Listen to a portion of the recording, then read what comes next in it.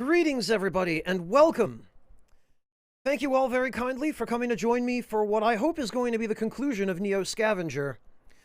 We finished Black Skylands yesterday, so we're back to this today because I would like to get to the end of it since I have something very interesting that I think quite a few of you are going to enjoy lined up for after this, which I am eager to get to. Because that next one that I have planned is something I only found out about relatively recently, but that I think is going to be a very interesting little adventure, depending on how long I end up sticking with it. But I wanted to finish Neo Scavenger first, because I am interested enough in this to be willing to give it a shot, and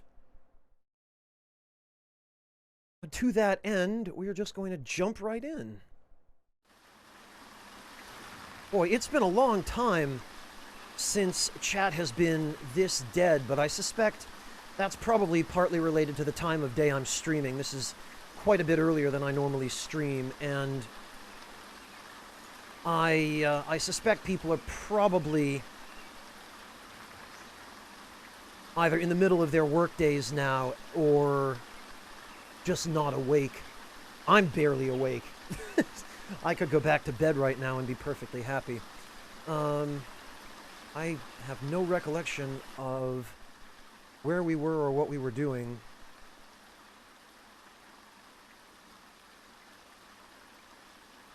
When last I left off. I have done some just, Hello, Warrior, welcome! Dracoland, welcome as well. Yeah, Warrior, I made my tea well in advance today. And I'm actually managing to start a stream before it has gotten cold.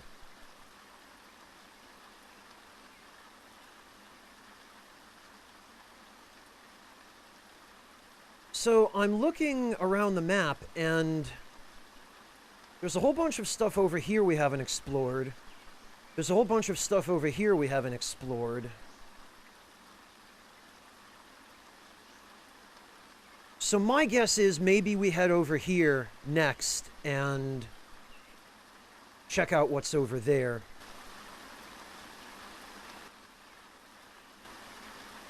Oh, right, and I keep forgetting we've moved the area that there we go.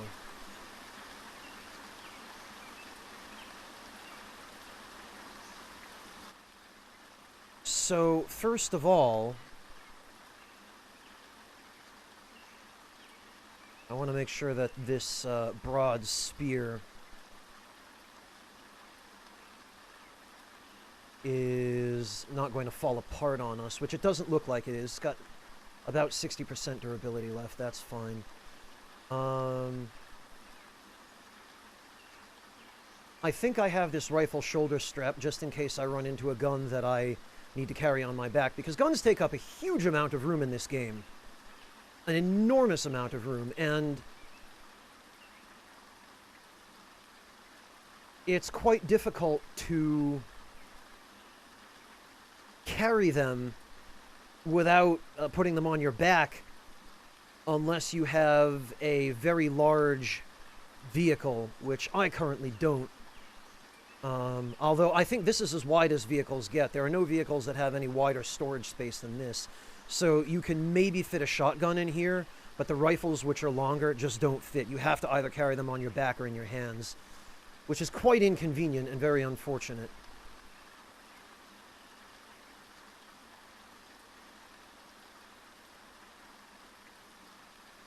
And I'm trying to figure out, it looks like I was gathering ammunition or medicine. I mean, I've got plenty of ammunition here. I've got this pistol in brand new condition with a bunch of ammo that I gathered up from both from farming enemies and from finding it. But I think, if I remember correctly, what I was doing off camera was I came back to the Anishinaabe territory to farm money, because it's much easier to find high value items here than it is to find them in the area outside of Detroit. And you can get some stuff near Detroit that you can't get here. Like, you can get... I found these tactical gloves on the body of a guard that I guess had been killed by some other NPC.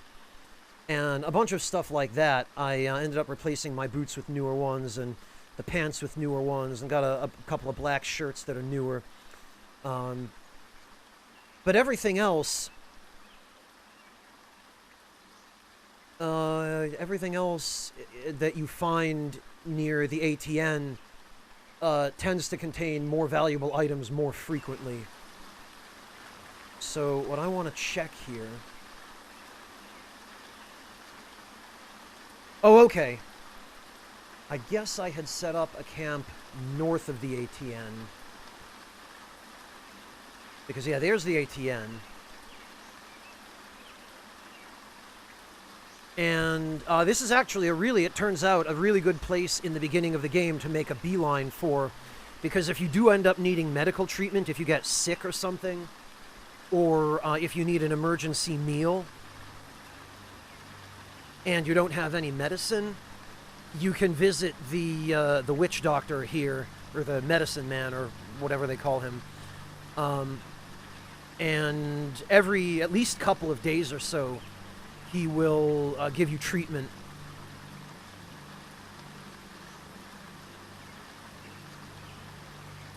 But crucially, they also have one of, as far as I know, only so far 2 places in the game where you can buy and sell items.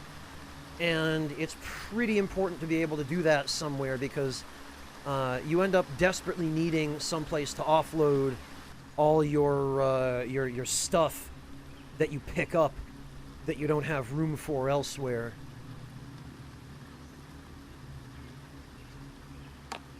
We can probably... Yes.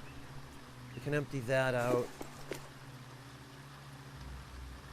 Go down there. Okay, yeah, it looks like...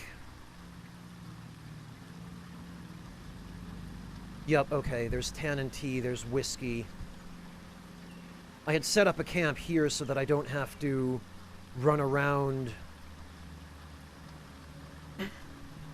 to,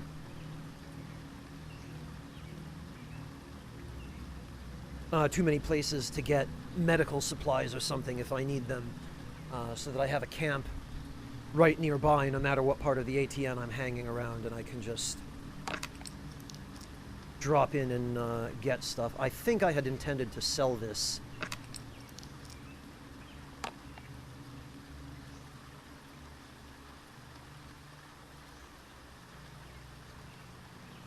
That's correct, Echo Drop. Since we finished all of the current story content in Black Skylands yesterday. Hello, Nobleman. Welcome. I think most of the stuff that I've been hoarding here, though, is at my main camp further south. So what we're going to do is we're just going to check...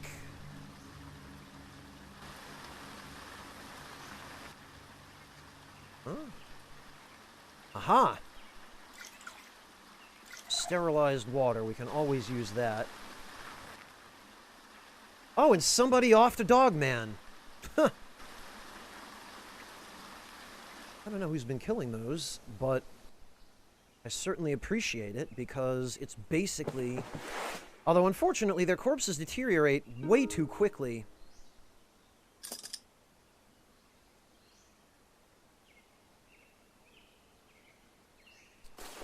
It's free money for me with those coats.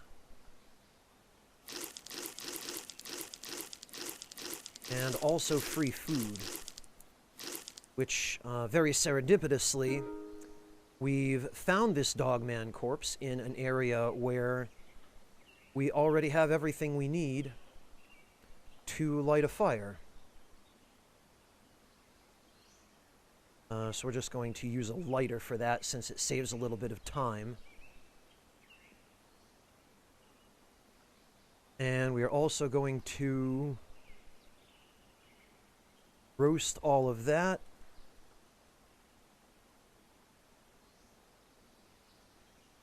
Since these will still have some decent duration on them.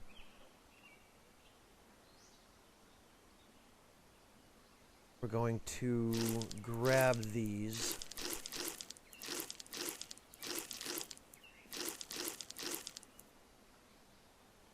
Matter of fact, we're going to eat these.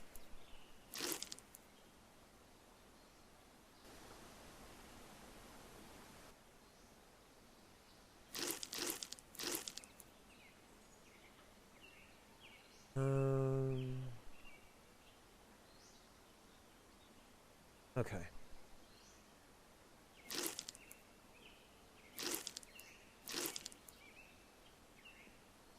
And we're going to be good citizens of the woods and put out our fire. Well, nobleman, not till we've finished it anyway.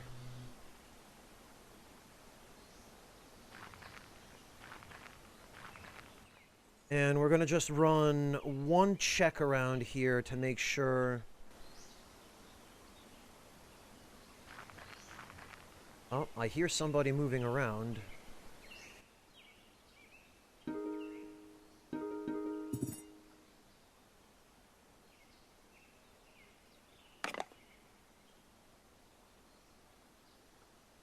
Wow. Huh.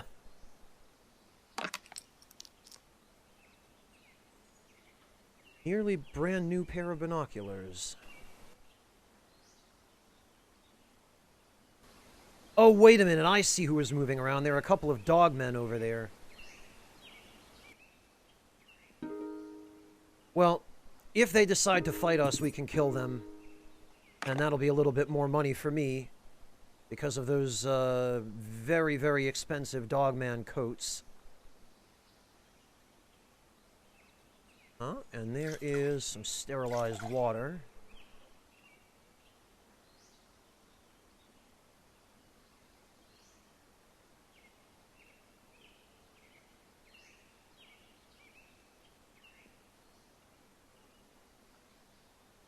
And I guess we'll take those rags.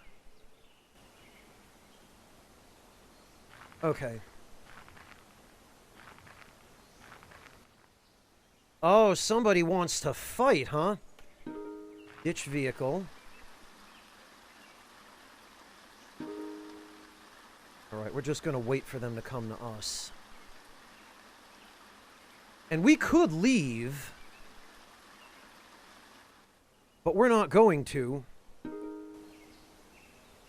Holy hell! We just one-shotted that dog, man.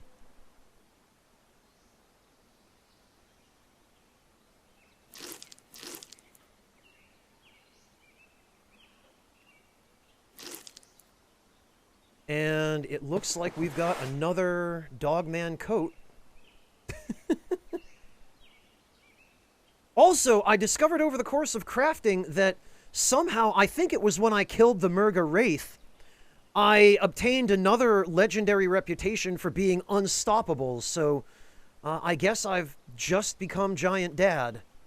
Not that I wasn't already Giant Dad with strong, tough, and melee.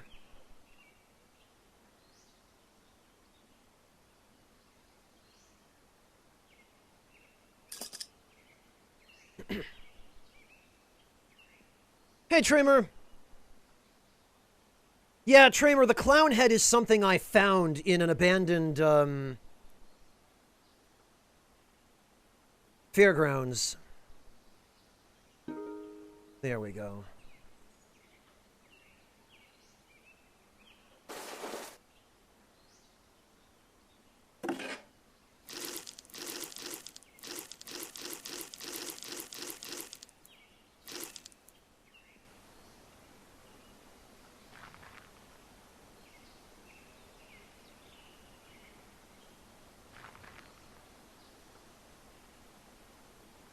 And I think what we're going to do now is we'll just head back toward the ATN.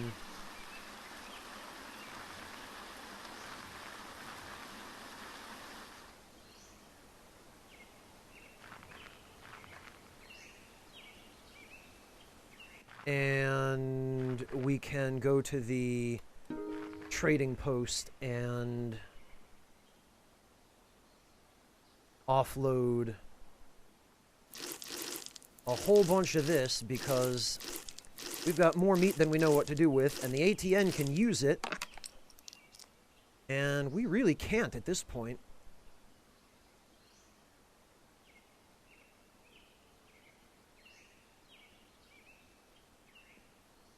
Though what we are going to do is we are going to buy some berries.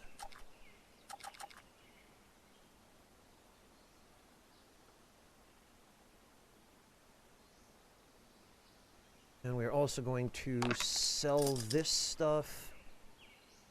These Cavilo painkillers also we don't need. Nor do we need these 308 rounds.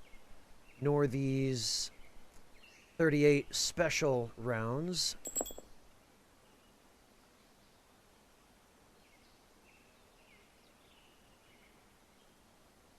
I don't know, nobleman. I've never used them. I imagine they probably are, because they're a very specifically handcrafted weapon for killing stuff. And they're crafted by people who bloody well know how to make them. I'm pretty sure the Anishinaabe versions of the basic weapons are better in some way. Like, there's a crude bow that you can get. Some NPCs have it when you kill them, and I think the Anishinaabe bow is a tier above that. I think it's a tier higher, and maybe has higher attack power or something.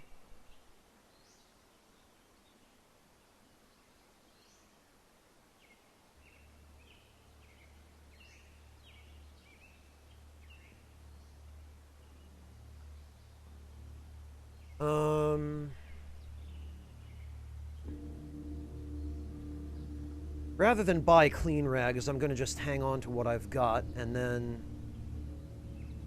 we're going to buy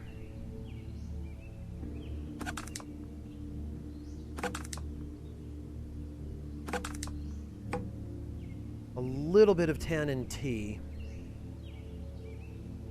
Just enough so that we have some disinfectant. Hello, McBonley, welcome! I'm pretty sure, though, nobleman, that the broad spear is the best melee weapon in the game. Because it has the highest damage, as far as I know, although the actual weapon damage stats in this game are not directly player-facing, so it's very difficult to know exactly what its attack power is. But attack power aside, it also has the longest range of any weapon I've found yet in the melee class. Obviously, projectile weapons are a different story, and that's why I've got a gun. But my character gains massive bonuses with melee weapons, and as you guys just saw, I was able to one-shot a dogman from full health to dead with a single attack, so I'm guessing that unstoppable trait must, it must figure in somehow, too.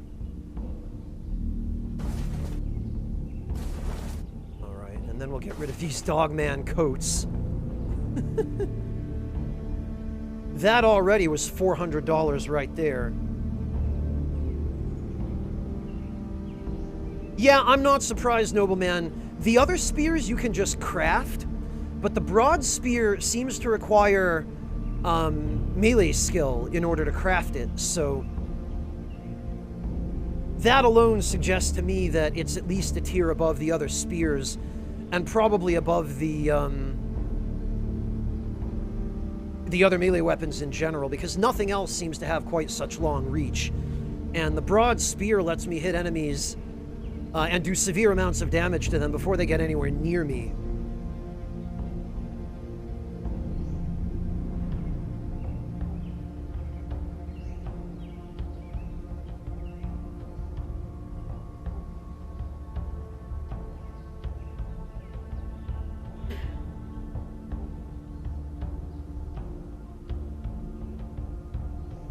And actually, it occurs to me, we never went to check out the...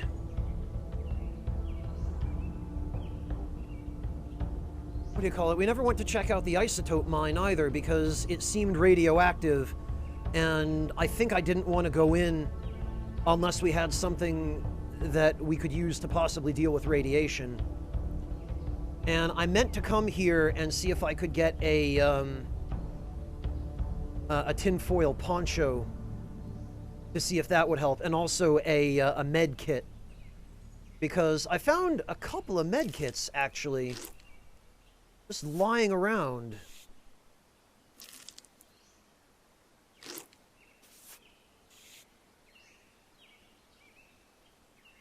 So it was my intent to...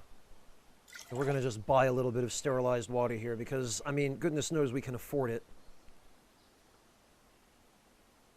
This backpack is working with pretty high durability. That's good. How about the one I've got? High durability as well. Okay, good. I just want to make sure none of the stuff I'm using to carry things is in danger of disintegrating. 36%. That could use a replacement fairly soon.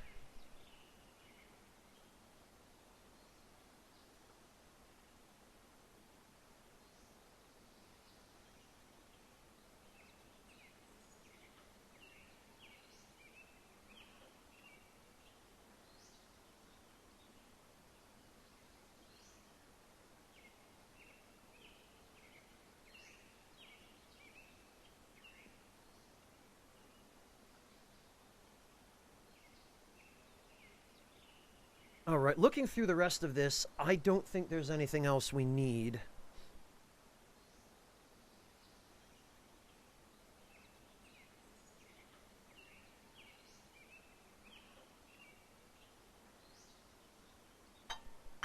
So let me just have a little bit of my tea, and we will be off. Maybe we check the isotope mine first, and then we can explore out east.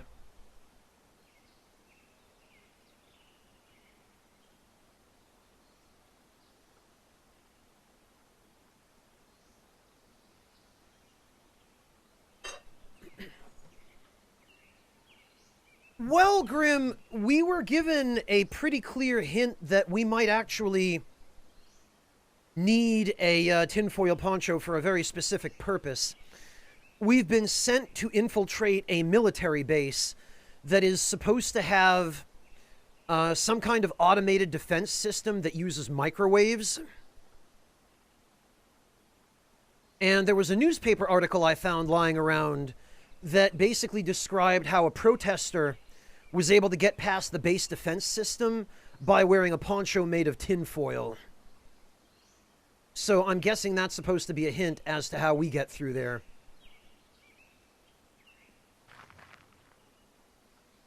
All right, we are going to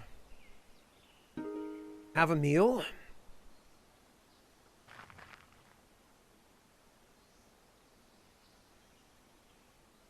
And we're going to leave because I want to not use the medical treatment unless I actually need it, because it doesn't seem to be available every day, whereas the trading post is available every day, and it seems that you're allowed to get one meal a day from the ATN.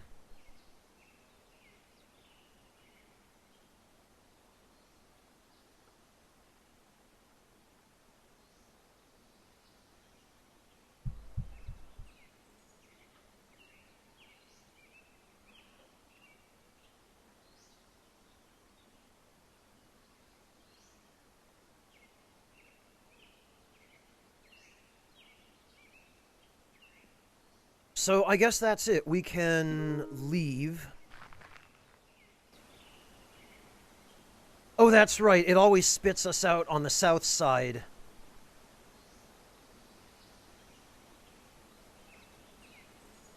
No matter what we do. All right, first things first.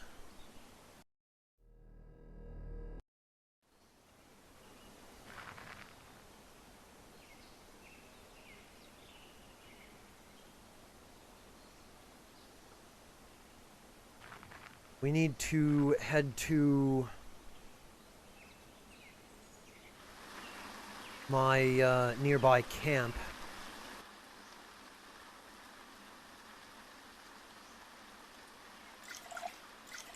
And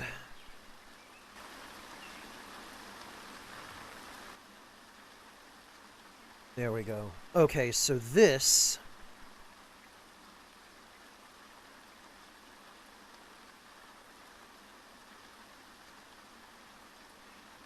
This is all the ammunition I've been collecting. And then these are amoxicillin, so they can go there. Yes, okay, so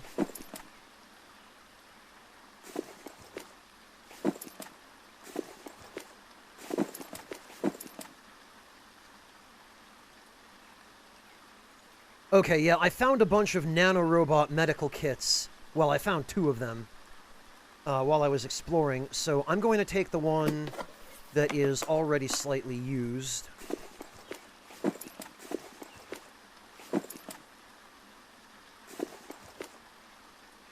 That can go there.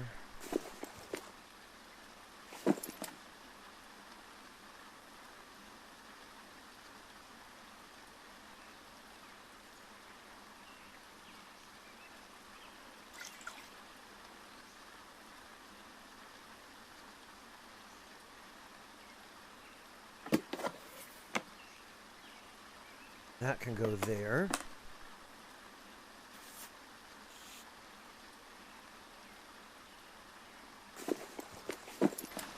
This we need to switch with that one, because I do actually want to bring this ammunition with me.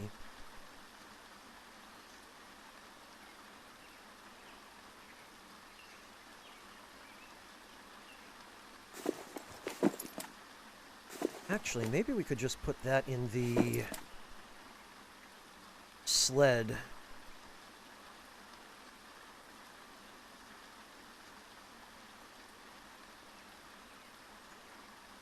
And first we are going to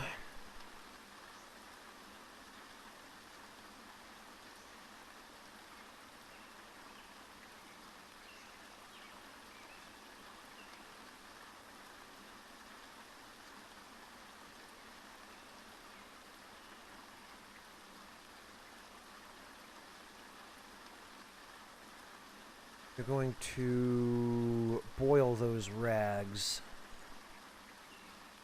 Clean rags.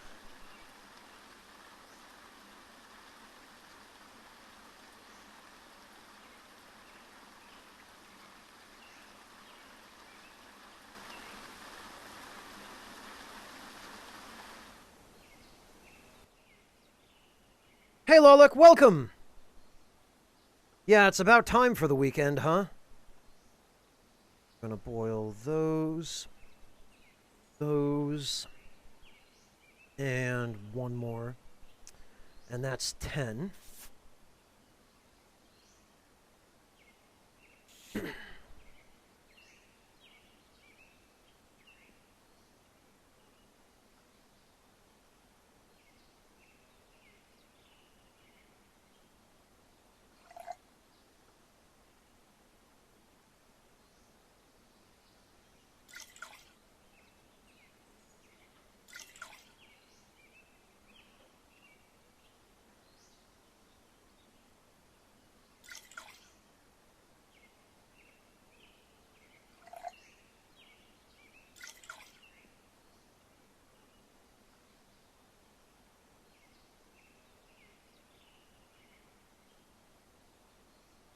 Yeah, Lolek, pretty much just the lucky scavenge.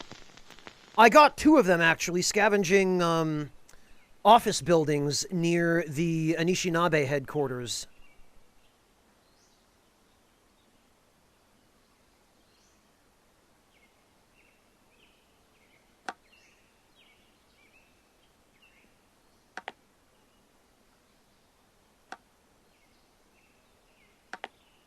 And probably rearrange these a little bit better.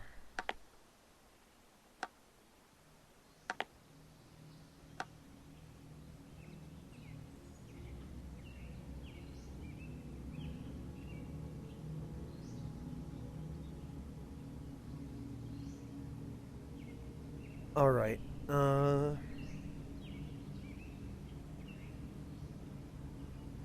No, Lolek, the tactical armor occupies the same slot as the Dogman coat, So I can either wear the Dogman coat or the tactical armor. I did find a dead DMC mercenary. And I picked up his armor. But I don't have it on me. It's at my campsite near Detroit.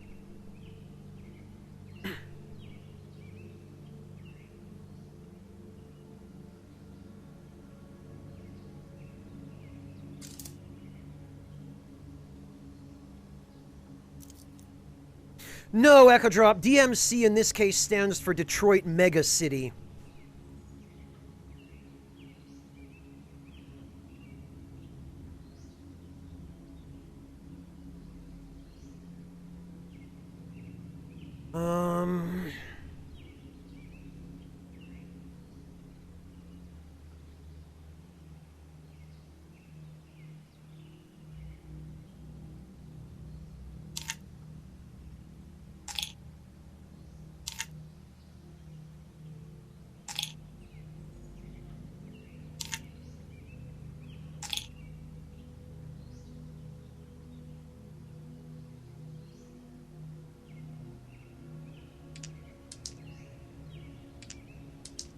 I'm trying to decide if it's worth taking any of this stuff with me, because I do have the nanorobot medical kit now.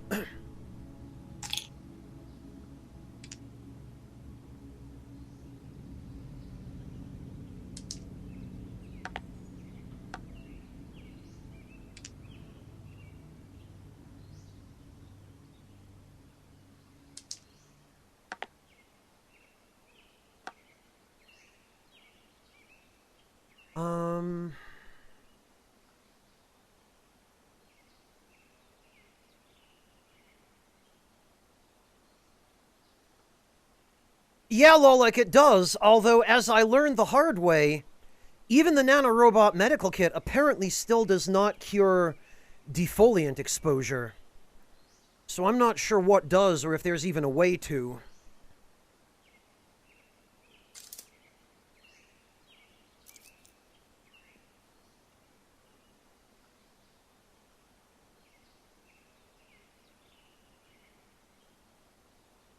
Alright, we'll take the... I know for a fact that this is bear root. We just can't identify it because I guess we don't have, botany.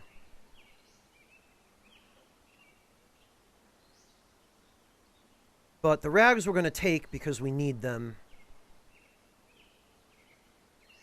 And we've got a little bit of disinfectant in the tannin tea.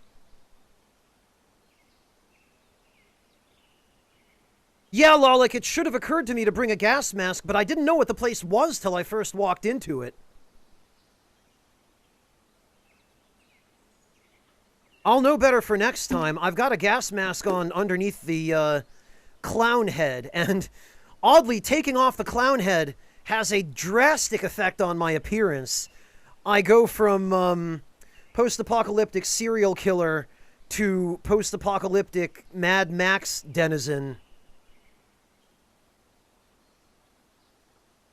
I did, Lolik. All they told me was that there were, I guess, some genetically modified crops that went out of control or something, and the whole place got nuked with Agent Orange.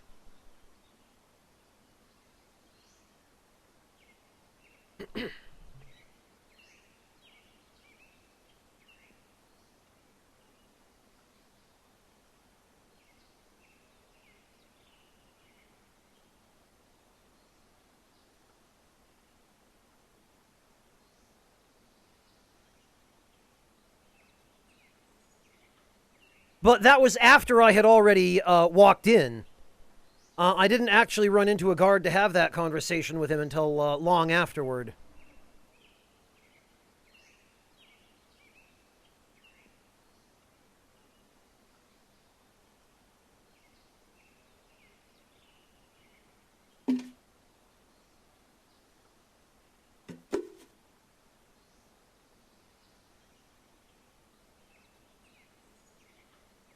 Oh, I had some rags over my face, Lolik. I had a crude air filter. But as I've been rather unpleasantly learning, as I've been finding out the hard way, the crude air filter, having just rags over your face, really doesn't do that much. No, I don't think the clown head does, Lolic. Rags do, and apparently the Detroit mercenary balaclava does. I've got one of those. I found it on the corpse of the mercenary that somebody killed. It wasn't me. I think he got killed by like a dogman or a blue frog cultist or something.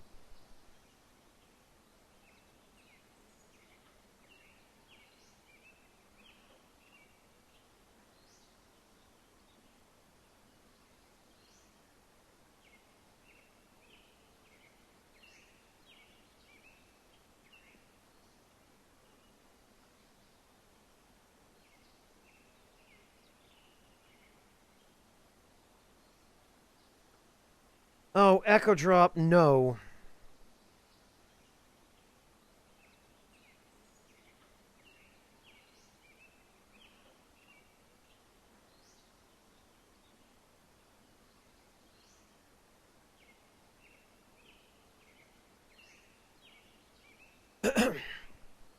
Alright, so...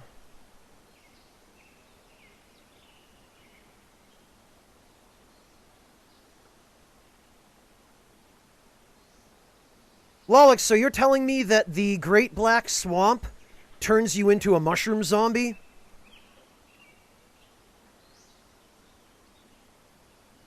Oh, if there actually is, nobleman, then you absolutely should. Okay, yeah, the isotope mine is way the hell down there. I guess we'll just head due south. Oh, you forgot a kappa, Echo Drop. I have no way of knowing when you're being sarcastic or not if you don't use a kappa.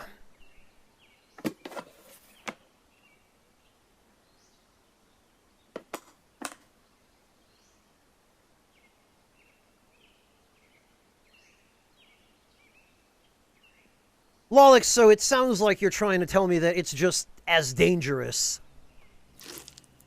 Alright, well, that's fine.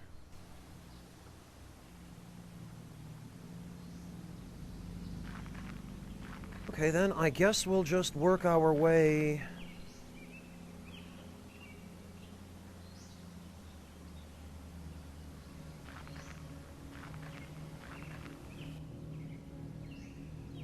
Oh, look, potato chips. With broken glass in the bag. Yeah, maybe I'll pass on that, actually.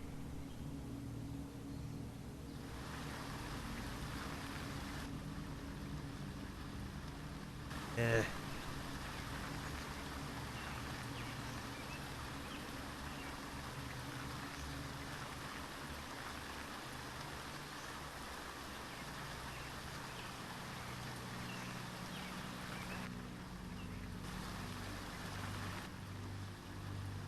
Holy hell. Oh, tan and tea. Don't mind if I do. What I am going to have to do, though, is... I am carrying so much that apparently I'm at constant risk for heat exhaustion, which means every turn I have to take off my dogman coat.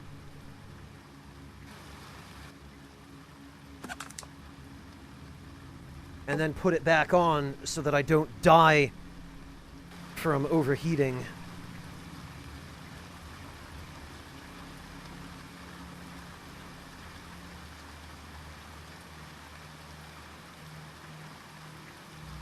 No, it doesn't, Echo Drop. You can just type the emote in chat.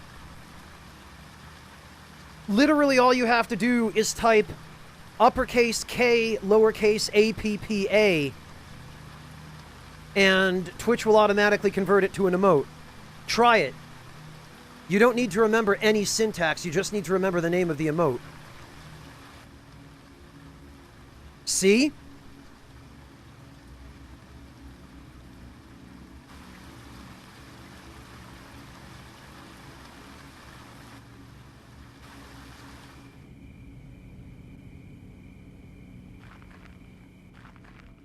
Who are we fighting? Nobody, apparently. They ran away.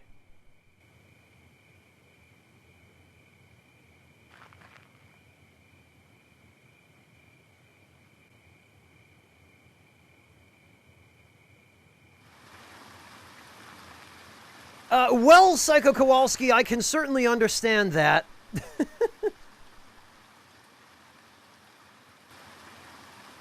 I'll tell you what scares me is facial recognition technology and stuff that's used maliciously for surveillance.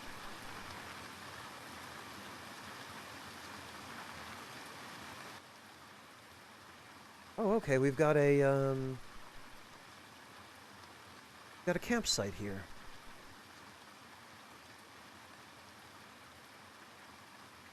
Maybe we should just take the opportunity to rest. Something approaches as you slumber.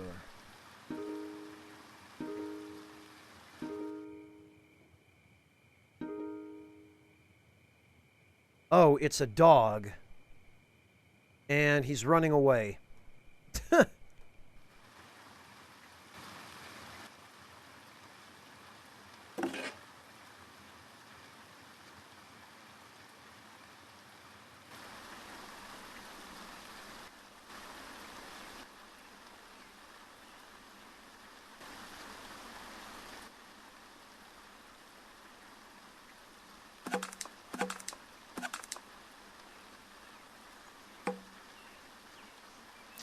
Oh, we better start using up some of this meat, actually, before it goes bad.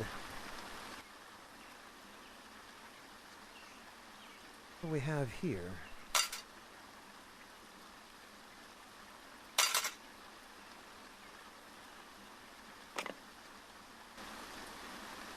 Wait a minute.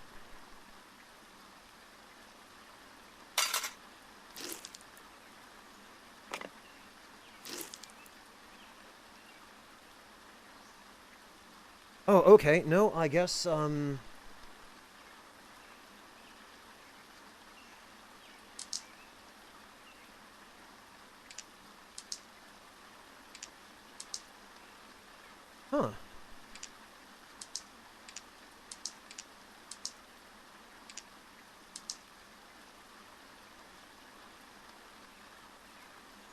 Well, he certainly is now, Echo Drop, yes.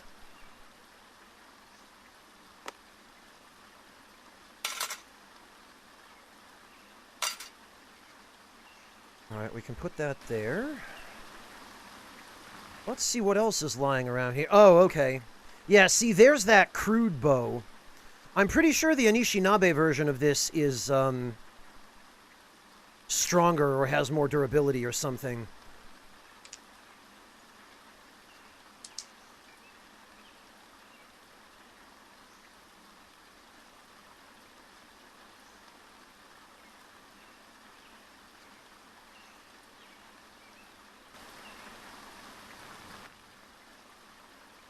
Oh, it looks like somebody's shoe fell apart here.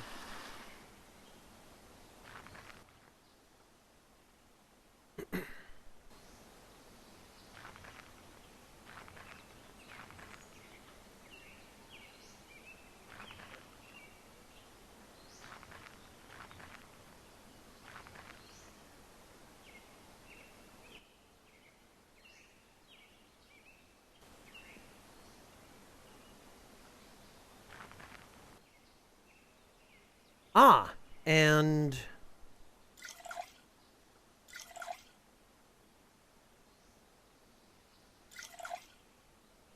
this would appear to be, yes, indeed, a water source that I've already scouted.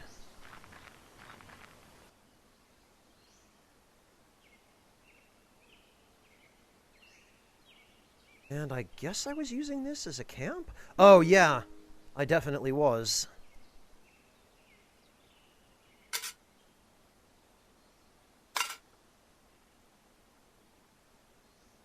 Because look at this.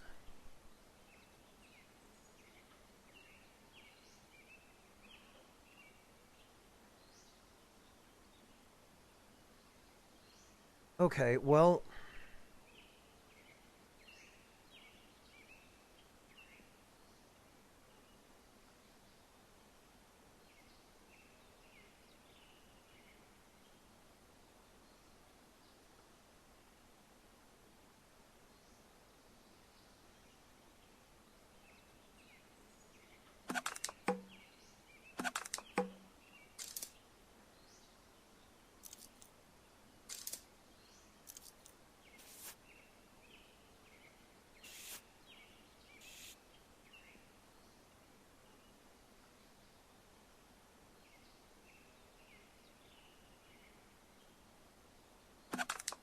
I hate how it takes stuff out of your inventory to craft these things first.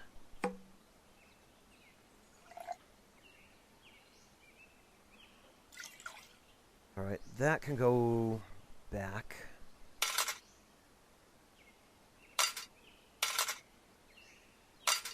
Those can go in case we need to use this campsite.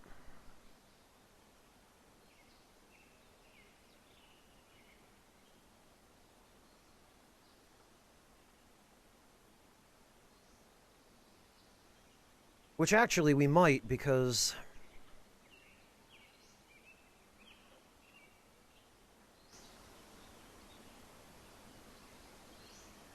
it looks like we are getting a little bit tired. Let's see how much...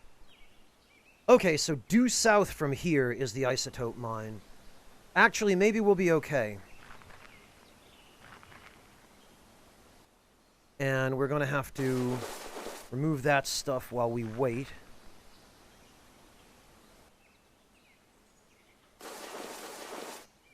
There we are.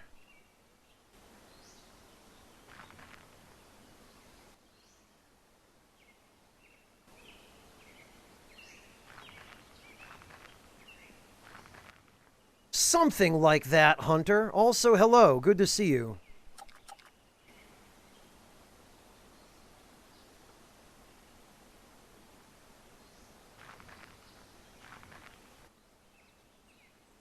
Yeah, I don't know if white berries are safe all the time. I know blueberries are always safe. Red ones, I think, are safe half the time. Okay, there's the isotope mine.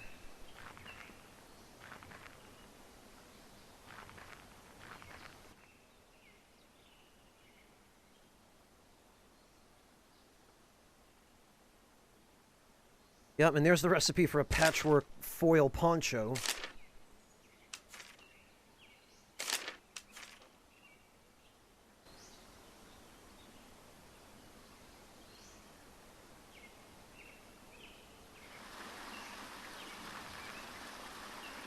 Alright.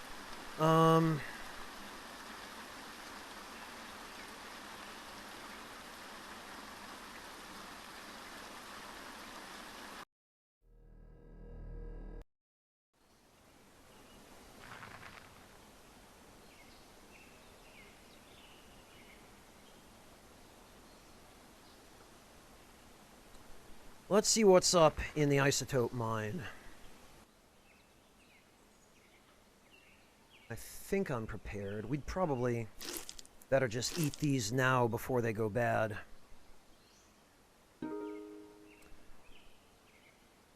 Alright. Isotope mine, beware of tiger.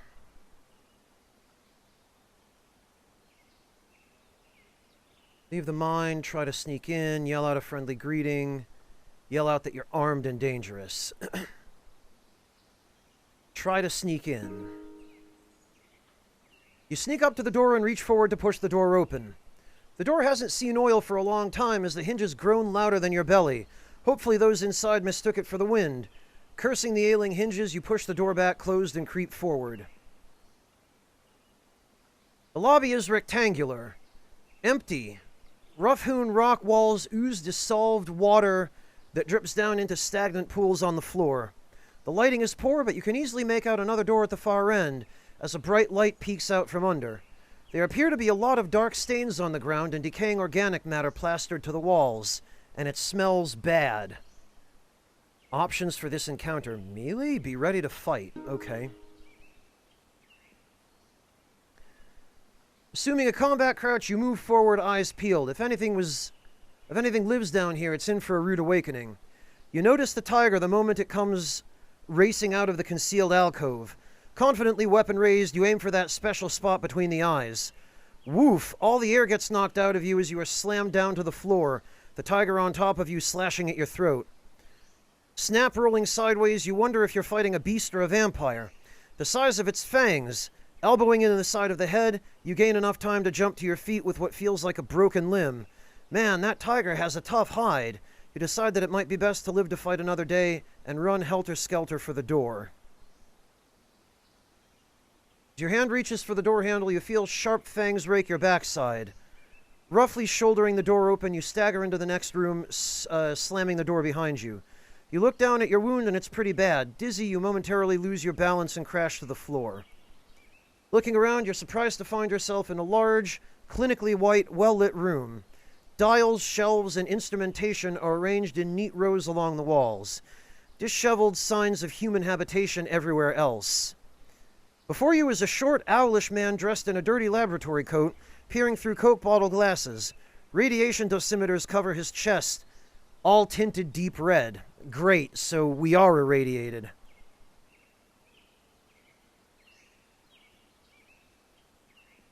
Yikes, Lolic. Just walk in and insta-death? Bending, he offers you an oil-stained hand. Struggling to your feet, you gather your thoughts. Bob, says the radiated mole, introducing himself. Damn tiger ain't been working proper for days. Bad for business. Bob seems more concerned with the tiger than your well-being. Old Gertrude's mine. Saber-toothed tiger. Made her myself. Bob waves his hands, encompassing most of the well-equipped room. Surprising what you can rig with the right kit and plenty of time on your hands. Saw a fancy version once in a museum. Made myself a copy. Metal version. Trouble is, certain folk just don't get it. Get that I provide a desirable service to the locals. Don't like what I do. Bob picks up a modified soup can and tosses it over to you. See that? RTG power cell. Couple of thermocouplers hooked up to a Pu-238 isotope. Hot bricks, I call them. Enough power there to keep the lights on till winter. Dubiously, you inspect the can. You can see wires inside, a standard power connection on the base. It feels warm to the touch. Pu-238? As in plutonium? That's right. Some customers don't like the side effects. I tell them that I live here, ain't done me no harm. Made me an animatronic tiger to deal with the angry ones. The Avon lady don't knock on my door no more. Know what I mean? Bob bursts into a fit of wheezing asthmatic laughter. So tell me, fella, why are you here, huh? Want one of my hot bricks? His voice darkens. Or are you out to take what's mine, huh? He rests a hand on a nearby rifle. Had plenty of those type lately. Looters, bandits. Of course, none of them made it past Gertrude out there. Maybe you're one of those good Samaritan types, then. Can't see no halo, though. Bob peers at you suspiciously. Sure you ain't one of those government people? Bob becomes nervous, eyes bulging. That thorium reactor downstairs? Never touched it, never will. All that radiation therapy stuff, still there. His tone becomes more agitated. You covered this place up and abandoned it, so I might have borrowed some isotopes. What of it? Eyes about to pop, Radiation Bob wields the rifle, pointing it menacingly. Huh, buddy, what you gonna do about it? Ain't got no time for no government. Dear God.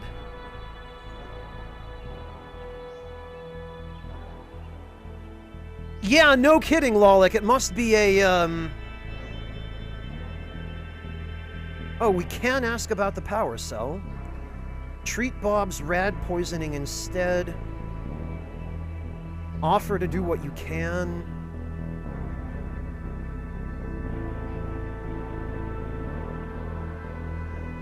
Okay,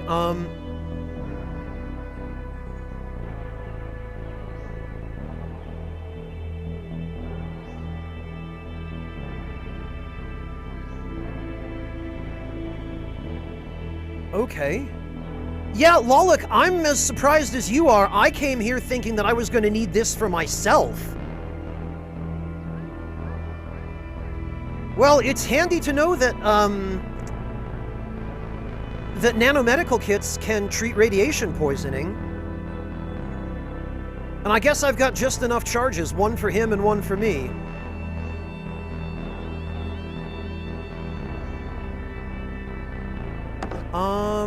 I guess I'll take a power cell. Oh, he says distracted. Then he becomes more animated. Oh, you mean the hot bricks? Sure, sure. I think I've got a few around here. Boxes are pushed about, papers displaced. What you got to offer? We could give him the... Oh, we could give him the Anishinaabe beads, because we can always get more of those.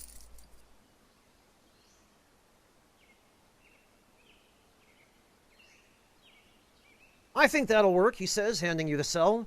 He starts looking for a good place to put your payment and ultimately just places it in a container on a counter. Bob's Hot Brick RTG cell. Well, I didn't come here thinking I was going to get a permanent source of nuclear power generation, but little radiation never hurt anybody.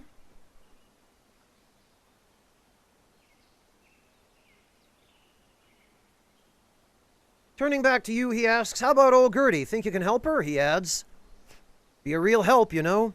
What if we treat his radiation poisoning? Bob is unhappy that you can't fix his malfunctioning tiger.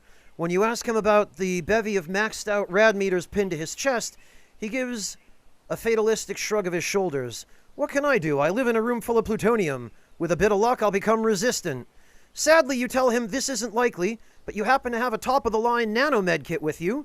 Ignoring his protests, his abysmal personal hygiene, and your strong desire not to use a precious nanocharge, you treat Bob. Can't say I feel any different. Can't feel my hair growing back. Sure that gizmo is working? You assure Bob that he is now a healthier man and will live to see next Christmas. No kidding, Gizmo's that good, huh? Well, that's mighty fine of you to help. Tell you what, here's a little something in return. Bob hands across an average-sized doll. A mechanical, not particularly attractive doll. Don't be put off by its ugly mug. Could come in handy one day. Underwhelmed by Bob's generosity, you get the distinct feeling that you've been had. Of course, so might he. Come again, gushes an effusive Bob, shaking your hands. Always welcome. Who knows, I might need another shot from the gizmo one day. Let me walk you out. Don't want Gertie thinking you're a damn government agent, do we? Holy... This is the creepiest damn doll I've ever seen. What the...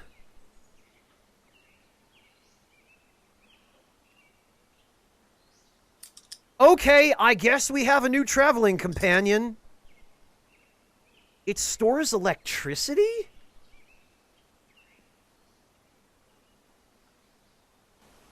Okay, You've returned to the mini trash alley that leads to the isotope mine. It doesn't look like anyone's home, though. At least like anyone wants visitors. And you're not keen on getting raked by gore-infected claws to knock. Oh, we can't go back in, huh? That's enough dallying in a trash-laden kill zone for one day. Off you go. I guess so, DJ. Wait a minute, so... Oh, we only got a tiny little scratch from that.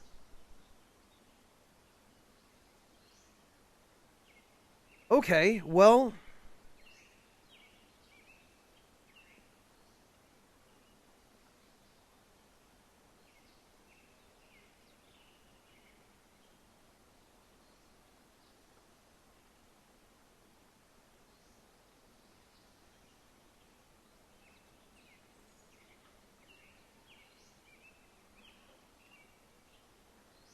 What I'm curious about is what would have happened if we tried to fix the tiger? No, I doubt it was, Lolik. Whoops. Alright, hang on.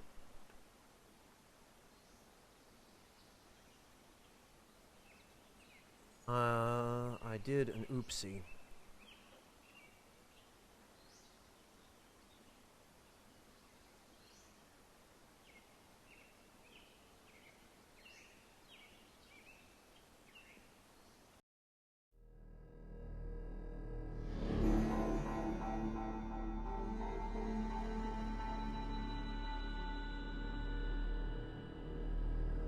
What if...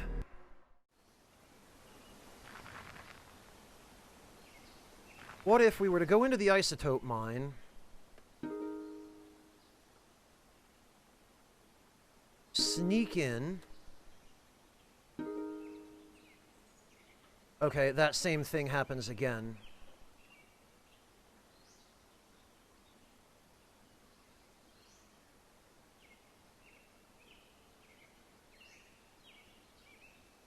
Sweaty palms grasp at the door handle and madly yank it open.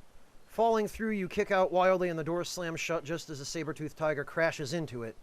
Panting, gasping, you concentrate on staying still and calming your racing heartbeat. Oh! We got through there this time without getting injured somehow. Okay, huh. Alright, we'll take the power cell. Oh, and we can trade him food. Okay. That's good to know. So we don't even have to give up the beads. What if we try to do what we can with a multi-tool? Radiation Bob introduces you to Gertrude. It looks even scarier up close. All sharp metal angles and crazy welds. Fangs that look like they'd slice through diamond. Bob squints at you suspiciously. Sure you know about pewters? That little tool you got don't look like no terminal to me. Reassuring Bob that you do indeed know your way around sophisticatedly high-end technology, you bend to the task, trusty pliers in hand. A skeptical Bob wanders off, asking you to inform him when the job's done. 10 minutes later, you begin to feel warm. 20 minutes in, and you're so hot that sweat is starting to roll down your cheeks and dripping onto the inner workings of the tiger. Investigating, you determine that the heat is emanating from the rear of the beast. Opening a hatch cover, one of Bob's hot bricks peeks cheekily out at you. With a start, you remember, a jury-rigged soup can, power cell full of plutonium isotopes. Bad, disastrously bad. Disgusted, you give the beast a hefty kick and leave, searching for Bob to tell him that he'll have to fix it himself. Still angry, you wonder if you have Bob to thank for cancer now. That's a real shame, kinda hoping you could help. But you're decent, all right, so tell you what I'll do. You hand over that fancy talisman hanging around your neck, I'll give you my shooter. Used to feed myself off local game, but they're all gone, so you may as well have it. Even let you have my scope. Ask Bob why he wants your talisman. Saw a bunch of these up where I got the idea for Gertrude. Old jewelry and such on display. Folk artifacts, I spect. Some good metal in these bits. Use them in my hot bricks. Oh! Okay, he's looking for conductive metals.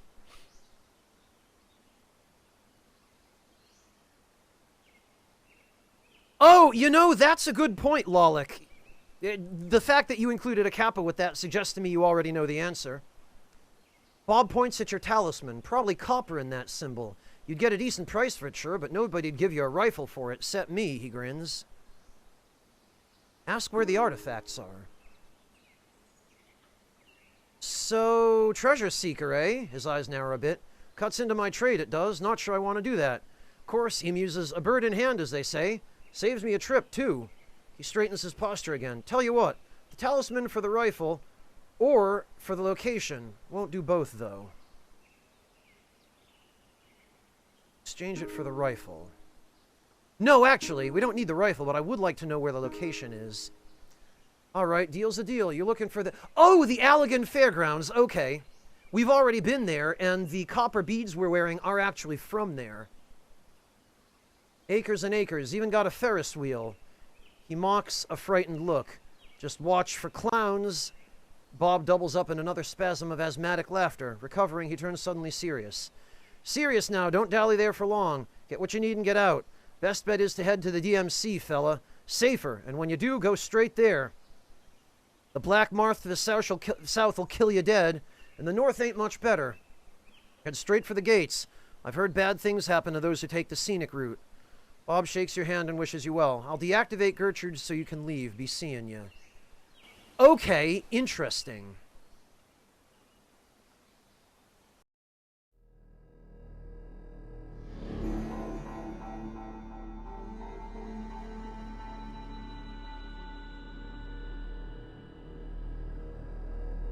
Well, honestly, I want to see what that crazy-looking doll does. So we're going to eat one of these, and we're going to save the other for Bob, because I'm nice, and I share my food.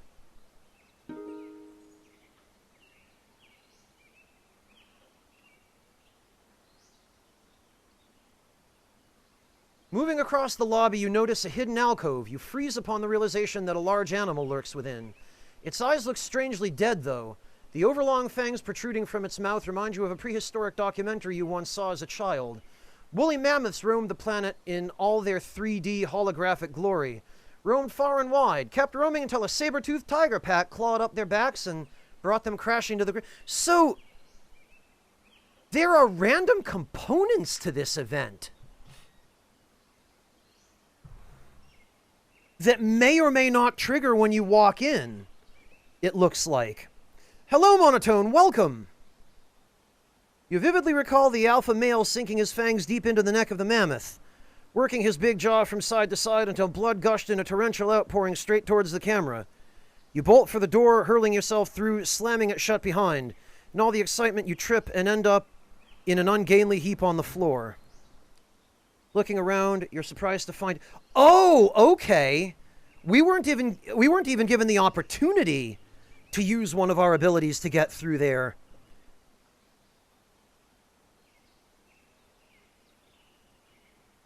Yeah, Lolik, I had no clue that there was this much variation in how these encounters could go. That's fascinating. This is the first time I've seen the game do this. Now I have to wonder, thinking back, how many other situations I've gone through that had something like this where the outcome could have significantly changed just based on RNG. And now we're back to the same conversation with Bob, it looks like.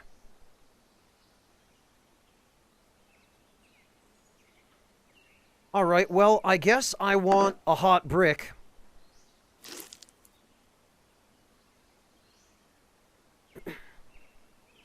And I guess I'm going to treat Bob's radiation poisoning.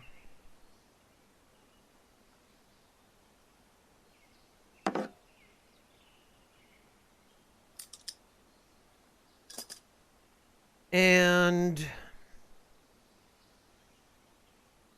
I guess we will call the mechanical doll Dinky. Dinky seems appropriate, right? Well, nice to meet you, Dinky. I'm sure that we are going to be jolly traveling companions. Until you decide to open your chest and start firing laser beams at me.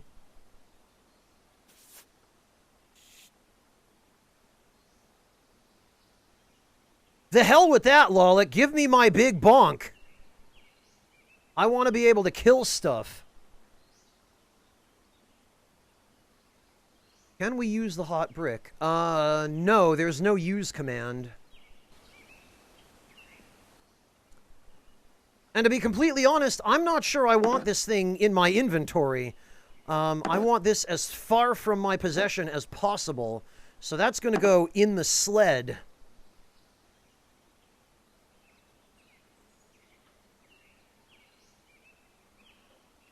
Although, at the very least, it is nice to know that the nanorobot medkit can cure radiation poisoning.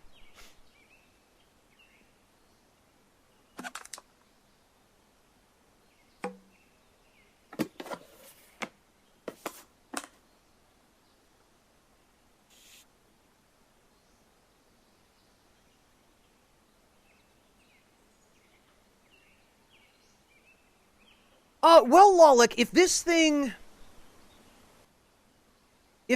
really is filled with plutonium,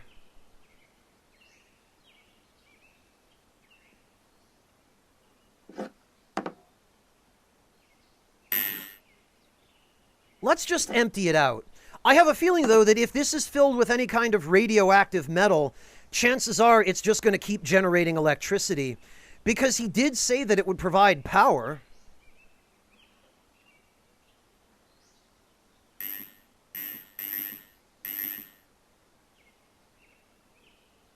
Yeah, I mean, we can just store that power in the doll. I don't know why it needs that much electricity, but... Alright, Dinky, how about you hang out right there,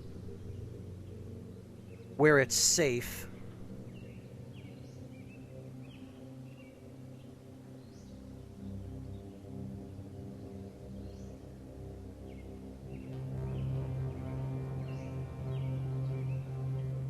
Oh, I know, Lolik. There are certain isotopes of plutonium that have such a long half-life that they can last for ridiculous amounts of time as energy sources. Of course, they're also so radioactive you can't safely get anywhere near them.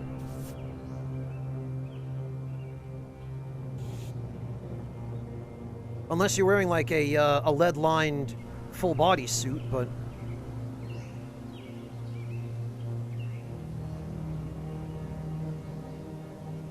Alright,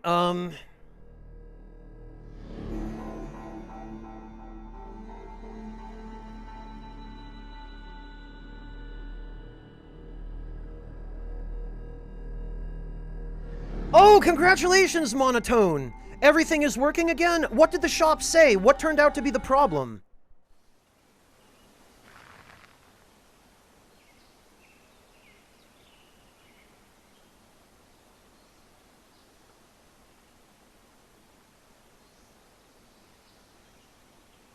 Oh, jeez, Monotone.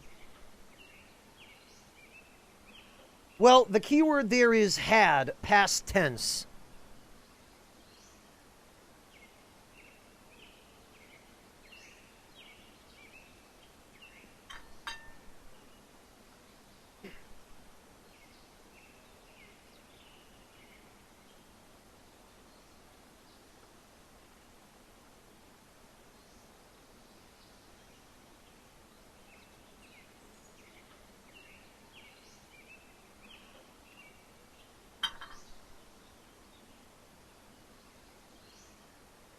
A bad connective wire between the screen and the board. Could have been replaced from the original during that shitty war. Oh, okay. Honestly, Monotone, it's a good thing that it was only a bad wire. And not a faulty microprocessor or a more complicated component than that.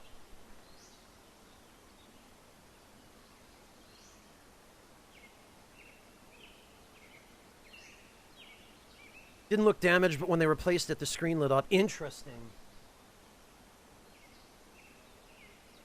Well, hey, it seems like they traced the problem, and hopefully you'll be good to go now.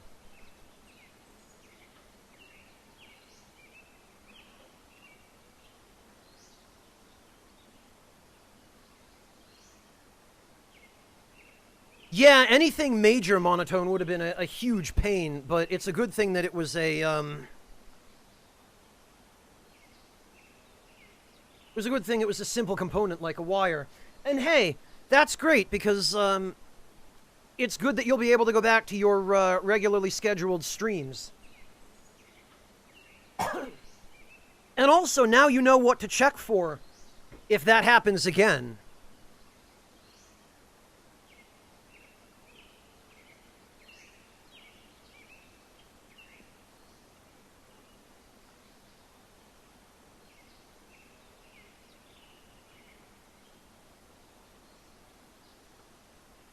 Fascinating, Monotone. Well, they certainly don't seem to, build anything these days with the quality that they used to, do they?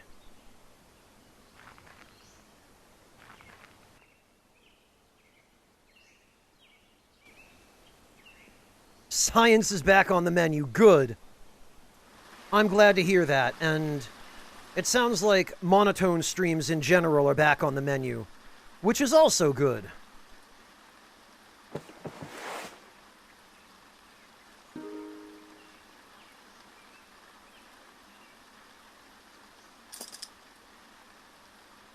For that matter, actually,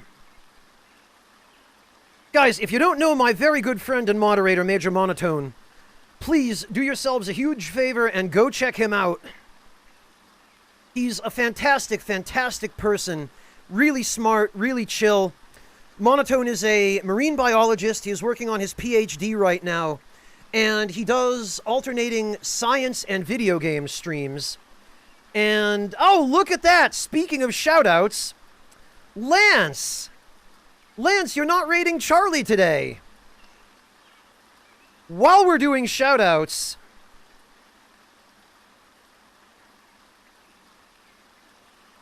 head on over and check out my friend Lance McDonald. You want to talk about a completely different set of talents. Lance is a cut content creator, as in a creator of cut content, or a data miner and explorer of cut content, from lots of different games, but chief among them the Souls games. And he is just a really friendly and good-humored and just really fun dude. And his streams are really educational and interesting, so head on over and check him out as well. Lance, thank you so much for the raid. Yeah, he creates content and then cuts it, exactly. Arataic. Thank you so much for the raid, Lance. How are you doing? It's great to see you. How was your stream? How are those crazy game demos? That one that you were playing when I stopped in, that was quite the adventure. Where do you find that stuff, Lance? Yeah, Souls at Zero. It's educational in ways you never knew that you were in for. Things you never thought you wanted to learn, and maybe you still don't. You played the same game for 5 hours, it was so bad? That's incredible, Lance. Oh, Yahoo Auctions Japan. That explains it. I thought maybe somebody tipped you off to this, this goofy game that you should play on stream or something, Lance.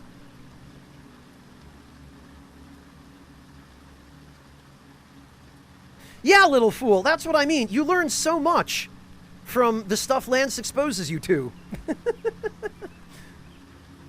Lance, thank you so much for the raid. It's great to see you. And for those of you who don't know me, my name is Franz, and I work on the other side of the content community from Lance. I work on the non-cut content side. I create content on stuff that is out in retail, and that's not under NDA.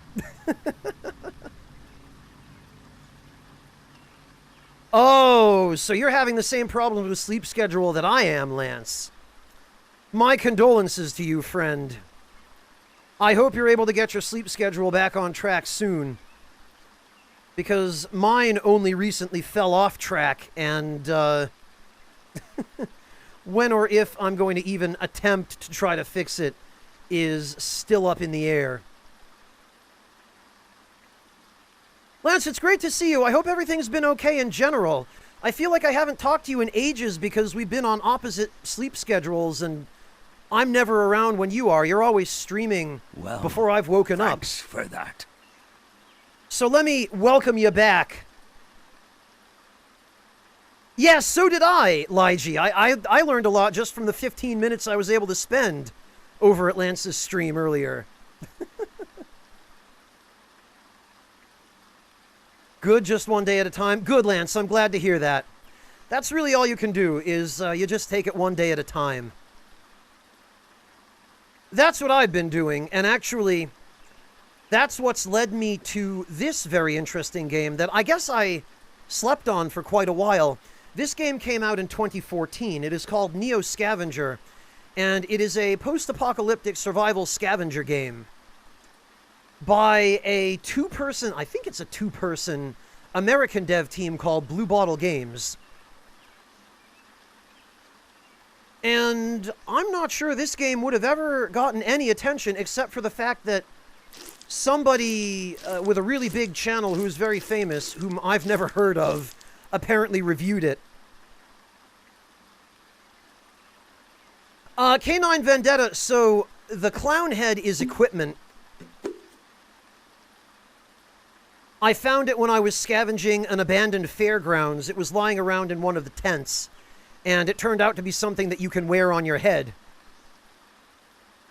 Yes, Dubstep Paladin, I believe that's the one.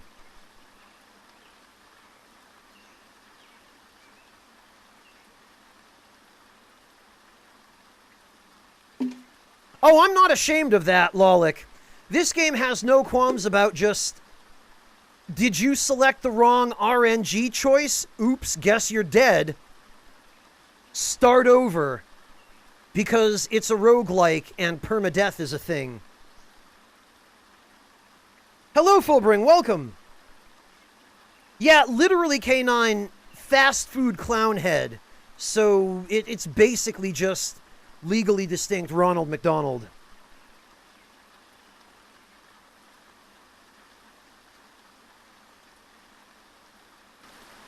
But it's got some interesting mechanics. For example, survival is a very big part of it, and if you want to not die, you have to do things like scavenge wood from the forest, and then use that wood to build a campfire, and then use that campfire to cook food,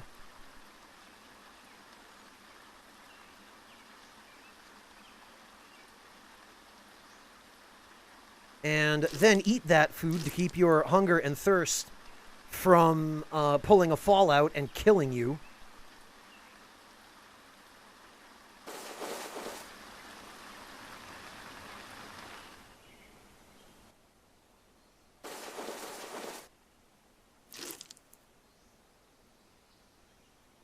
And now we have to cook the rest of it because this game is also turn-based. And up here in the upper left where it says moves left, that's how many times you can perform an action per turn before you have to wait and all of the other units, enemies, allies, and neutral, take their turns.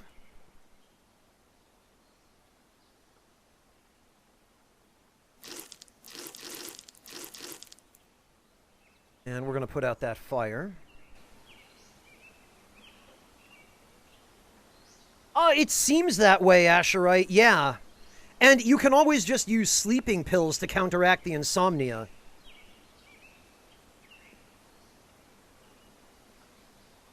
Well, Vendetta, yeah, and I mean, this is a very Mad Max-looking Ronald McDonald. We've got, some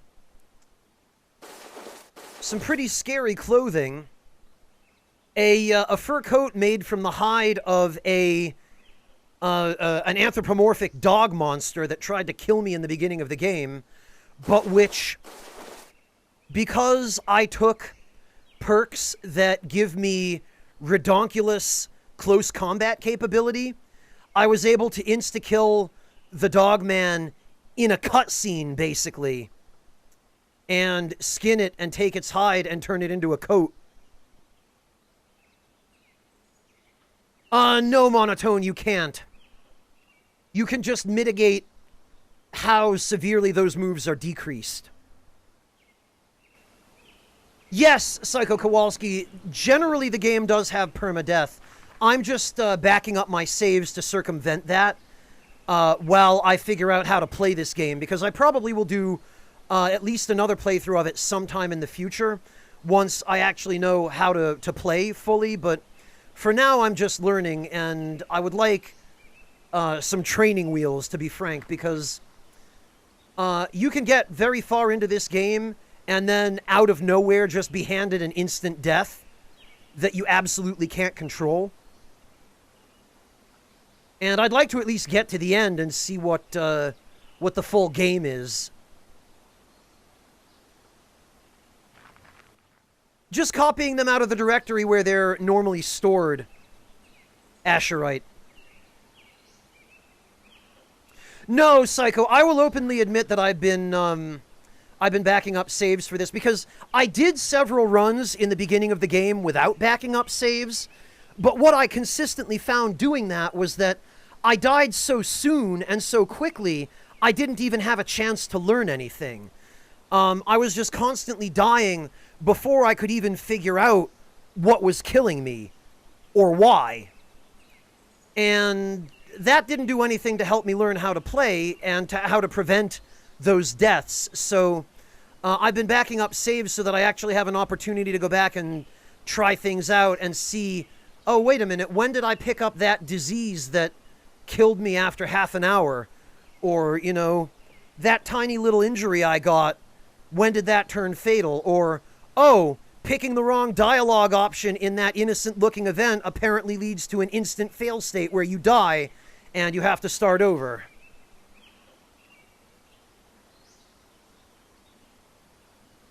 No, Lolik, it just means I'm disguised as one of them so that they don't try to kill me on sight.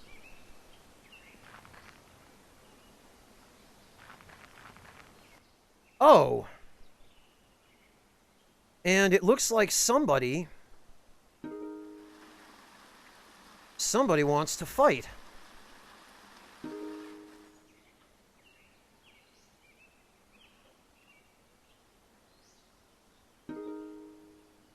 Oh, and it's a bad mother. Oh, look! Lethal trap. Don't mind if I do. Now he's trying to run away. I don't think so, pal. Get dead. He's dead. Ooh, and he had cured meat on him. I'll take that. This stuff isn't useful.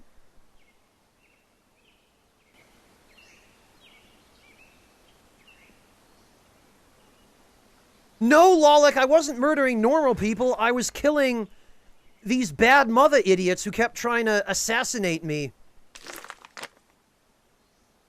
I'm content to live and let live. Well, look, I don't go out of my way to look for people to kill. I just loot the corpses of people who've already killed each other. Or those who have forced me to kill them.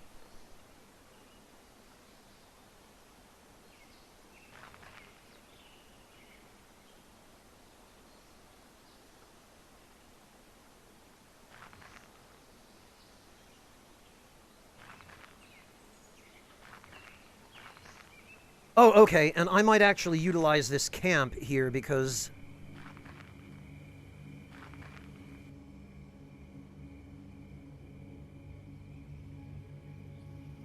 Actually, that's perfect. So what we can do is...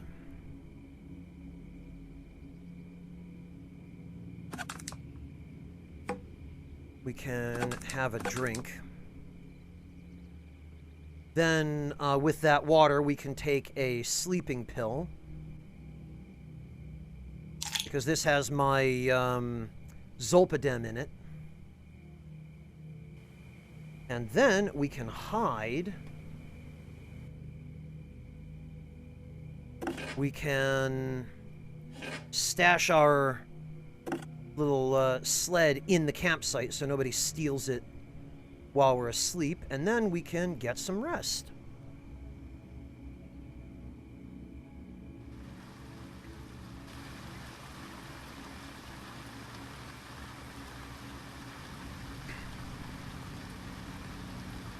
Yeah, Lolik, what indeed?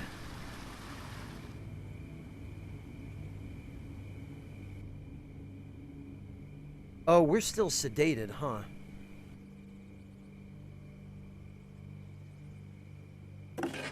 Well, I'm not sure I want to wait around for that to wear off. It'll wear off fairly soon anyway, I think. Ah, okay. And actually, Lolik, look at this. The hot brick does indeed continuously generate electricity.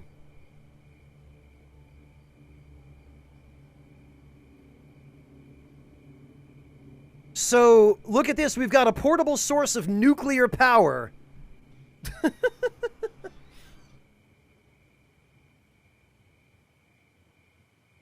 I guess this is handy if you're relying on something like a digital water tester or a flashlight.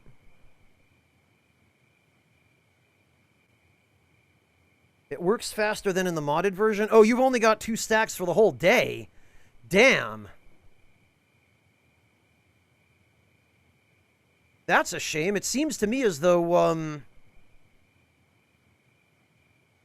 there's nothing wrong with the current rate at which it generates electricity. Alright, well, we'll grab those.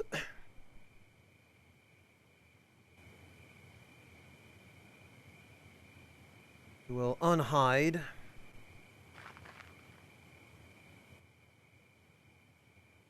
What do we have here?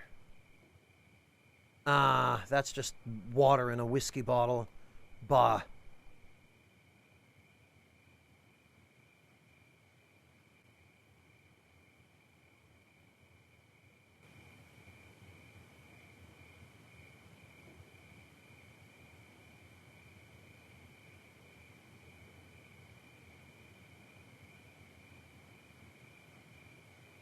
Keep your laptop on overnight, Lolik?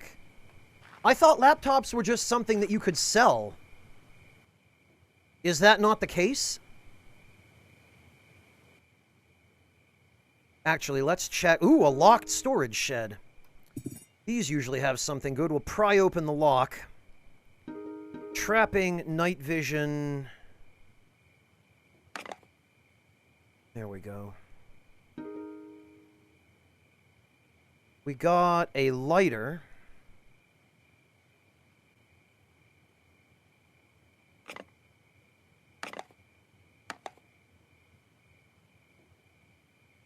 And actually, we can dispose of this lighter, because this one has more fuel left. That box we don't need. Our crowbar is in slightly better shape than that one. But I suppose we can just leave that on the ground for now. And then let's check these shacks. And actually, we can use that other crowbar.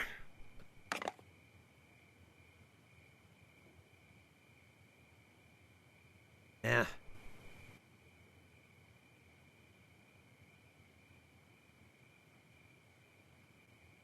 You can open them and check if they're on. If they're on, they can have some valuable data on them, or just a funny cat vid. If they're not locked. Do they all come locked, Lolik? Or, do some of them come unlocked by default? Because I found a whole bunch of them, but first of all, they never have power when I find them, although that's not going to be an issue now that I have the hot brick. But I don't think I've ever found one when I was able to put some electricity in it that, that was unlocked. Low chance, but they can be unlocked. Interesting. Okay.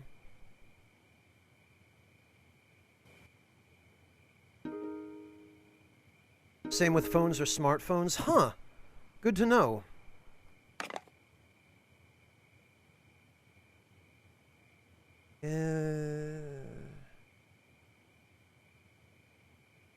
Oh, there's a nearly intact monkey wrench.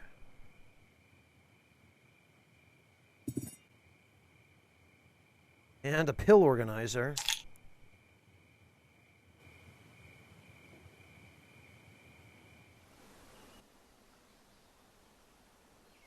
Oh, and now that it's morning, apparently we can check the storage shed again, or maybe it's a different storage shed.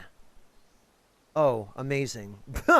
Well, we got another lighter that has even more fuel left.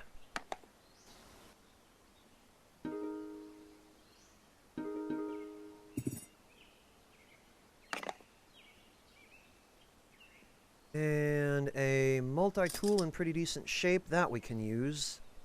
Or rather, we can sell.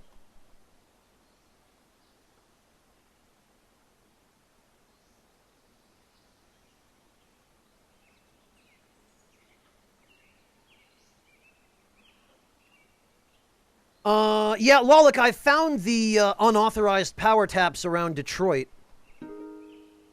I have used them on occasion, but without an electrician skill or the hacking skill, I don't really have too much that they're used for, other than just recharging flashlight or water tester batteries.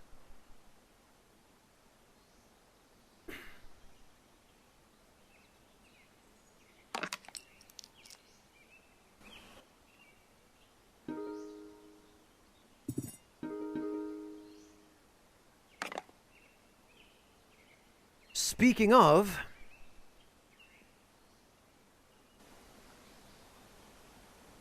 yeah, I guess night vision goggles as well, Lolic. The problem with night vision goggles is... the power cells that they use...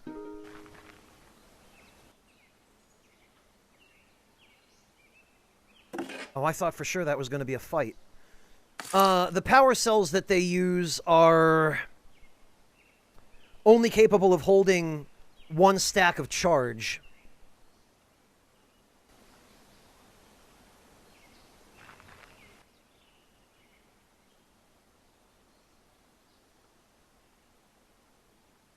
Is this sterilized water? Yes, it is, because it's $11. Okay, that we can use. Okay, Odor of Dusk, have a good one. Take care. Thank you very much for dropping by. Oh, there's a dog man who looks like he's running away.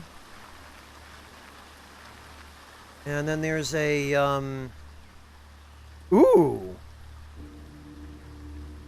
Well! If you're gonna threaten me with a good time... 82.5%... or 0.9% actually... on that backpack, I guess I'm just obligated to take it.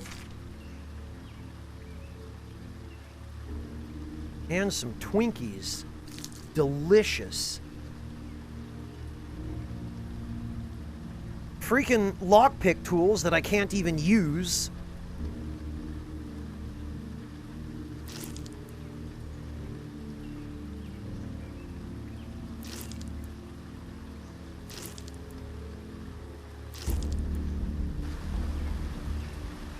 Hey, Wayward, welcome! How are you doing? It's good to see you. Honestly, Echo Drop, I've never been a fan of Twinkies since I was a kid. I ate them a few times in my very, very young days. But that was about it.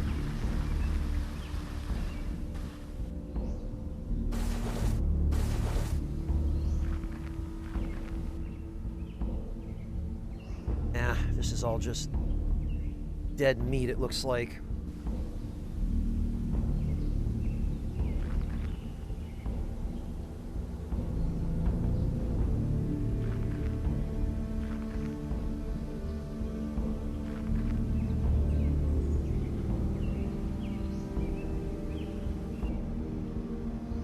All right, what do we got? A storage shed. 2 boxes. Boy, Solid Snake would be in heaven here. Rifle shoulder strap, a nearly dead lighter. An abandoned apartment building. These are the kinds of places, these abandoned apartment buildings, where you can very rarely find those nanorobot med kits.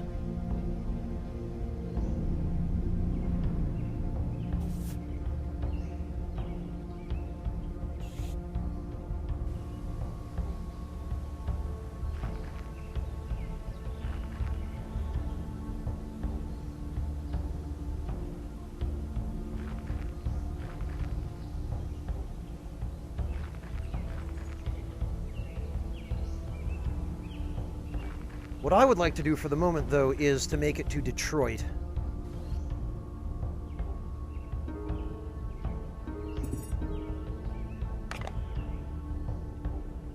Nothing. Oh, there's a deer.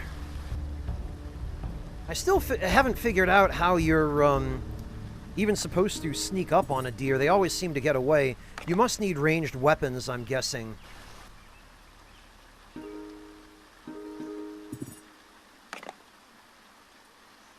We got a sleeping bag. That I can certainly use.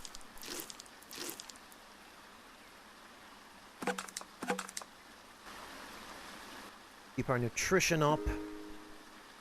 And see if we can... Ideally, I would like to try to find more, well, this isn't helpful. More nanorobot med kits or first aid kits, because they have valuable stuff in them. Probably from the preservatives. Echo drop. Lollick, Twinkies are an American junk food item.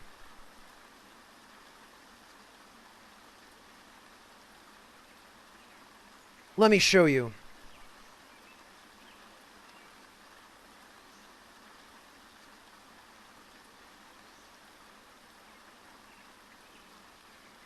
Here we go.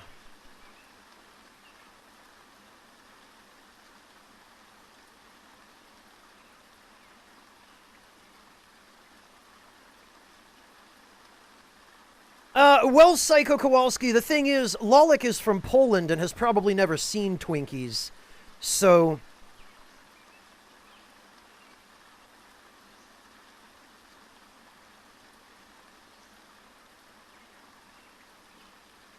Here we go. So Lollick, basically, in the United States,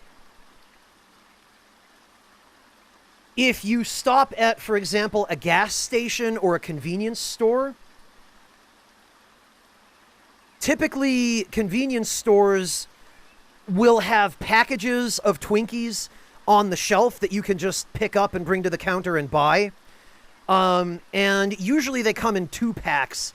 The depiction of them in this game is of the old school Twinkie 2-pack that you used to be able to get, and I think you still can, at American gas stations and convenience stores.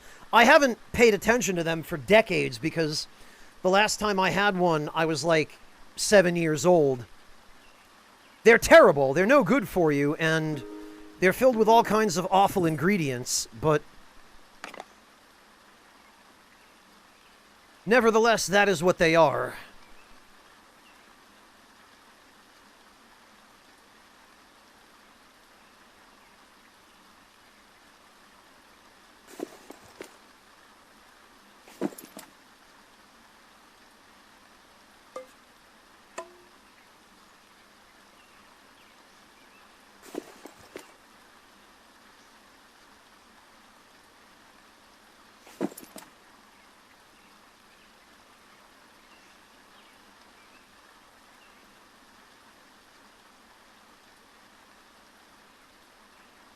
Yeah, I bet it did, Warrior. When you think about all the crazy stuff that goes into making their products.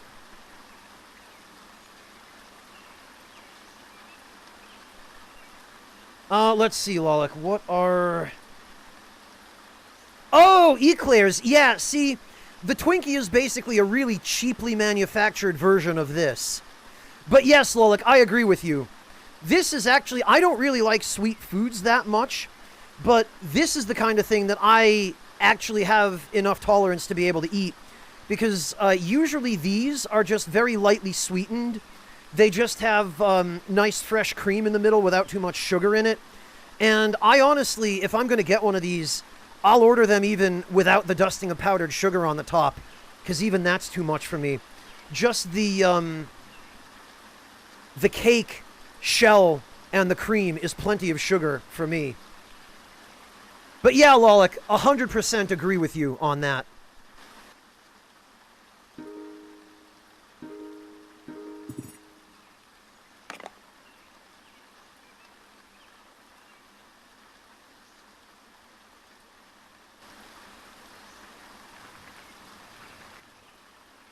Oh, somebody dropped a crowbar. I guess I'll leave that.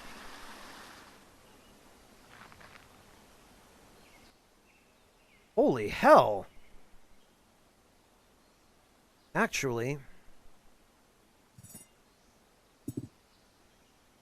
this crowbar with strap is in slightly better condition than the one we had.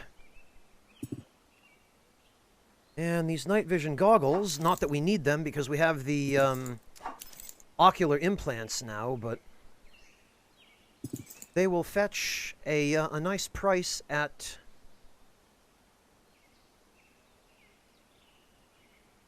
Detroit.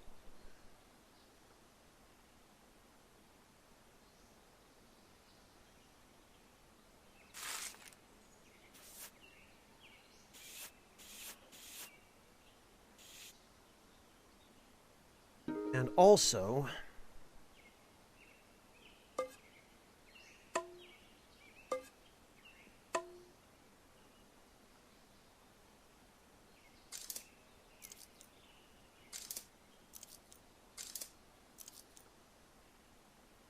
there we go.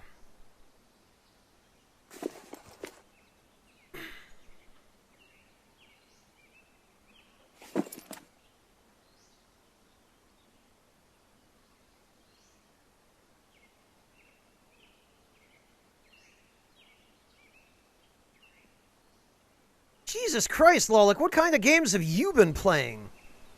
Actually, don't answer that. I don't want to know.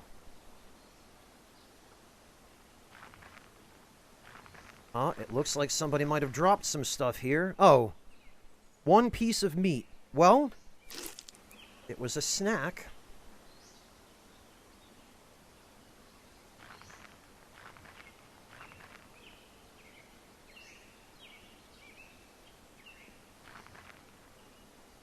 What the?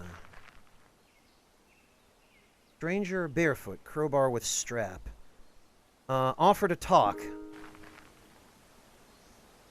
I just wanted to talk, and he desperately flees. Wow, okay, ooh. A brand new duffel bag to replace the one I'm carrying that is on its last legs.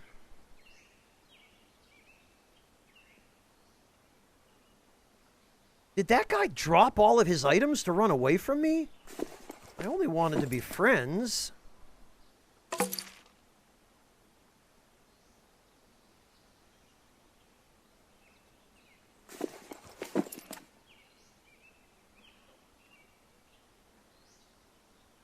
Welcome back, Monotone.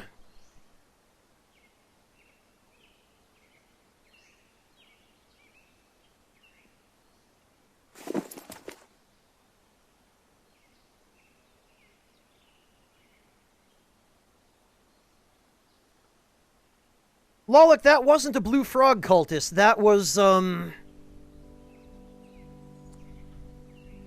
a regular dude. He wasn't wearing a sash.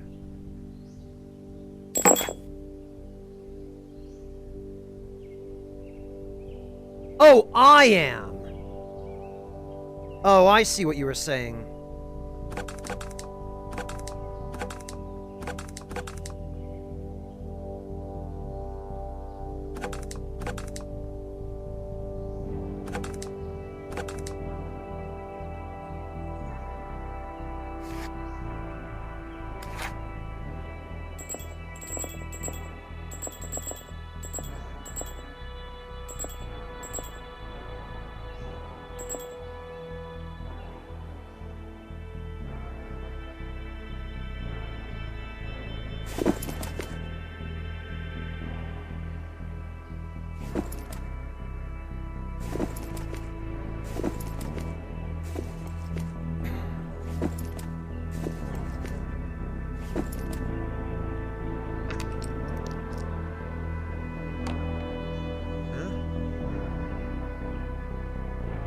Oh, that's not where I wanted to put that.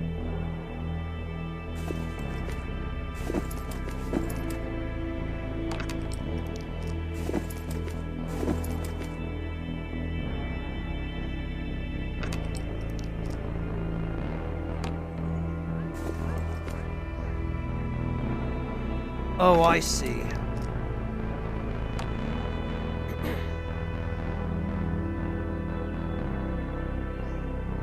How is the duration on this doing? We'll wait a little longer.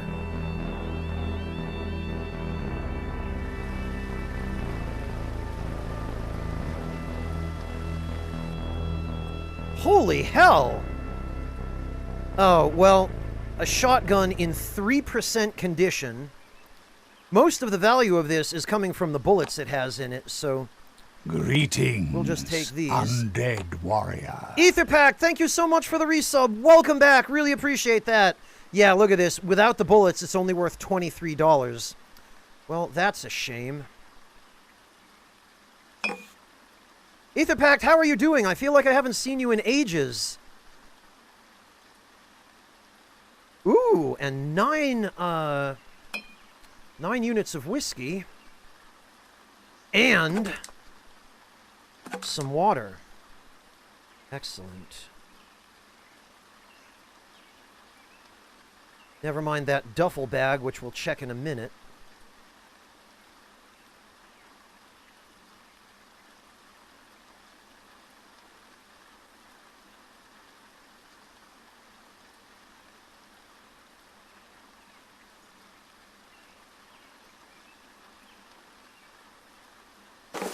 Why, Lolek? Does the strap actually contribute to the overall quality?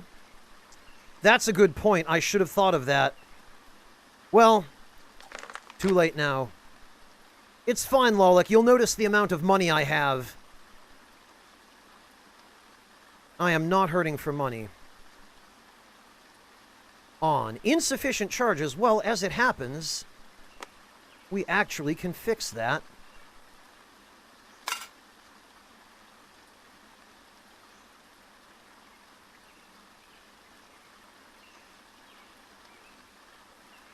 $60.4%, huh?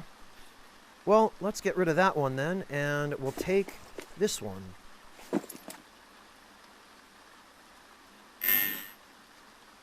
Holy hell.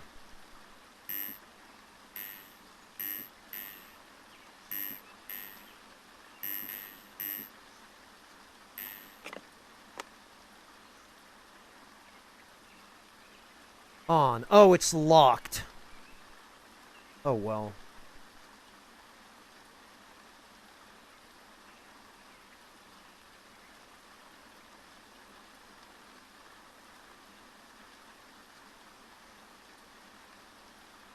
No, you've got a point, Lolek.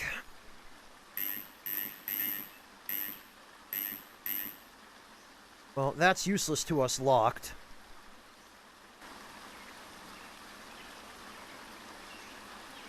How far are we from Detroit? We've got a fair distance yet. Hello, medic. Welcome.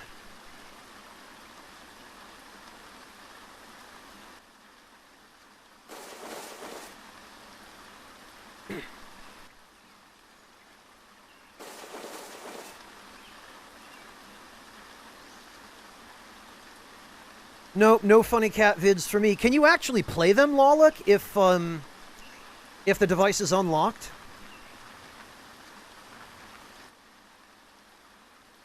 How about that? Another backpack.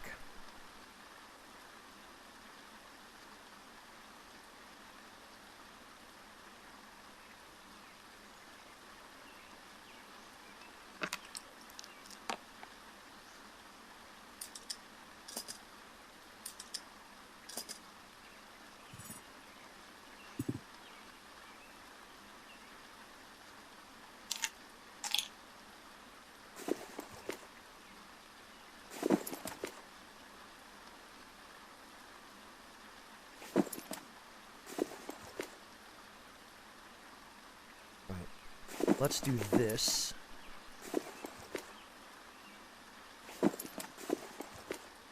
Oh, we can't do that.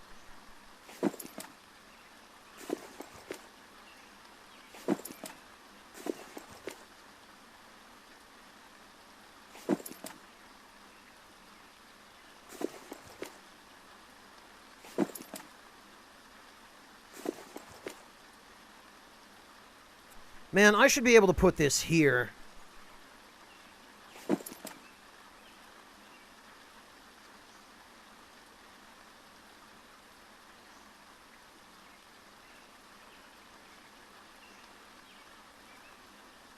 Oh, well.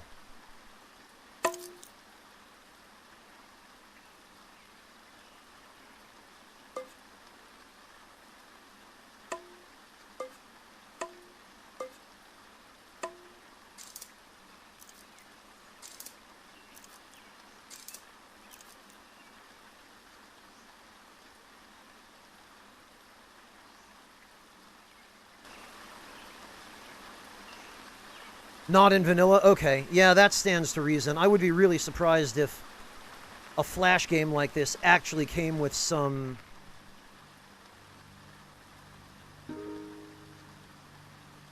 built-in videos. Frail, concussion, and stunned? My god. Are you okay, dude? Offer to talk. Hey, he seems tired. What happened to the world? Ask where he's from. Yeah, what happened to the world? How did the world get so messed up? He laughs. Yeah, it's pretty effed up, isn't it? I don't know. Been like this as long as I can remember. He continues. All I know is we weren't ready for it. I mean, look at this. He nods over his shoulder for effect. Place is like a war zone, except no war. People probably just got greedy, man. Too greedy.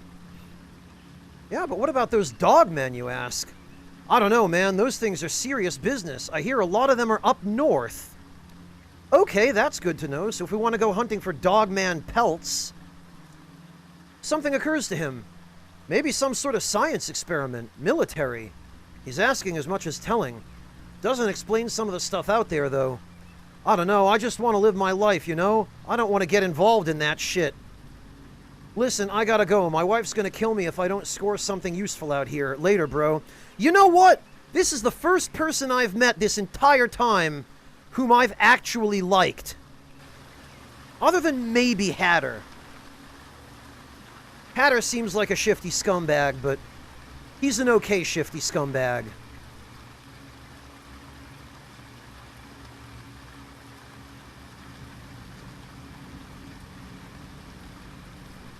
Oh, medic, if you don't know what to do with your day off, you should use it to get some rest.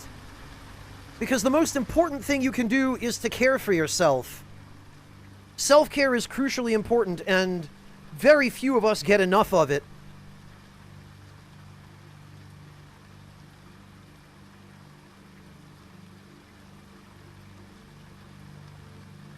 Well, or R&R, Undead Medic. Maybe go for the relaxation portion of R&R rather than the rest. Maybe you don't want to spend the day relaxing. Maybe you want to go out and do something. Maybe you want to... Oh, you already suggested building a model kit. Okay, well, you beat me to it then. That's more or less what I meant, Medic, was... do something fun instead of work. Or yeah, cook something awesome, Kowalski. See, I like the way you think. You'll fit in here just fine.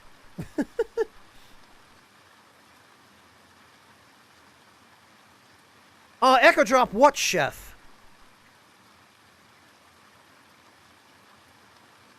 Also, it looks like we have a free crowbar here, so...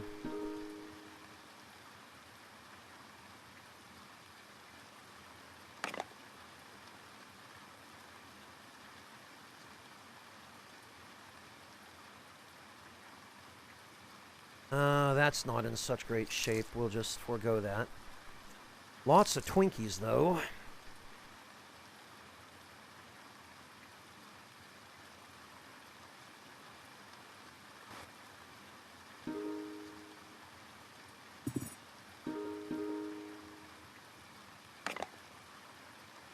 We got a crude bow with a few arrows in it, even. Flashlight with no batteries.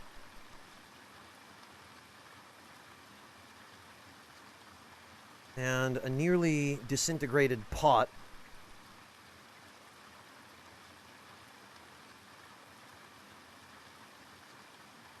I don't think I need quite this many crowbars, to be completely honest.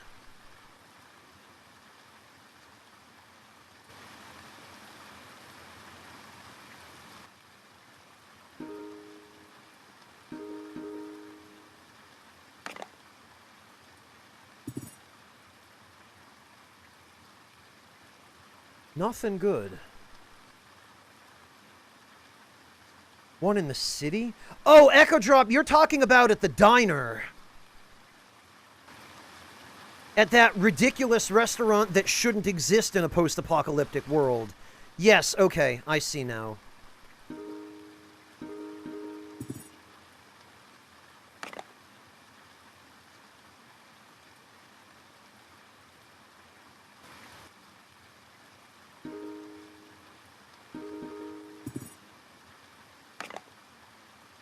The thing is, Echo Drop, we never actually met or interacted with the chef at that restaurant. We only interacted with the food and the waiter.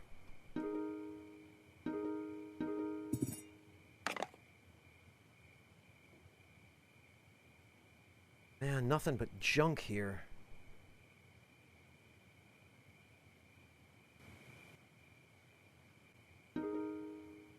Granted, these are destroyed buildings rather than intact ones, and that does seem to have an impact on what kind of loot you get.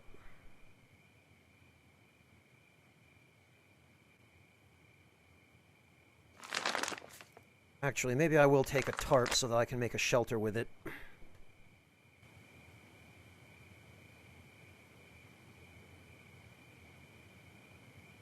Oh, I did tell you, Asherite, but yeah, basically just copying them out of the directory where they're normally saved, and then copying them back in as needed. Oh, hello, Kagura. Yeah, sorry about that. The Ronald McDonald face is just a plastic... I'm guessing it's the head of a statue. I found it while I was scavenging an abandoned fairgrounds.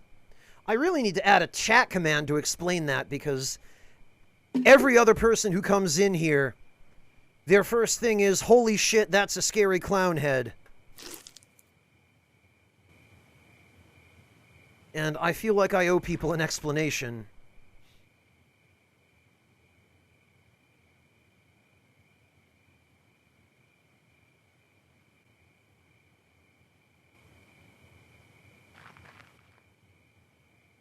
Oh, nothing but dead people here, it looks like.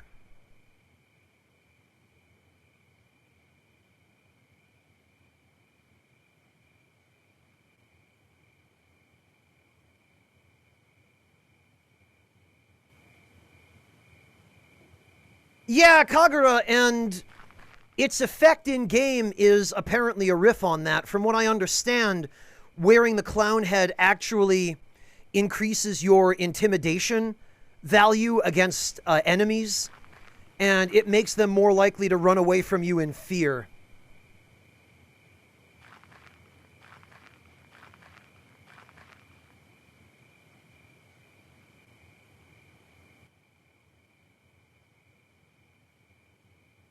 Nothing but destroyed buildings here. I'm probably better off. It's a long way to the ground from the top of the office building. A section of floor has recently collapsed. Frightened screams of a woman echo off the walls. She's dangling in space, held by one arm of another enclaver. Doesn't look like he has enough muscle to pull her up over the edge of to safety. You could run to help, but you risk the floor giving way under your extra weight. Nearby, you notice the enclaver's backpack temporarily abandoned in the crisis. Oh, God. He isn't going to hold her long enough for you to tiptoe in. Gotta run in there, risk it all. No, too dangerous. If the floor gives way, everybody will die. Good luck, folks. Nothing you can do. Quietly sneak in and take the backpack? My God.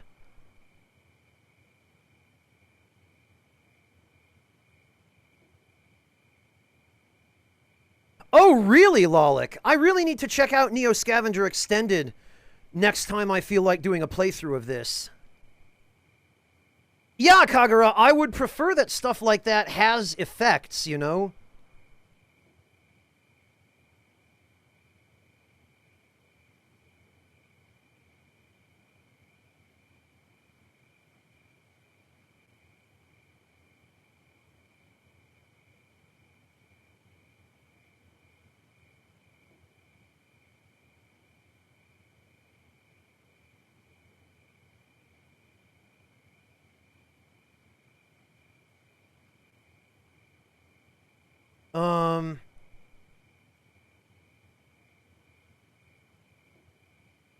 Okay, what do we do here?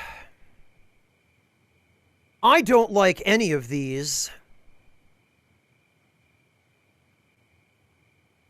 And this is the sort of situation where, currently selected response, evil 9.1? What do you mean? I haven't selected a response. Although none of the responses that I'm offered here are really particularly good, but this one seems like it would lead to... This one seems like it would lead to at least injuries, if not death.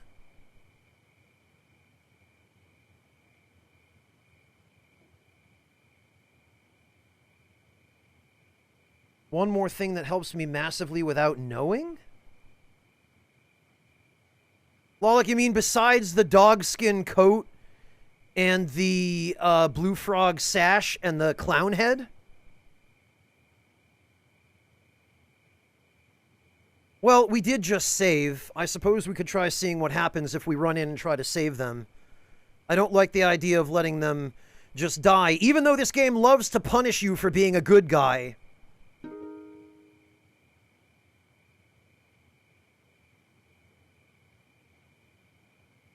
Yes, besides those? Oh, Lollik, if you're talking about the pendant, I already killed the Wraith. During the previous stream I did of this game, I took the pendant off to see what it did. And then the Wraith showed up, and I was like, oh. Oh, you were there, weren't you? So it isn't even the pendant. What is it, then? The copper beads? That's the only other thing I can think of that would provide protection.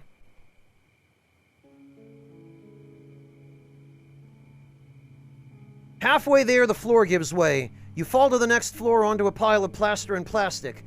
They, however, aren't so lucky. You hear the screams of the pair as they hit terminal velocity. Gingerly wriggling your fingers and toes, you hope that everything is still intact. Nasty fall. Player's lower chest was bruised. Well, crap.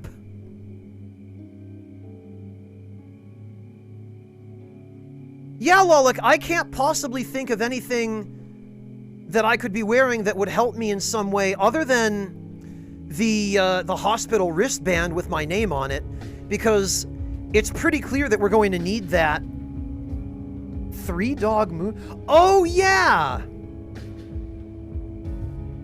Well, that's obvious, Lollik, because we have a status that says wearing 3-dog moon shirt. No, I mean, I clearly know that it does something. I just don't know what.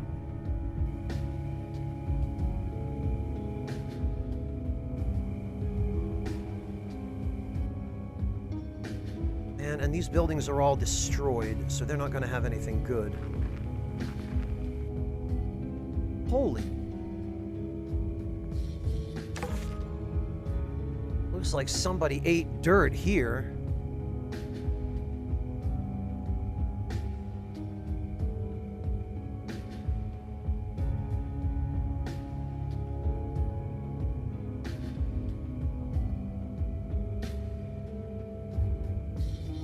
Oh, some water.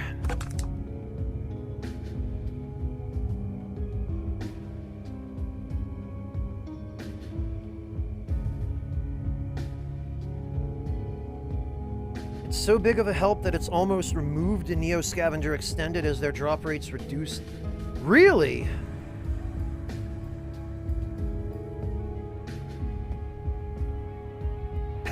Hey, Gallios. Is it that powerful? Lollik, really? Well, I wish I had some idea what it did, because I haven't noticed any effects from it.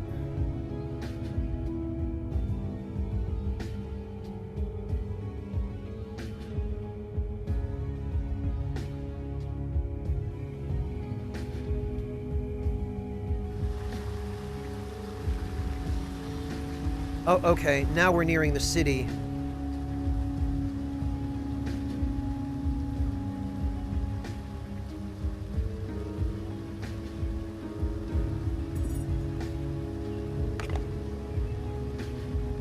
Oh! Would you look at that? A gun, not in great shape, of course, but it's got some bullets out in it that, Oh, actually, quite a bit of its value does seem to come from the gun itself. But I think because we're getting close to the city, now all of the ruins have been picked over.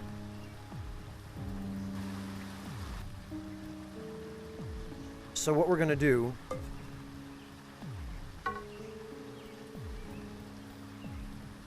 is we're gonna put that there. Gonna take this.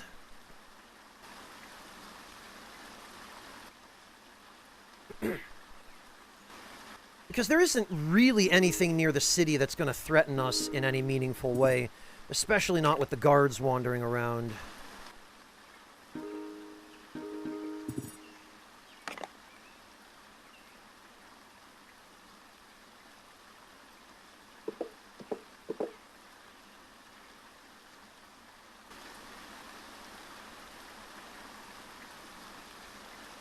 I did, Lollick? In that case, I have no idea.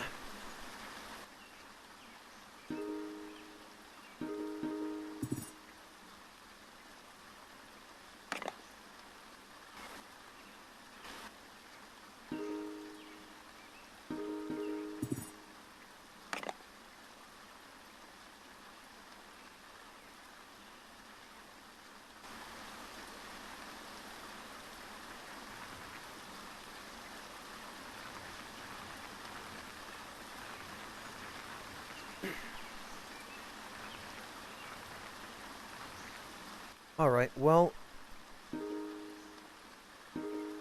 Oh, that's right. I'm wasting my time here doing this because... we're already close to the city. Alright, well, in that case, we're just gonna keep moving.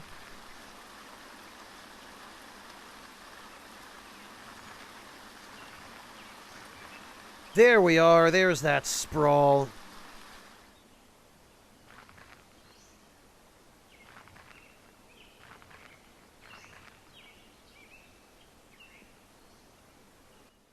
And there's the Last Chance Cantina. Mixed veggie bowl with protein Krispies. It's not the greatest, but it's filling, and I haven't gotten sick eating it yet.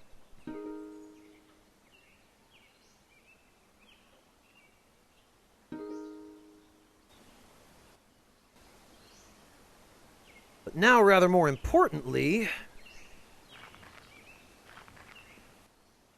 let us check out the junk market. Oh, look at that! A nanorobot medkit. Well, this one we don't particularly need. Most of the rest of this stuff we don't terribly need. That gun we can sell.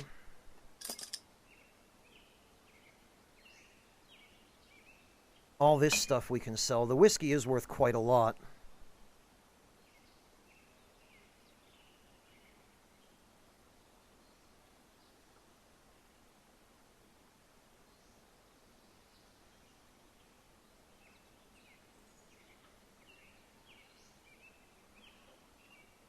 Do they have anything else here?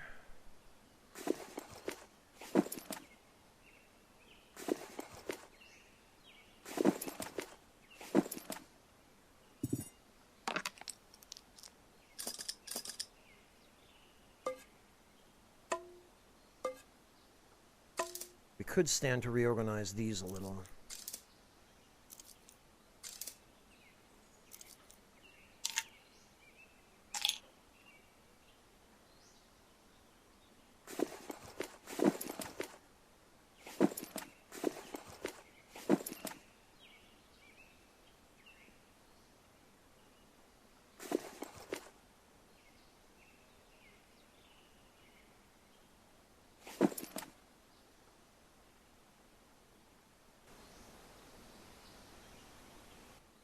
That is most definitely not what I intended to do here.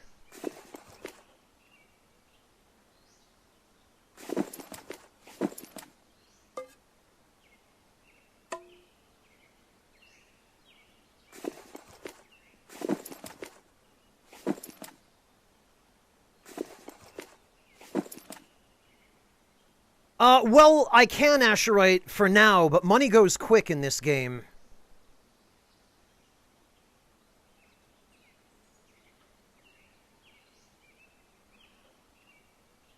Like, real quick.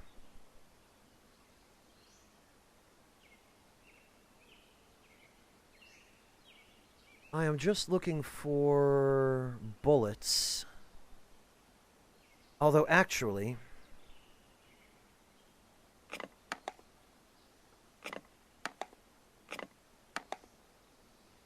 we could get a brand new lighter for dirt cheap. And as inexpensive as that lighter is, it really is a very valuable item.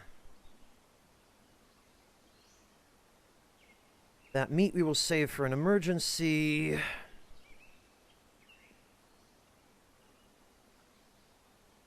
What is this, a flash drive? Cheap memory stick with GPS software on it? Is that what that is? 38 FMJ.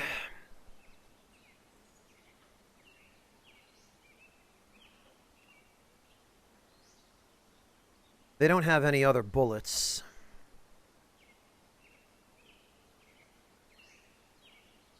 So I guess that's really all we need. I've been debating whether or not it's a good idea to buy the tracking bracelet. We already have one, but the one we have was given to us by Hatter. And there's a fairly good chance that it might be fake.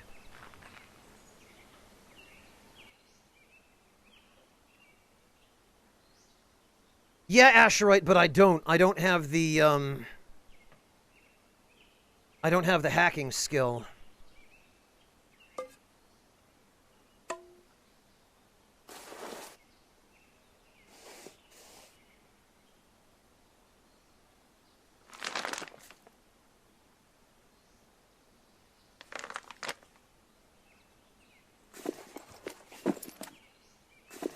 This, I guess, can be our camping bag.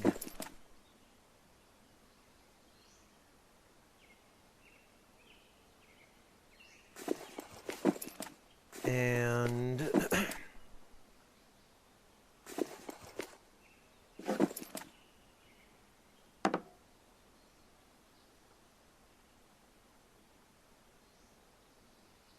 oh, this is the newspaper that I wanted to read for chat that gave us the hint on what to do with the foil poncho.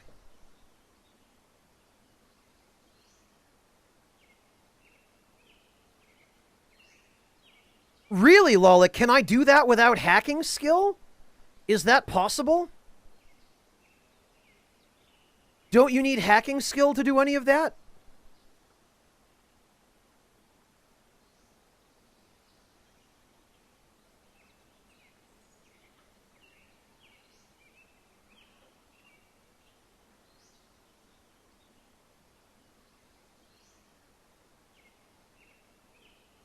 You need hacking only to hack into stuff. Really?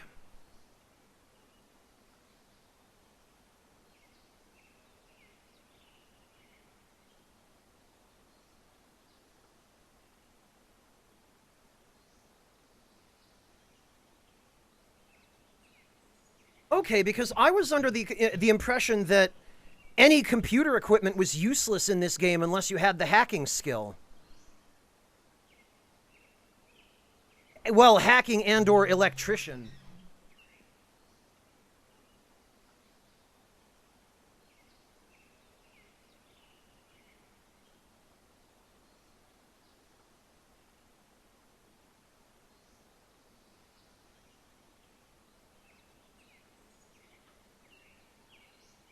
Hacking is just for unlocking. Okay, well...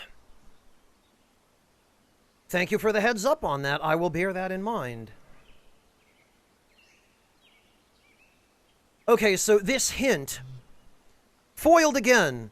A protester associated with an international peace movement was arrested Thursday after bypassing The active denial system ADS perimeter at Camp Grayling in a tinfoil suit.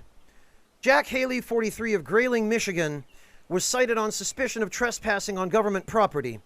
He was found by security forces after crossing a runway wearing a reflective suit composed of aluminum foil. It is believed the foil allowed him to bypass the ADS unharmed.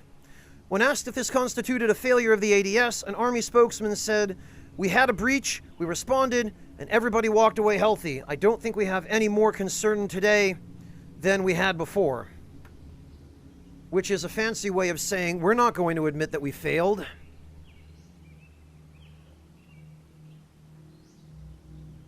I guess so, Lolic.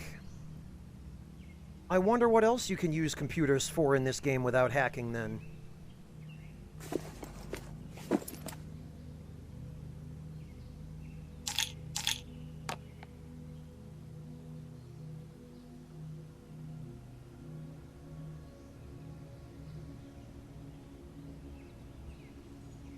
Oh, and we got a bit of a bruise. There's nothing we can really do there but let that heal.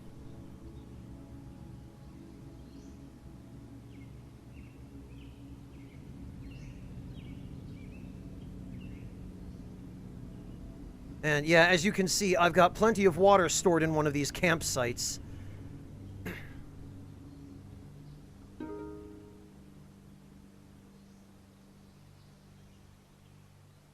Jeez, and I didn't even realize. I mean, I guess I decided to make this my main camp, so this is where Philip lives now, I guess. So I've got all my serious equipment here.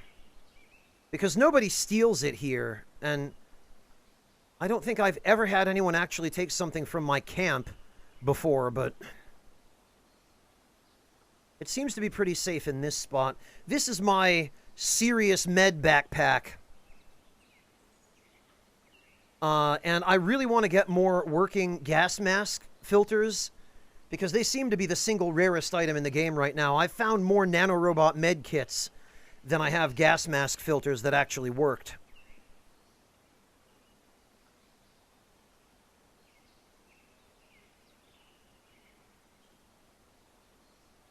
There's a way to repair your filters in vanilla, Lolic? Really?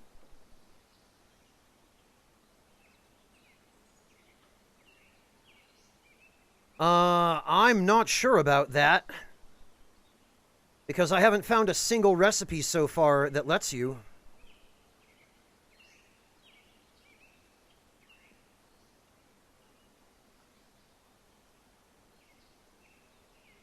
And I'm pretty sure by now that I've found most of the recipes. Because when I find scraps of paper, I've been hanging on to them.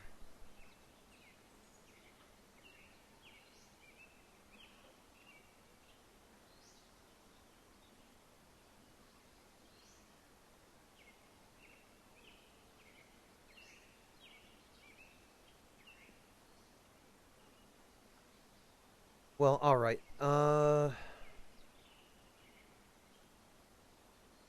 First things first.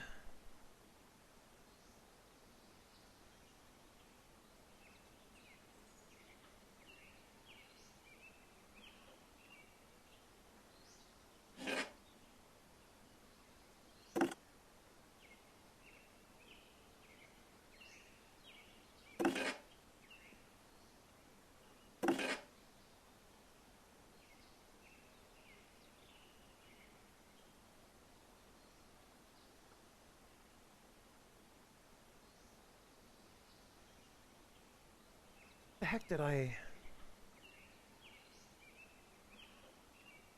Oh, okay, this was the sled that I was using to travel.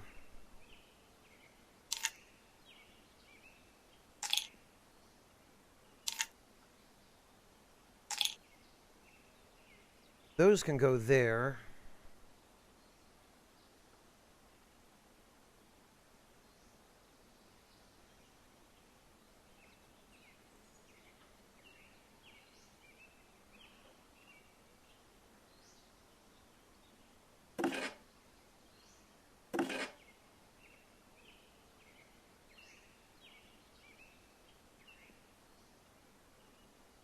I could have sworn, though, that I... Oh, that's where I was keeping it. I was gonna say.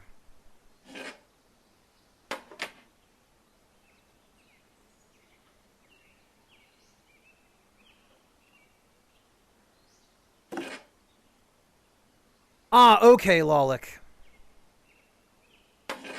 Well, it helps to know that. Yeah, see, I got a bunch of the Detroit Guard stuff from one of their corpses, including their gun, which is pretty cool. I don't know how much good it does me, but...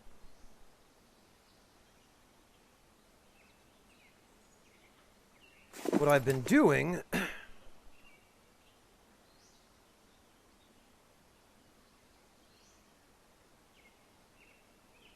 and I think we can get rid of this backpack because this one is in much better repair.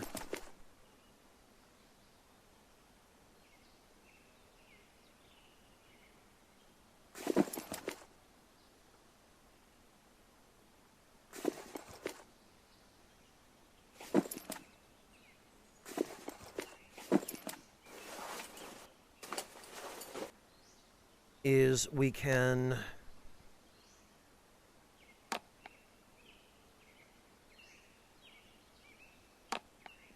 we can max out the shotgun ammo there.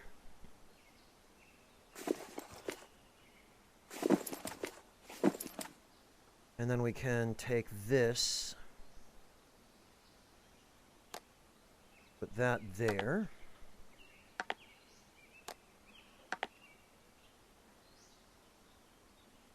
Look at that, there we go. Now, when or if I do decide to switch to this, we will have plenty of armor.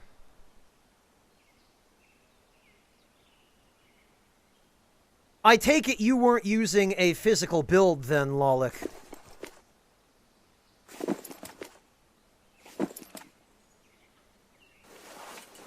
Okay, now that's there.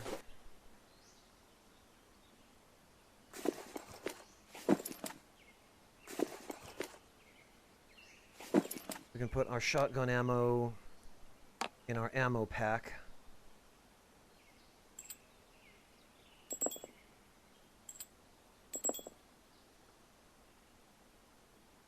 Oh, you chose Frail, Lolic? That seems like a terrible perk.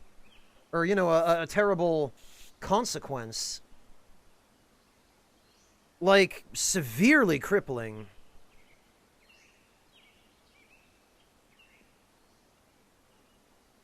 Yeah, Asherite, and I was able to squeeze Tough into that build because I went for Myopic, which I didn't know at the time, but luckily it turned out that you were able to get rid of Myopic by having surgery done. So I got the ocular replacement surgery. And then I took Metabolism and Insomniac, which end up... Metabolism is kind of annoying, but the extra healing does really help. Especially when combined with Tough.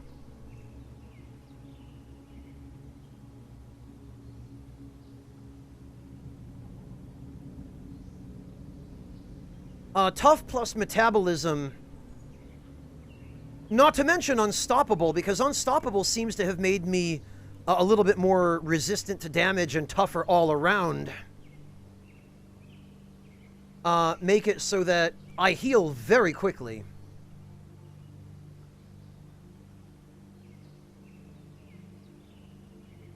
Well, it might not be optimal, Asherite, but trapping has made it easier to deal with Metabolism as well.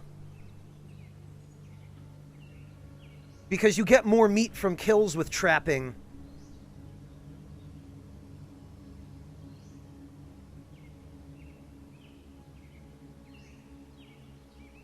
Yeah, I know, Lolic. I found that out when I unlocked them and then wondered where they came from.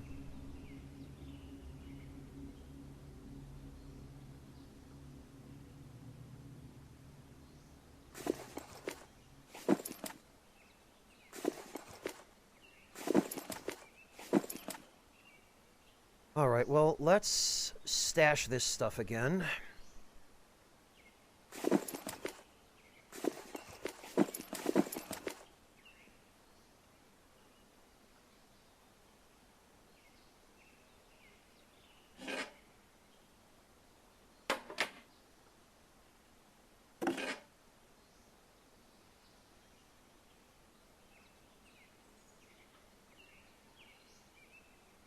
Screw that, Lollick.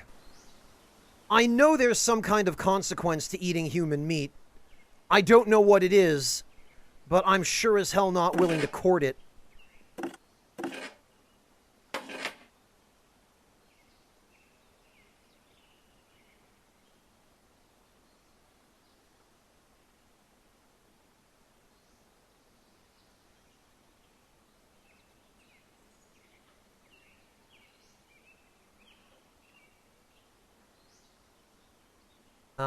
Our sled, unfortunately, is not doing so great.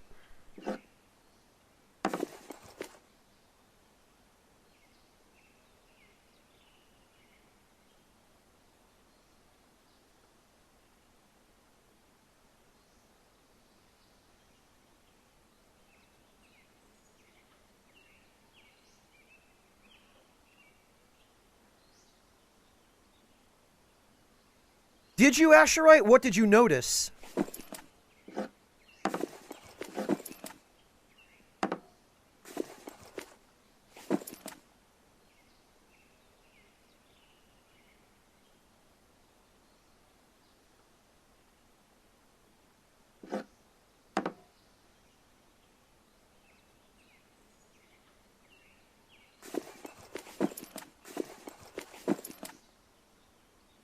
I wonder if it'd be better to just ditch that travois altogether.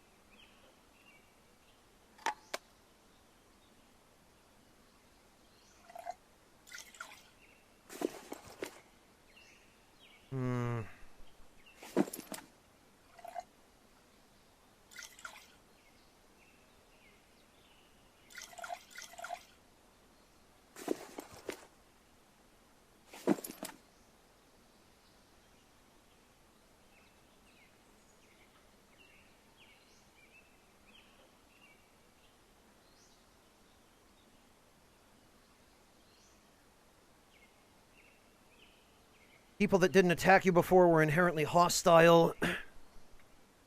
Your reactions to events were different? Interesting.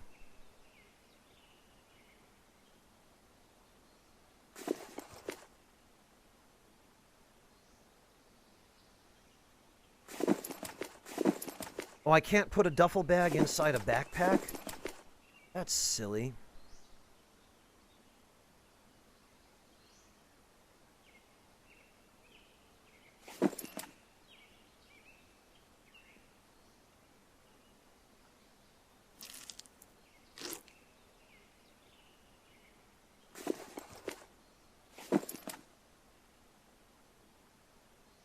Where did I get all that water, Asherite? I've got a backpack full of bottles, and I carried the water in from a nearby river.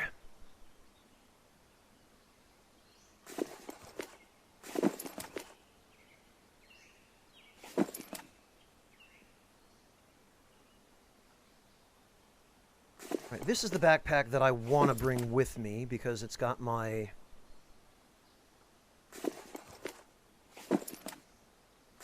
camping stuff in it.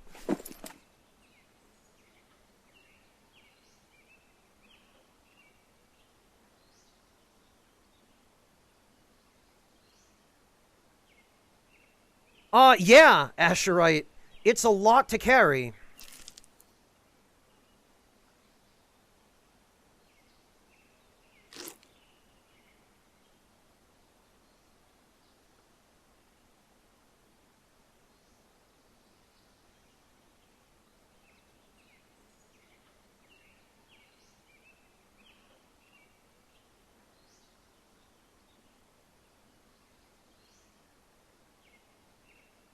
Oh, yeah, we can, Lollick. The backpack is 10.78 kilos, which is already quite a bit. The duffel bag is 10.24. So I'm carrying around between that and the crowbar, which is another 2.78, I'm carrying around like 24 kilos worth of gear. Hey, Archfronimus, welcome! But then the clothes I'm wearing weigh quite a lot as well. Especially the Dogman fur coat weighs 2.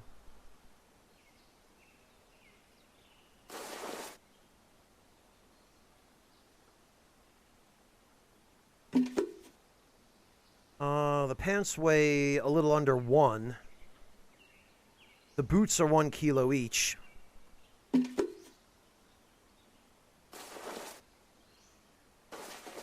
The sash is negligible, I guess.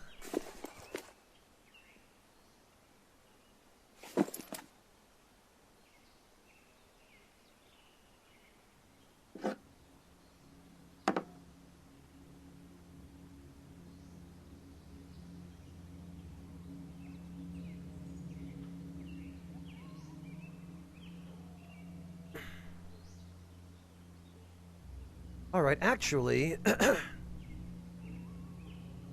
we can make just enough room for that.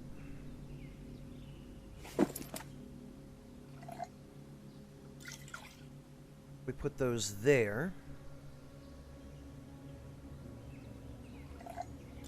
And then we can refill our water bottles from the stock at my camp. Perfect.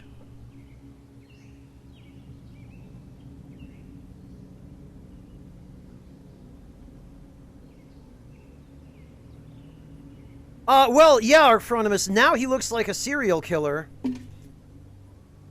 Now he looks like a Mad Max villain. I do really need to get some, what do you call it? Some charges for my... Or what do you call it? Some gas mask filters. I know I have some, actually. I really probably ought to...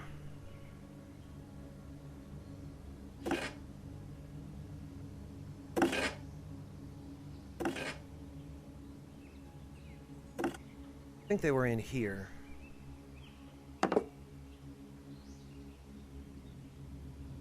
Yes, okay, they are. And I've got this laptop battery that now I, so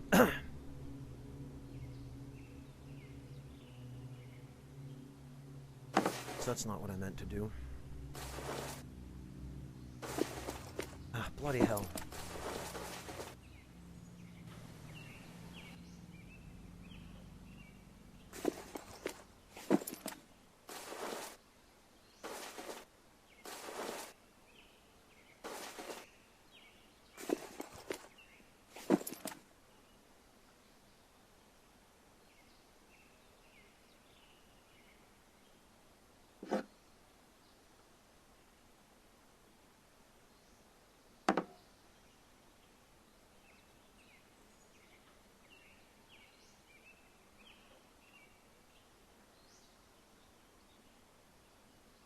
Right.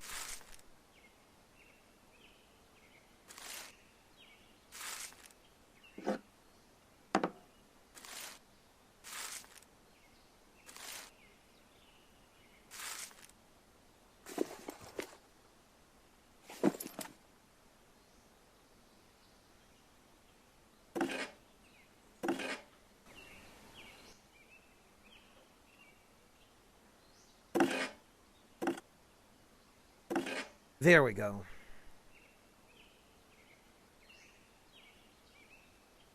So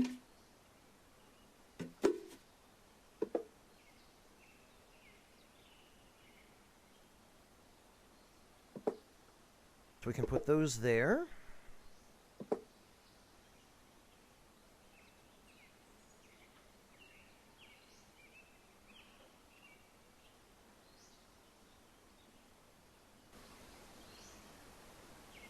All right, and I guess we'll go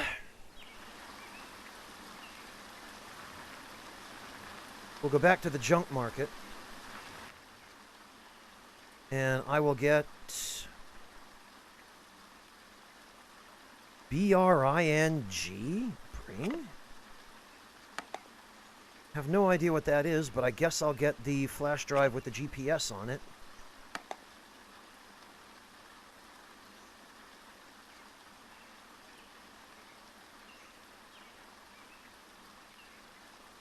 Boomalope for life. It seems as though if you put your stuff inside your camp, rather than leaving it just on the ground, nobody will steal it. Actually, we can trade in our nearly new crowbar with a strap for a new crowbar with a strap.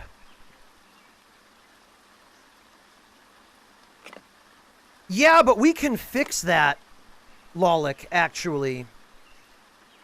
Because you might have noticed, but I do have a battery for it. Oh, wait, no, that was a laptop battery. Bloody hell.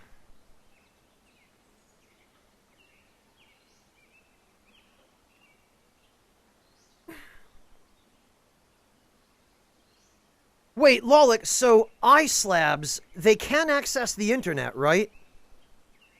Like, if I were to install a GPS memory stick in this iSlab, it would be able to use it?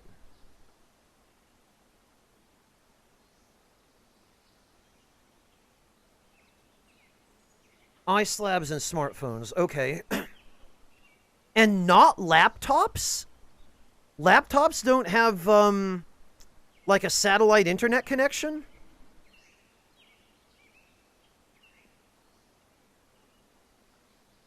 You need 3 iSlabs for a quest for Hatter. Huh, okay.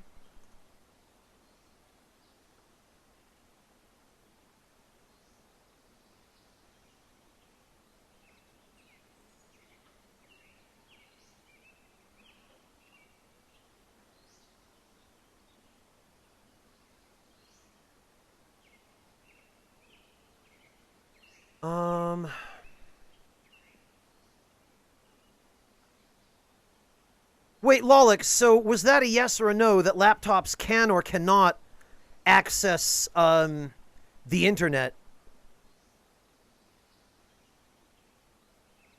You have to have the right version of the program?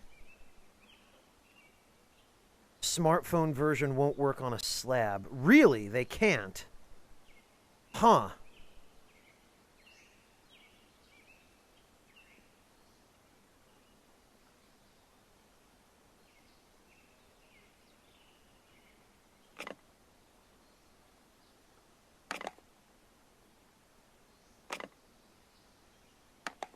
All right, and BRING. Do you have any idea what this is, Lolik? This, the software on this memory stick?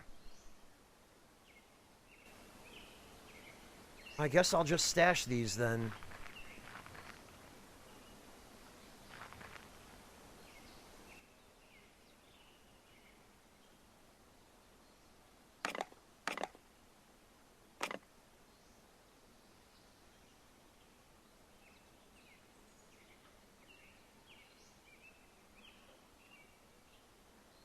Alright, this will probably just automatically go into one of those bags.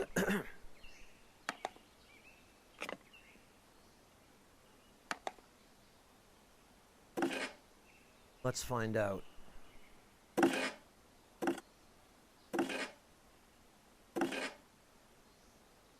Yep, they did.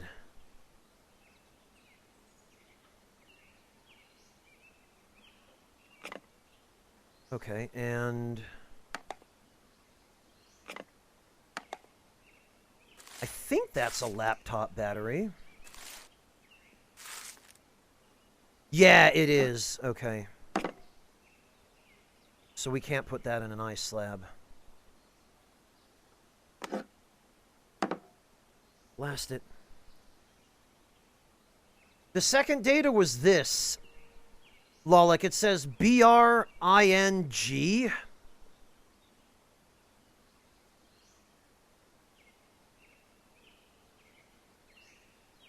ING. That's definitely not an M.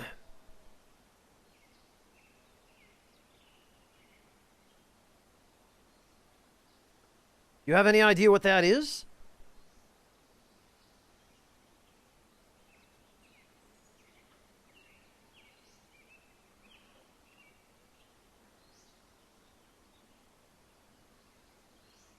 All right, well, thanks. That's helpful, Lolik.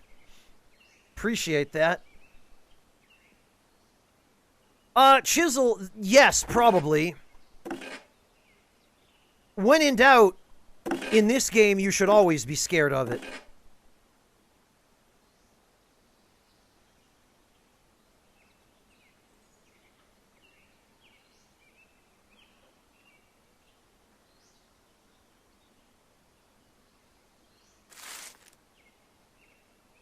Ah, bloody hell.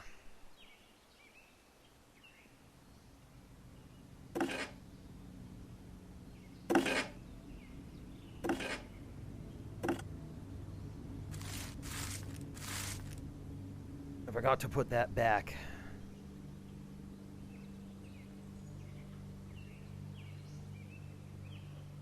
Okay, and that I need. I was gonna say, where did I put all my sleeping pills?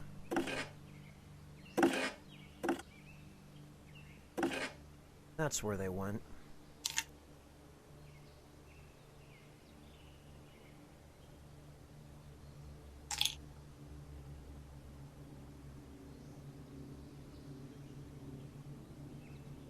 So we're going to schnoof one of those.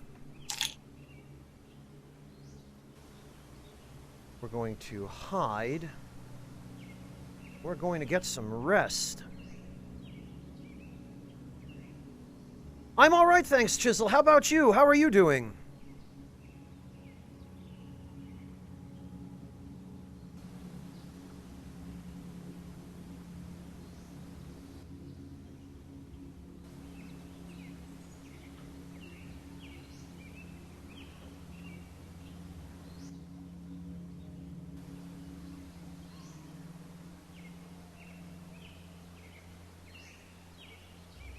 Oh, it is? Okay, Lolik. So it's for hacking. What about in Expanded? Is there some way to teach yourself how to hack in Expanded?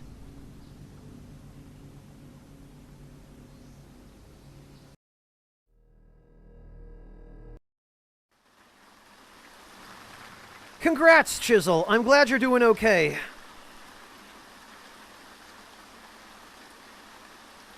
Oh, there's not.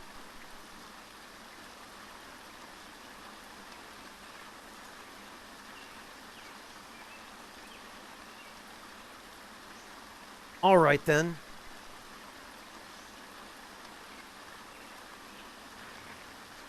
All right, so now that we're here at Detroit, what I've wanted to do...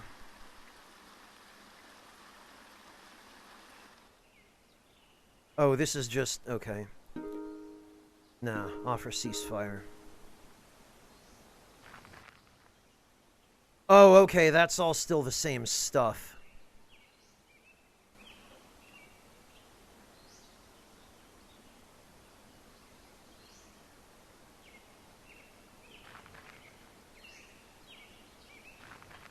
I see, Lolik.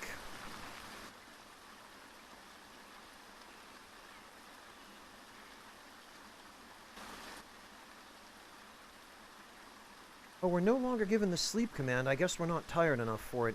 Even though we're still sedated, the sedative lasts way too long for how little sleep you end up being able to get out of it.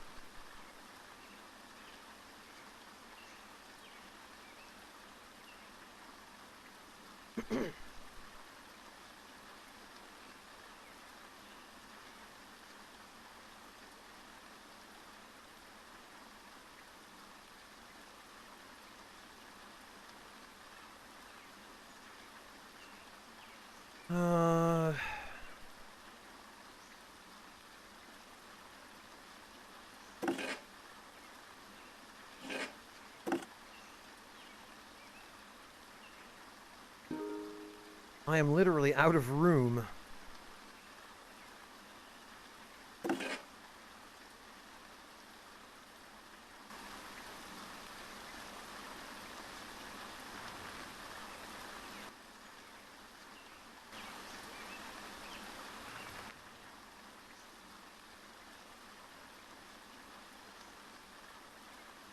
Open ground near a communal trash fire.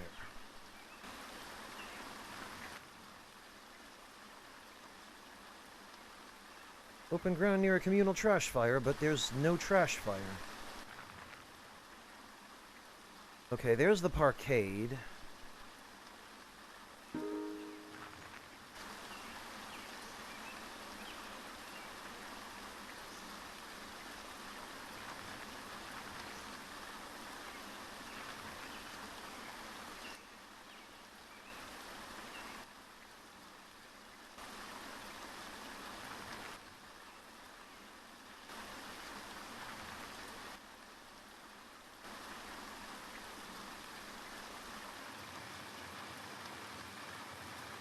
Alright, I guess it's night. We're not still sedated, are we? No, we're not.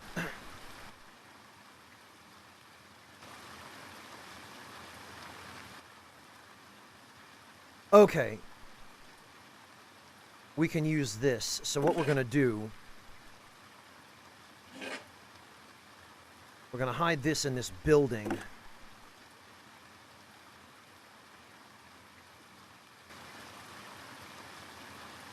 Then we're going to go in.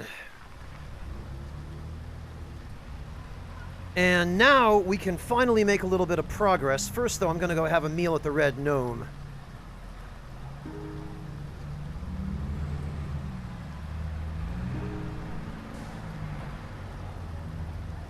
And we're going to pay. And we're going to leave a tip.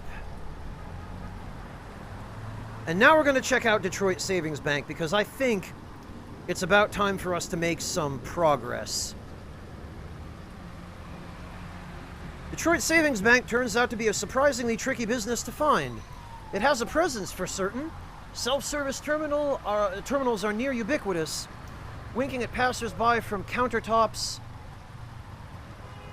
ad walls and alcoves. But there's little more to these terminals than signage, lights, and a screen. There doesn't even appear to be a place to dispense cash nor insert a card. After a bit of walking, though, you eventually find a Detroit Savings Bank microbranch with more than a screen.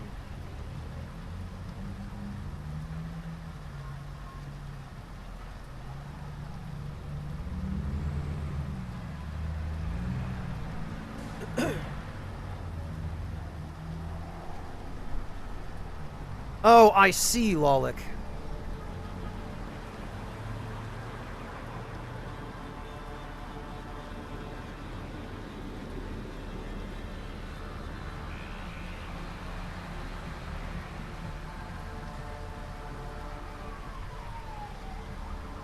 You're outside the Detroit Savings Bank's Gate 11 microbranch.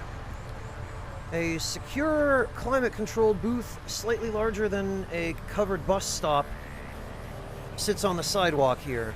It has the requisite self-serve terminal on the exterior, but looking through the transparent walls, there appears to be an actual human teller inside. Tracking. Look for weaknesses. Wait for the teller to leave. Leave the bank. Threaten the teller?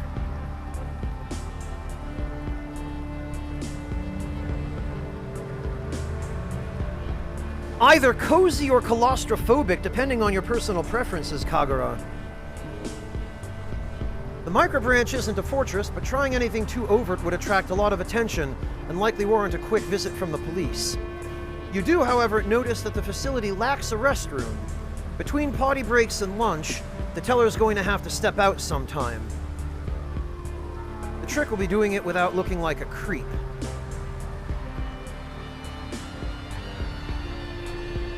Oh, but that doesn't actually let us do anything. Well, threatening the teller is definitely not going to help. Waiting for the teller to leave is just going to attract attention. We might as well go in and see what we can glean. Sometimes the direct approach is the best. You pull the transparent door open and step through. Inside, you're greeted with bright colored light and dry, tepid air. The teller, a presentable-looking young woman with straight brown hair, looks up from her terminal warmly. "Hello," she says. "Is there anything with which I can assist you today?" She is staying awfully calm, considering what Philip looks like walking in here. pretend to be a mentally retarded patient? My god, that's, quite a bit of escalation. Ask about the Geige's cryo facility account. Yeah, maybe the direct approach. You begin explaining your situation, starting with the cryo facility, your amnesia, and the clues you follow to reach this point. She feigns interest as you tell her your tale, but at the first opportunity interjects. I'm sorry, Mr. Kindred, but do you hold an account with us? I think so, you consider answering, but she continues. Or perhaps you have some form of identification. Yes, see, I knew we were going to need the bracelet at some point. You hold forward your bracelet plaintively. Oh, she says, switching suddenly from attentive to deflective. I'm afraid we can only service clients who presently hold an account with Detroit Savings Bank or citizens of Detroit opening new accounts. However, you're still welcome to use our payment network at any participating vendor. Your mobile device can both send and receive payments. She indicates a brightly illustrated placard on the wall depicting overwhelmingly inoffensive young people conducting transactions in an unnaturally happy fashion. You smile and thank the young lady and head back outside. The humid city air seems palpable after the crisp environs of the booth.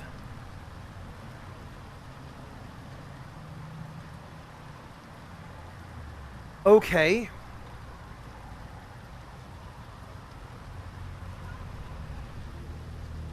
Well, it's the only form of ID we have.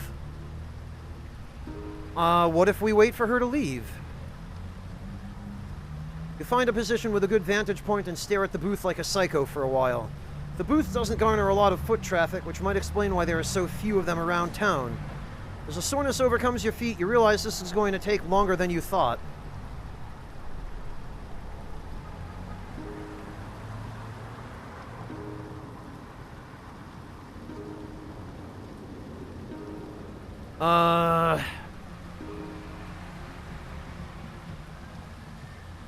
Okay.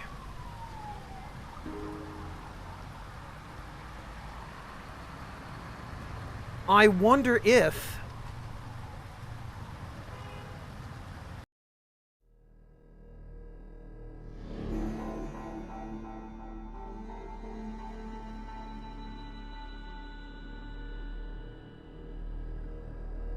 I wonder if the terrible option there was the correct one.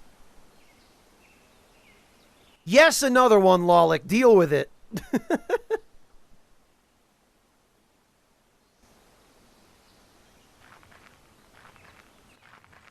Oh, God. Oh, it's one of these guys. Lolik, I'll do a proper playthrough of this game some other time, but for now... I can't be bothered to play through the game dozens of times over, hour after hour, just to reach one situation and fail it and have to start over. I don't have that kind of time, man.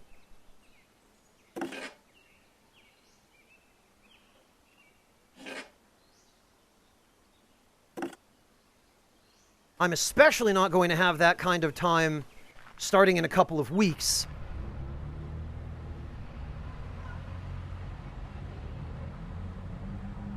At which point I will be very hard-pressed to find the time to stream for a little while.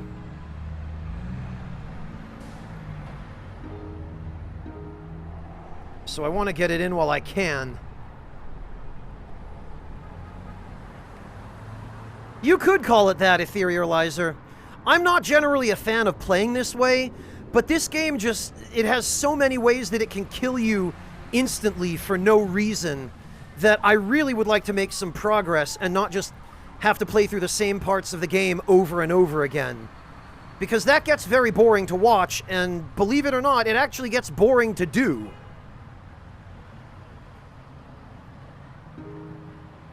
So, what if we just keep giving her items?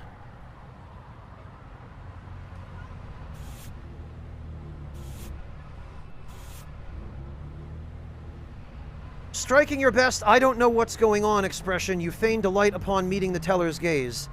Ambling toward her, you fish out something ridiculous and hold it forward for her, like, ta-da! Oh ho ho, what do we have here, she says, turning it over slowly, in mock awe. Wow, this is impressive. We should deposit this right away. Reaching for a deposit slip, she asks, and to which account should we deposit this? Give the account number.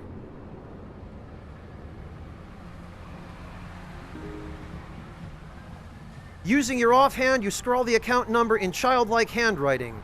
An idea seems to occur to her, and she starts typing into her console. A few moments later, she turns to you. Do you know Cale? Are you looking for Cale McAllen? She starts writing on her notepad. Oh, we got the name of the account holder out of this. Bloody freaking hell. You furtively sneak a peek. McAllen Cale, Concrete Forest Apartments, 3935 Tower 48, 23140 Holsted Road, Detroit. G110901.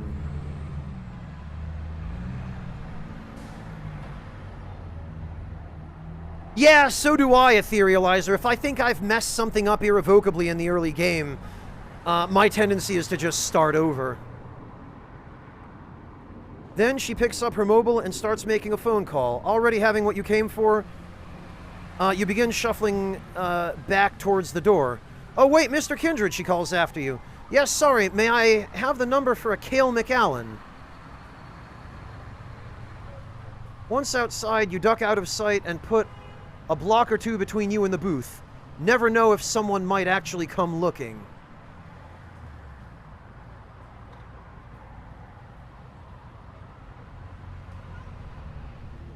But it sounds like she's tipped him off. Alright, well now we know where we need to go. So this guy is at Concrete Forest Apartments. Arriving at Concrete Forest Apartments, you immediately see the resemblance. Towering structures stand at regular intervals like giant artificial trees. Crisscrossing laundry lines, string lights, and contra-code balcony modifications complete the illusion. Below the ground is an organic patchwork of community gardens and trash heaps. Gutted husks of cars and playgrounds, those who call the forest home, and those who sleep in its shadow. It feels a bit like a street fair collided with a refugee camp in the ghetto. These kinds of neighborhoods often do. You step onto the block and start looking around. There's a canteen truck strategically positioned curbside near the main walk. People are lined up at the illuminated side window, and a mixture of steam and smoke stream from its openings. Nearby, music booms from where a crowd has gathered. It's all bobbing shoulders and legs from here, but you do see a car's hatchback sticking up from the rear, from near the center. One of the towers has a C-store at ground level. A lonely few are inside, but it doesn't seem very popular. And there's the ubiquitous knockoff vendor barking at passersby. Oh, Lolik, thank you very much for the 69 bits. Really appreciate that. Check out the canteen truck. Huh?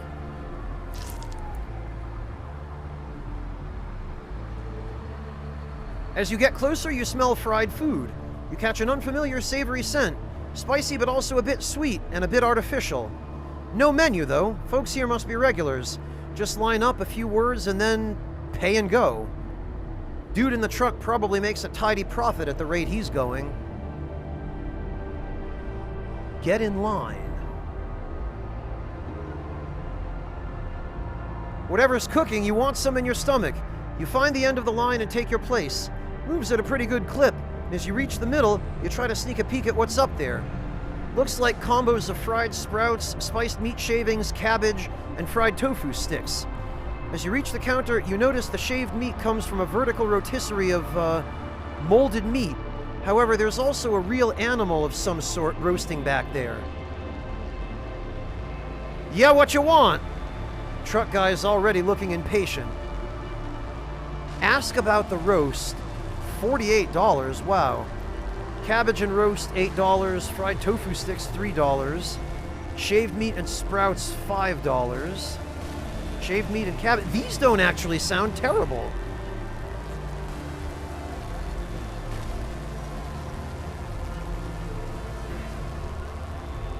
Ha! Ironic, Shaggyfoot. Alright, yeah, what's the roast? Ask about the roast. You nod at the back wall. What's with the roast? Track rabbit, he says before you finish. Then, sensing your confusion, catch of the day in enunciated syllables. So much for licensed food providers, it seems. Player ate a hearty meal. Okay, well, let's try them all. Cabbage and roast. Roast up, he shouts over his shoulder. His assistant carves some meat from the roast, and they tumble onto the cabbage when cut loose. He hands the plate to the vendor, who almost literally throws a splash of red-colored sauce onto the edges of the meat. You settle your payment and step away with grub in hand. The roast isn't bad, in fact. Gamey, to be sure, and a bit milder than the stuff one finds out there.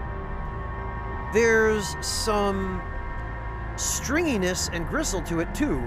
Less desirable in days past, but proof you have actual meat in this case. Meat of what, you're probably better off not knowing. The cabbage is actually a nice touch, despite its rank among cheap nutrients. Fresh cooked veggies are not common fare these days. You gulp down the last bites and get your bearings again.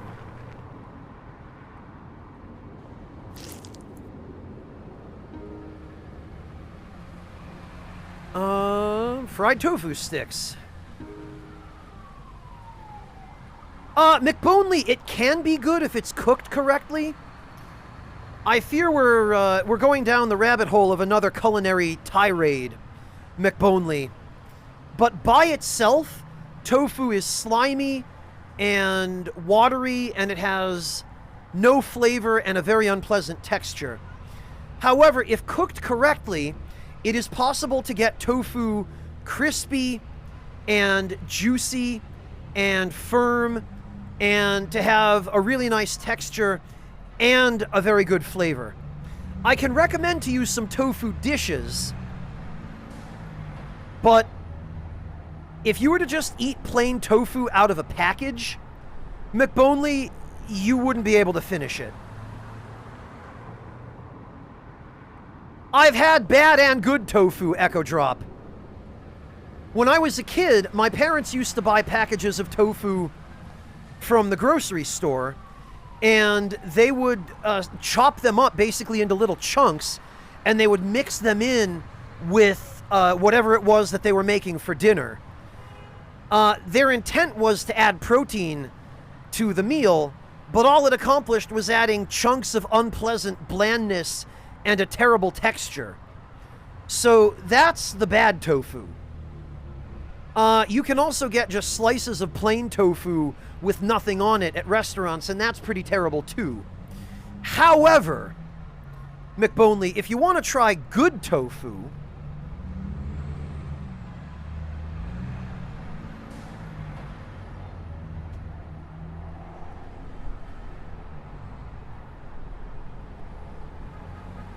get yourself some of this.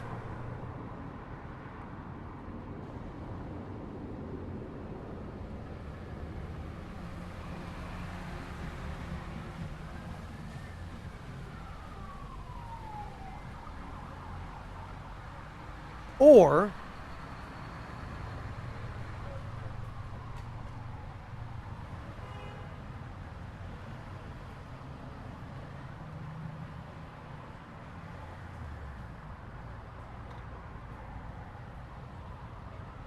if you want to try something a little bit different but equally nice, yeah, Ashrite, it absolutely has to be flavored. You probably did, Grim. I believe the last time I was in America, when I helped my mother do some grocery shopping, she ended up going to Walmart, and I think I recall seeing some tofu on the shelf there. It is heavenly, McBonely. Mapo tofu is usually quite spicy, so if you like spicy food, it'll be right up your alley. But if you don't, then head on over to a dim sum joint and try this.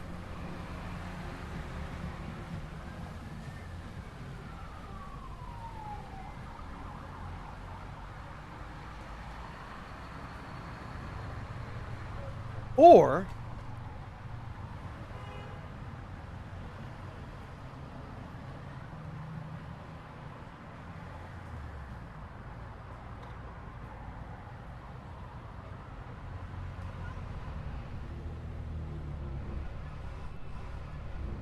let me give you a couple of recipes if you're interested in making it at home. Because, again,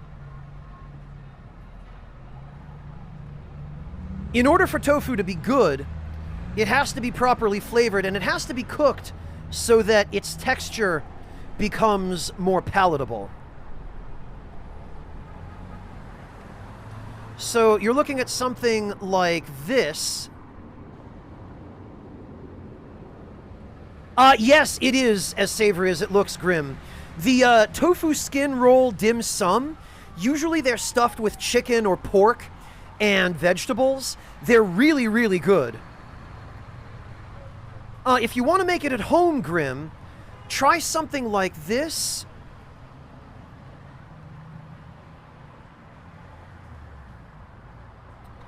Or this is a really nice one as well. This is crispy Chinese-style garlic tofu.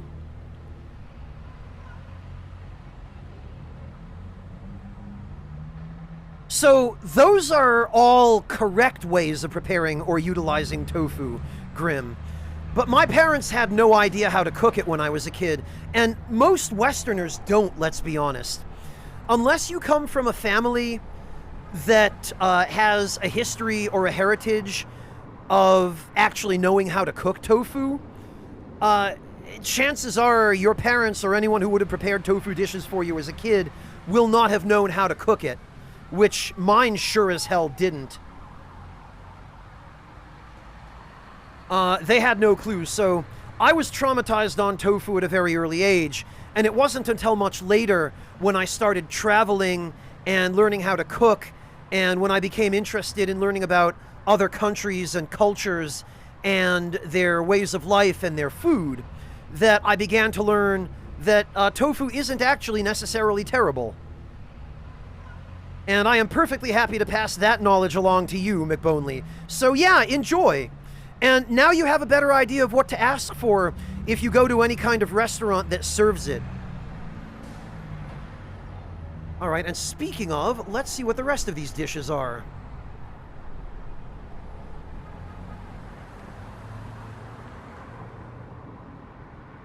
McBonely, I can understand not liking canned fish, but believe it or not, there actually is some really delicious canned fish as well. Check this out.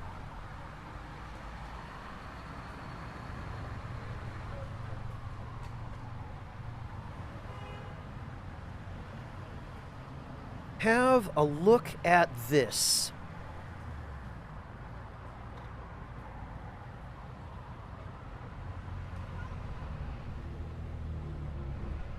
You might not like sardines, Grim. However,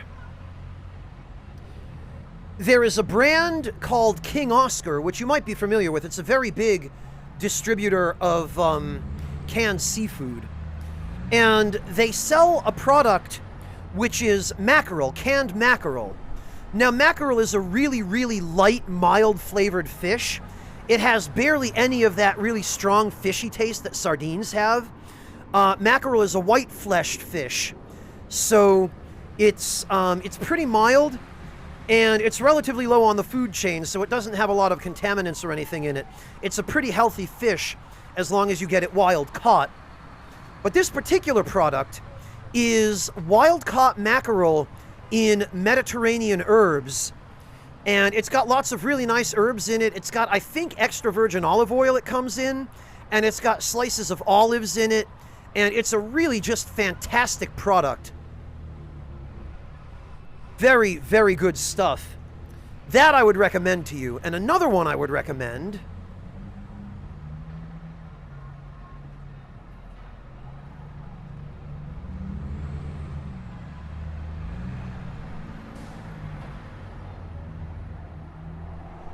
Let me dig it up here.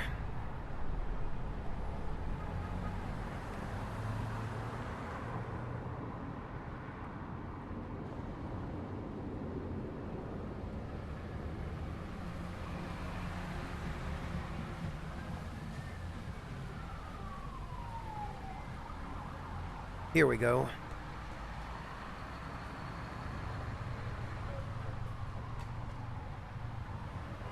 Yeah, Grim, try them sometime. I promise you, you'll be very, very happy with those.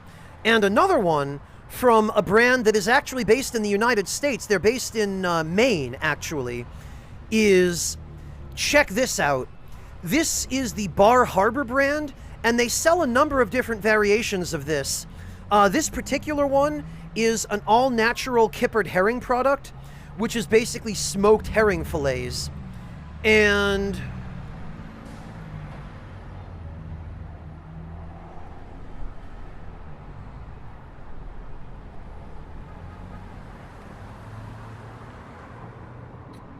let me see if we can,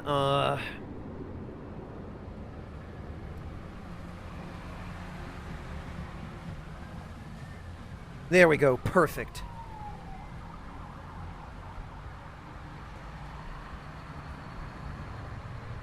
Okay, Lolek, have a good one. Enjoy. Thank you for hanging out, Lolek. It's good to see you. Oh, bad ones can be grim, but, these are delicious. Kippers are basically just smoked fish with a little bit of salt. Some companies put way too much salt in them, but the Bar Harbor company is very, very good about it. They're only lightly salted, and they're smoked enough so that they have a really wonderful smoky flavor, which gets rid of a lot of the fishy taste that you normally get in more oily fish like sardines. But herring is actually a very mild fish as well. It's also a white-fleshed fish. And if you're going to try canned sardines, Bar Harbor is one of the best brands to get them from, and I'll show you why. First of all, Bar Harbor doesn't use anything artificial, McBonely. Their kippers are only very lightly salted, and I think they use all natural brine. I think they might use just like a seawater type brine with just that level of salinity, rather than covering the actual the fillet itself in a layer of salt.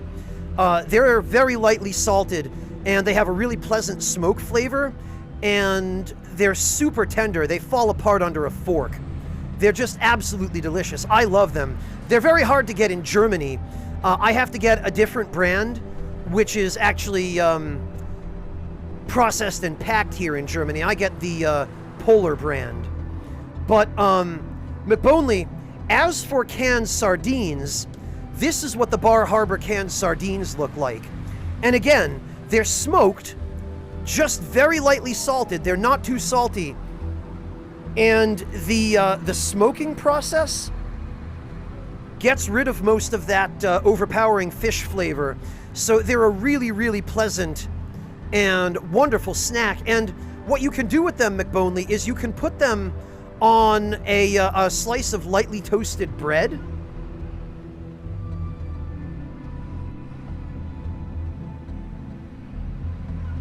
And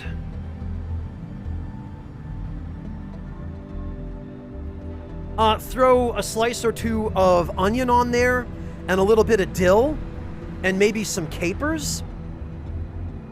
And that is an absolute top-tier snack.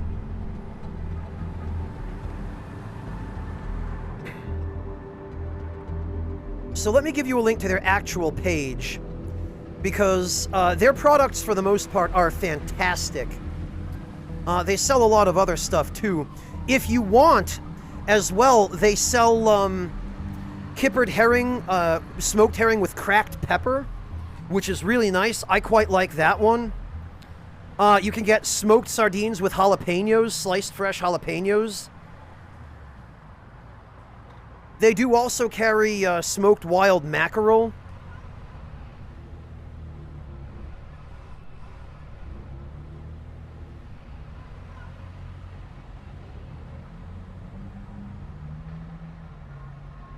Let me give you a link, actually.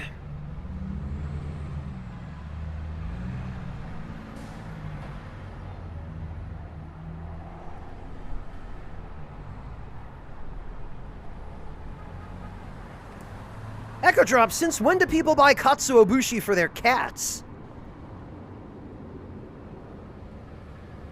The opposite of a red flag, McBonley? I would guess a green flag. But, yeah, McBonley, there you go.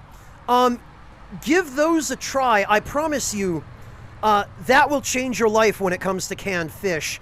The King Oscar mackerel in Mediterranean herbs and the Bar Harbor smoked kippers. Bar Harbor also sells cans of chopped and whole clams if you want to make clam chowder. They're very, very good for that. Or even if you just want a snack, their canned clams make just a great snack, I'll be honest. I'm a little biased. I love seafood, but... Yeah, sorry, Boomalope. Sorry. That's just how it goes around here. I'm very passionate about food. If you couldn't tell. Alright, let's see about... What am I even ordering here? Fried tofu sticks.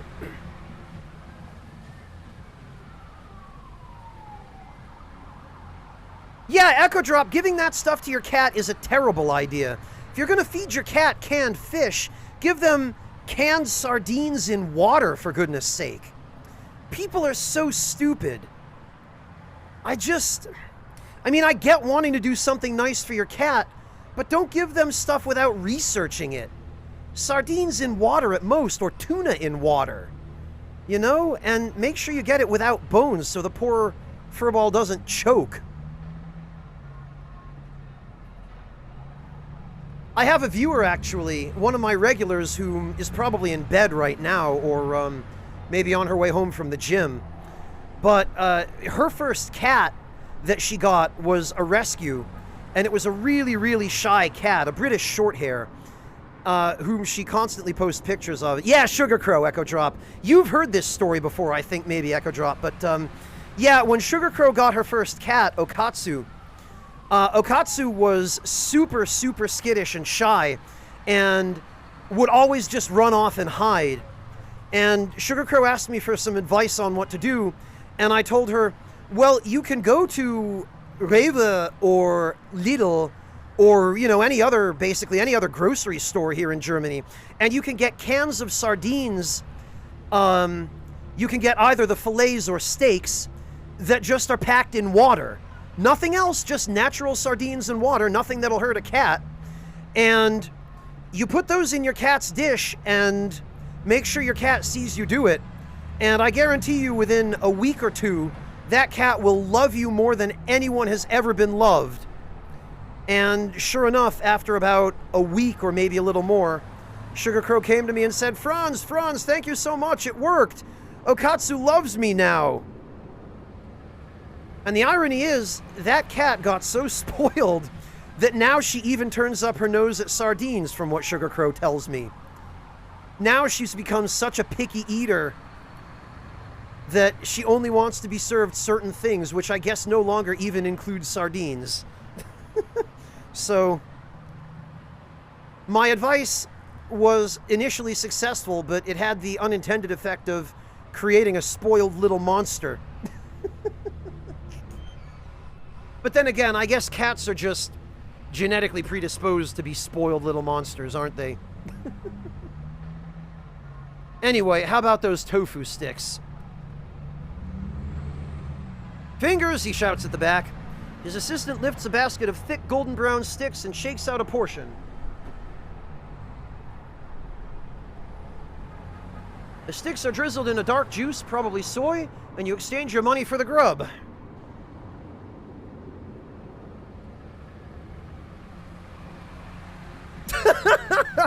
Yeah, because he's a dog. Of course he can tell the difference, Echo Drop.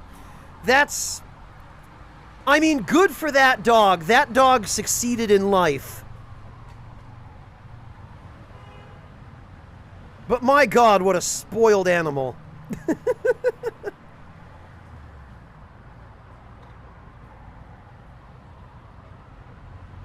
That's the problem with spoiling a dog, is they've got such a good sense of smell. They know when you're trying to bullshit them with the cheap stuff after you've gotten them accustomed to expensive meat.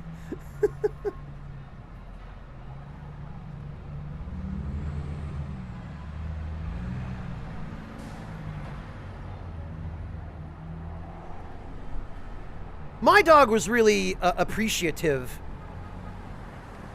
He would never turn up his nose at pretty much anything we offered him, although we always were careful to offer him stuff that we knew was safe for him to eat. But eventually, when he got older, my mother started feeding him a special diet that she found out about, I guess, from a... Much obliged. Oh, Tyrannex, thank you so much for the resub. Welcome back. Really appreciate that. My mother started feeding our dog a special diet that she found out about from a vet that we were taking him to. It was made from, like, ground hamburger, and then it had a bunch of different other things in it for vitamins. Like, she would add canned pumpkin to it, and I think some other, like, canned mashed vegetables. And she would grind up some eggshells for calcium and add that as well.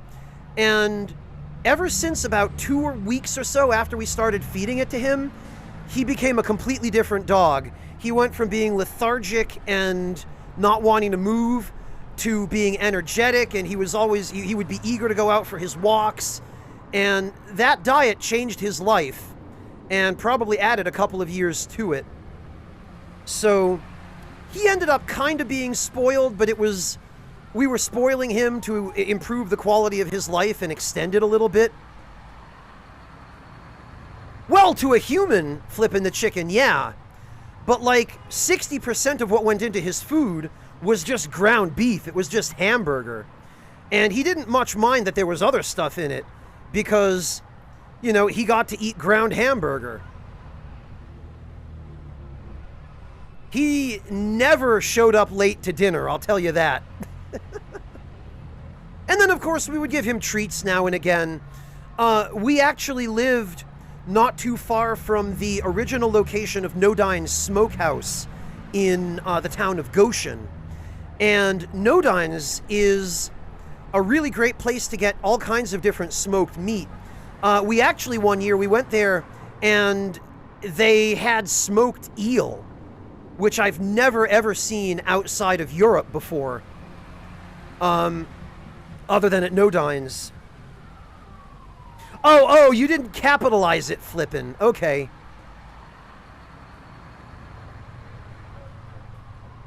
But yes, exactly, biologically appropriate raw food. We did a lot of research on that diet for him, flippin'. We got second opinions on it and looked all over the place for advice, and everything we found indicated that, yes, this is a good diet to feed your dog. And our dog certainly agreed. I'll have to find a picture of him somewhere that I can show chat sometime. He really was a very handsome dog. And certainly the best behaved and kindest and friendliest and sweetest dog I ever knew. We got very lucky rescuing that dog. Anyway, a crispy, salty, sour shell gives way to a softer, more flavor-neutral center. Yeah, that's fried tofu for you. It's a pleasant sensation, the initial flavor and crunch. However, the plate is gone almost too soon, and you're left feeling about as satisfied as if you'd eaten the equivalent volume of cheese puffs. At least, this was healthier.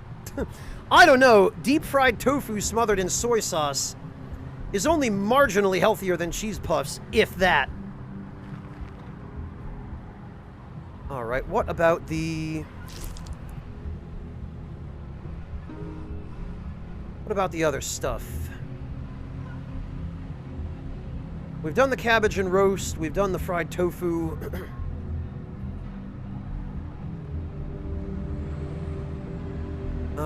Shaved meat and sprouts. Oh! Döner too! He shouts to the back. They're actually serving döner kebab. I should have expected that. Because this is roughly equivalent to the sort of filling you would get. So, for anybody who's wondering what we're talking about,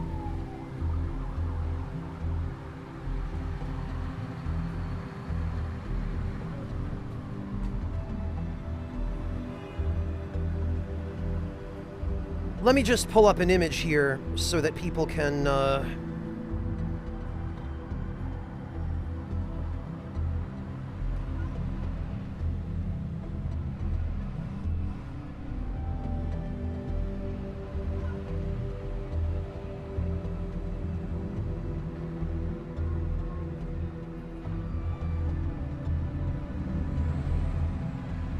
Okay, so...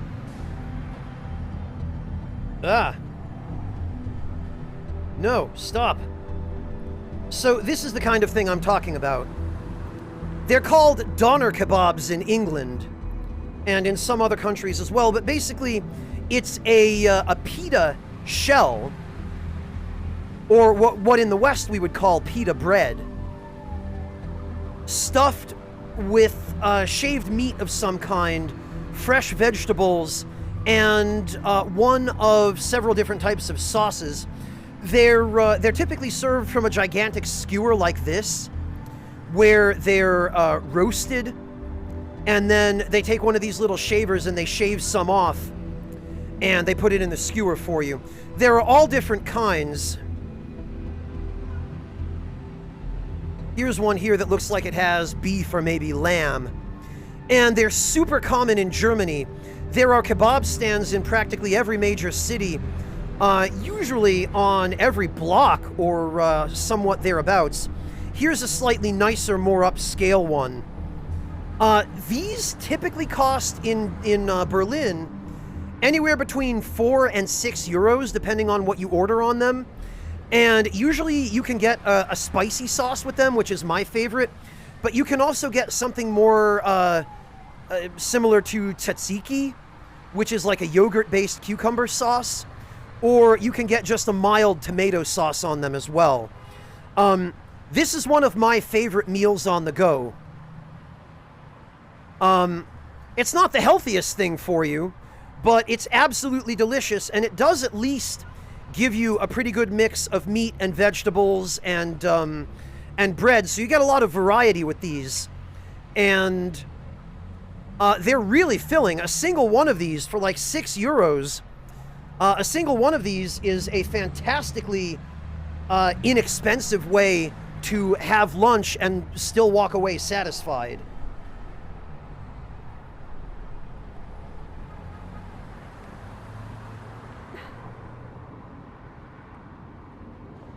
Echo Drop, I feel your pain, genuinely. I really and truly do. Well, yeah, Gorgelon, that's what they're used for in Germany, is the kebab shops and stands that do the most business are the ones that are clever enough to set up in a neighborhood where there are bars and clubs. Because the first thing that people in Germany tend to want when they get out of a bar at 2 a.m. and they're drunk off their asses and they're looking for some hangover food is a doner kebab. And those are usually the first places that these people will go when the bars start closing and kicking everybody out, is they'll go to a kebab shop and they'll order like 2 of these. And then they'll stumble home, or they'll get carried home by their friends. Or they'll just pass out in the freaking street like a bunch of animals.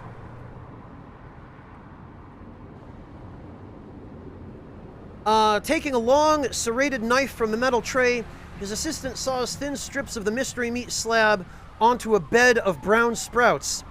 Sauce, the vendor says, grabbing the plate. You choose both the white and red sauces because, hey, free calories. Then you pay the man. Ugh, mixing the white and red sauces is heresy. Never do it, it's terrible.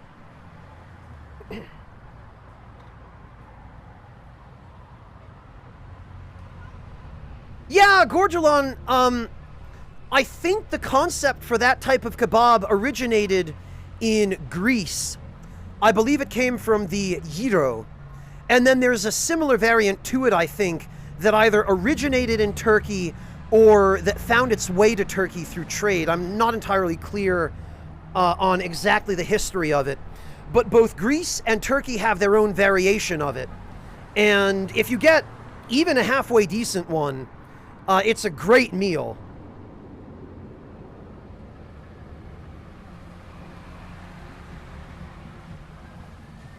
The meat has a powerful, mostly pleasant taste.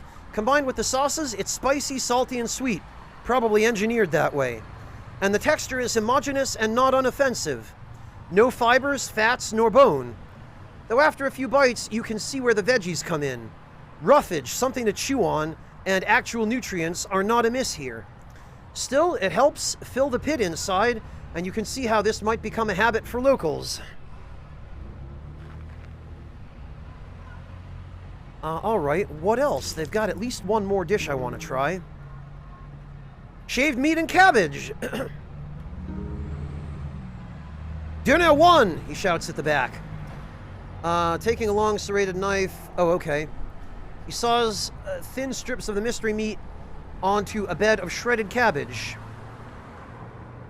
Oh, and once again, we get both the white and red sauces. Ugh. The thing is, Echo Drop, the white sauce is yogurt-based, usually, and the red sauce is tomato-based.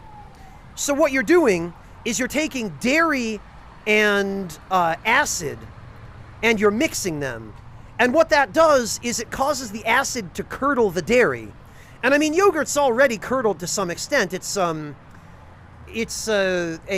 fermented product, but it just, ugh. It creates such an off combination of flavors.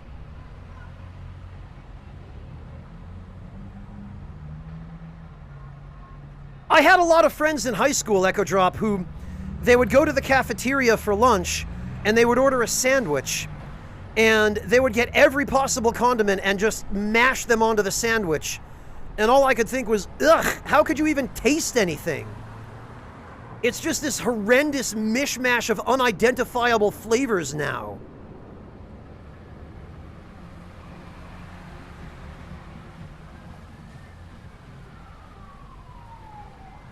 Yeah, fresh cream, Echo Drop. And burrata, for that matter. Usually burrata is served in a pomodoro. But the kind of sauce they use for kebabs, specifically, the yogurt-based and the tomato-based sauces for kebabs, ugh, I can't. It's like going to the cafeteria and mixing mustard, ketchup, and mayonnaise. Ugh. No thanks. The meat has a powerful, mostly pleasant taste. Oh, this is basically the same description. Yeah, okay, it is the same description. Well, check out the C-store, check out the crowd. Leave the apartments, head toward Tower 48, okay. Let's check out the crowd. Yeah, McBonely, again, that is awful. Awful. Nah, Asherite, I just like being able to tell what a flavor is. I like knowing what I'm eating. Hey, Jalapeno! The sidewalk is vibrating with bass as you approach, and the scene begins to make a bit more sense.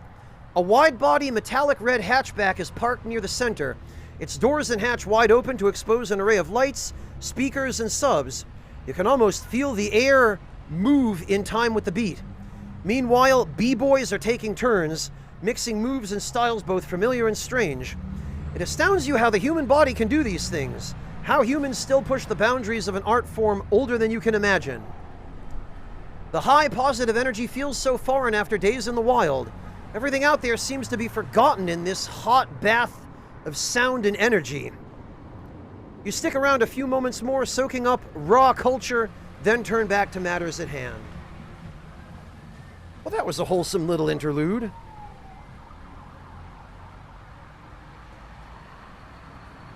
Echo Drop, I don't necessarily hate burger sauce. It depends what it is. I hate aiolis.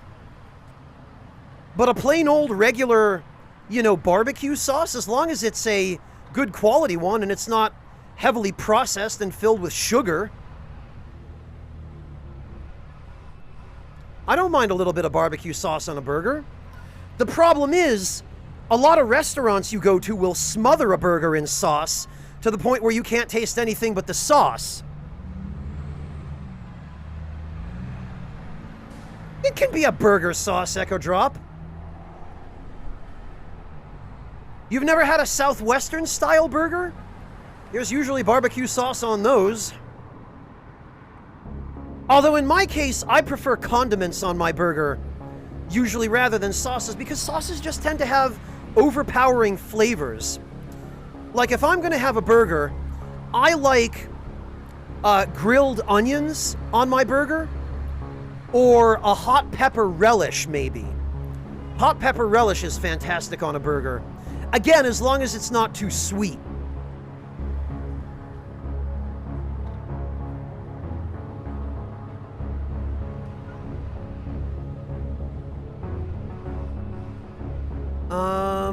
What's a C-store? In major towers like this, you'll often find... Oh, it's a convenience store. You'll often find a convenience store on ground level. Like what one would find at a gas station, it's filled with things that work in an emergency, but nothing for which you dedicate a visit. The cramped space is filled with bottled drinks, junk foods, over-the-counter drugs, and impulse buys. Ooh, it's actually a shop. Oh, of course. Exactly what I would expect to find at a convenience store. Twinkies, canned soup, alcohol, jelly bears, lighters, and cornucola and bottled water.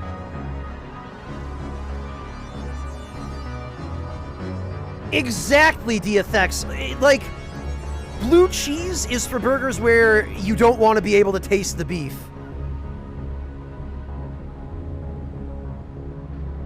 Yeah, Asherite, that's why I only like it occasionally and in moderation.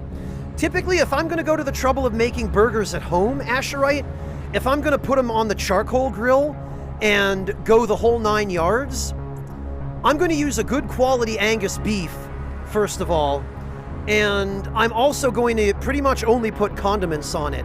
Lettuce, tomatoes, onions, grilled onions usually, if not always. And again, some hot pepper relish or maybe a little bit of hot sauce.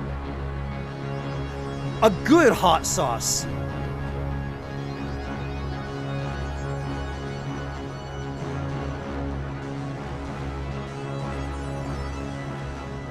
Yeah, Echo Drop, you'd need a fairly gamey... You know what, Echo Drop? A venison burger, or like a wild boar burger, would probably stand up very well to something like blue cheese.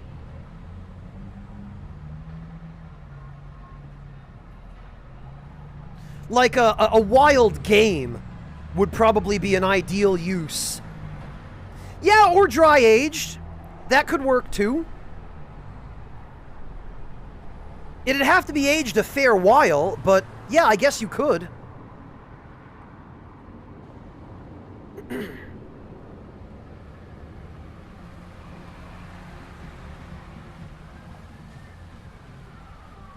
Oh, okay, and Cavilo painkillers. How about that?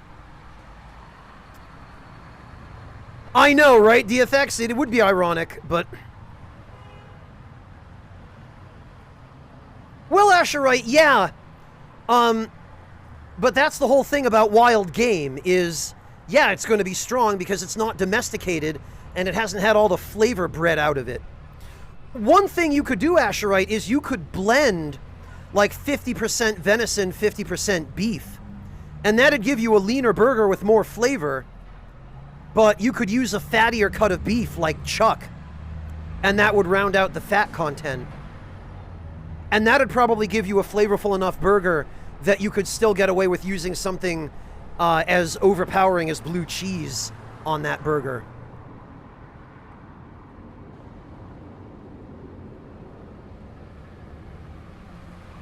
You cannot sell items here. Damn.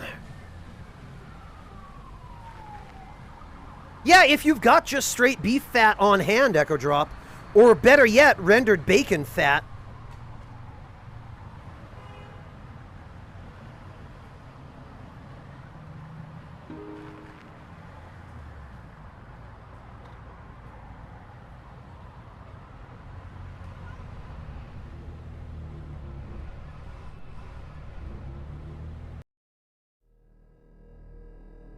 Yeah, that's true too, Echo Drop. Alright, let's go track down this Cale McAllen fellow. Judging by the signage, Tower 48 is a few rows south of here. You strike off in that direction, weaving your way through the complex network of buildings, people, and detritus. Deep in the center of the block, you find number 48. The thing is easily 40 stories high, and like all the towers here, has an X-shaped cross-section.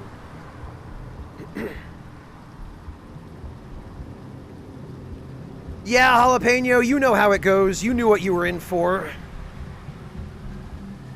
And also, like all the other towers, there's a secure entryway. Some sort of card lock, likely to keep troublemakers like you out. And judging by the dents and marks all over the frame and glass, it's done its job handily over the years. Leave, look for another way in, jam the main door, wait for somebody to use the door, look for another way in. Ignoring the main door for a moment, you look around the area to see what your options are. There's a fire exit at the end of each wing, but those are likely alarmed. Probably locked too, so no easier. You do notice, however, that there's a makeshift pedway that some enterprising tenants slapped together. It runs from an adjoining tower to number 48 into a room's window.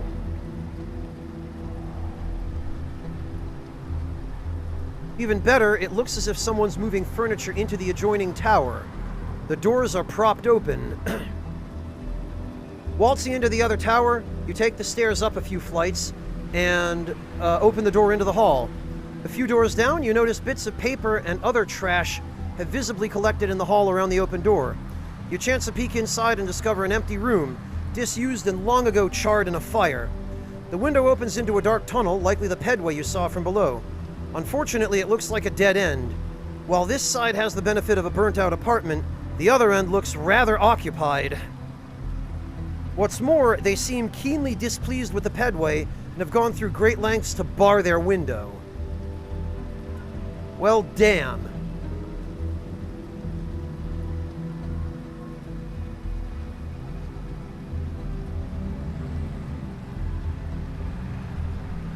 Wait for somebody to use the door,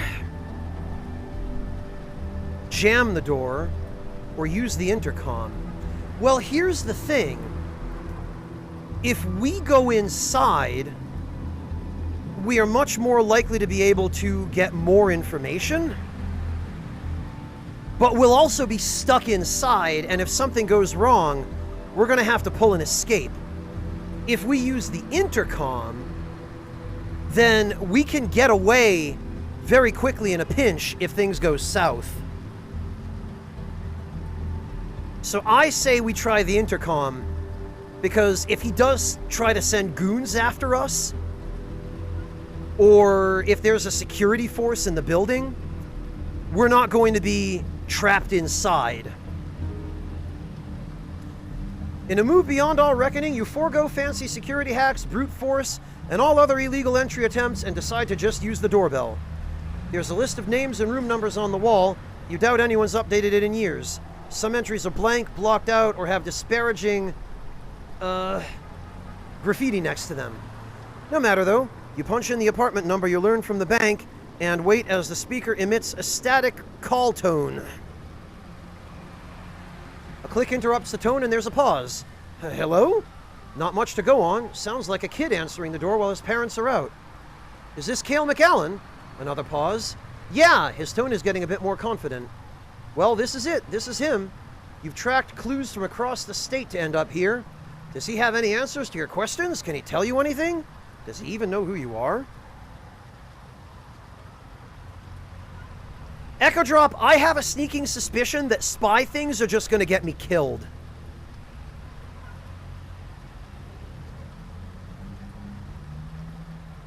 Mention the bank account link. I think we have a bank account in common. That elicits a snicker. Yeah, that figures. His tone is more cynical now, more driven. You know, thank you, Mr. Kindred. Something's clicked inside him. You have no idea. No, really. Thank you.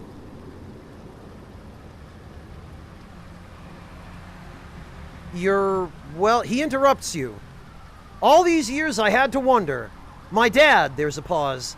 God, do you have any idea? I mean, do you have any idea how messed up things were? This isn't going well. No, it's good that you showed up. It's good because now I know you're just an asshole. He takes the time to sound out that last bit. His breath catches. Why my father, huh? Why'd you have to pick him? Why not some other loser on the deep web? Your fucking little drama. He's losing it. Why are you even still alive? Why couldn't you just, fucking disappear like your asshole friend up in Grayling? Whoa, that's news. Grayling? Actually, he's suddenly driven. Actually, yeah, you know what? He's moving. It sounds like he's across the room. It's unintelligible over the city, but he comes back. Exactly what you need. You hear that? You hear that, huh, asshole? There's some beeping. Sounds like he's dialing. Another pause. Yeah, Cale McAllen. This isn't good. Police. It might be time to go here. There's a man outside my apartment building. Yeah, maybe we'll just leave. Maybe we'll just leave.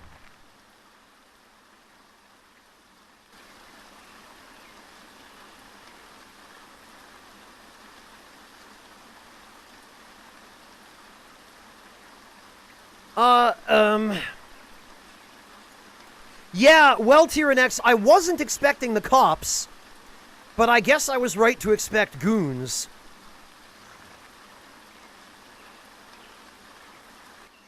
Maybe Hatter has something for us. You cross the muddy street towards the old flop house. See if Hatter has any work for you. You step off the familiar lift, and Hatter turns to look at you, finishing his conversation. Private call with a client, boys, Hatter says to his hired guns. Don't worry, if this one kills me, your pensions are nil either way. He circles behind his desk. When the guards shut the door behind them, he says, we have to talk. Some people have reached out to me. Some very powerful, very dangerous people who made it abundantly clear that I'm to tread lightly with this, hence the privacy. I can't tell you too many details, not until I know you're taking it on.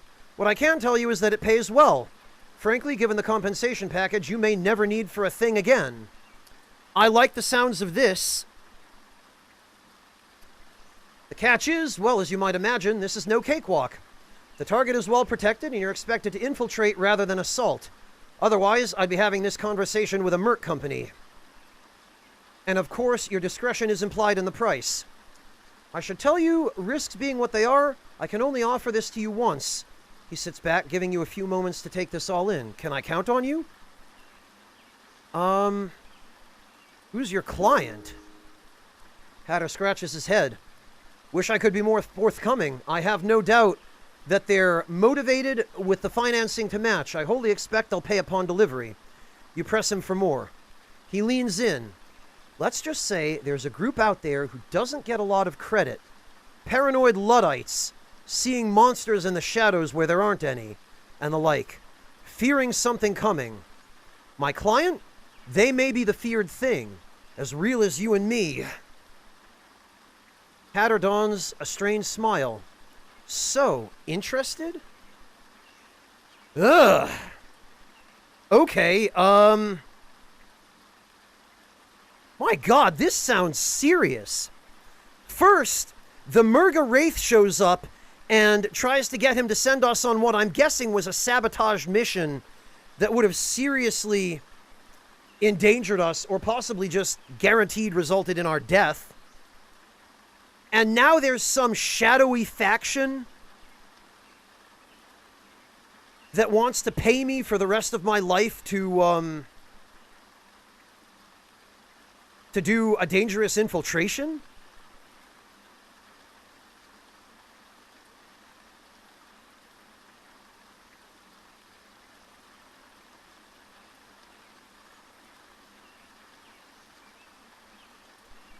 Huh.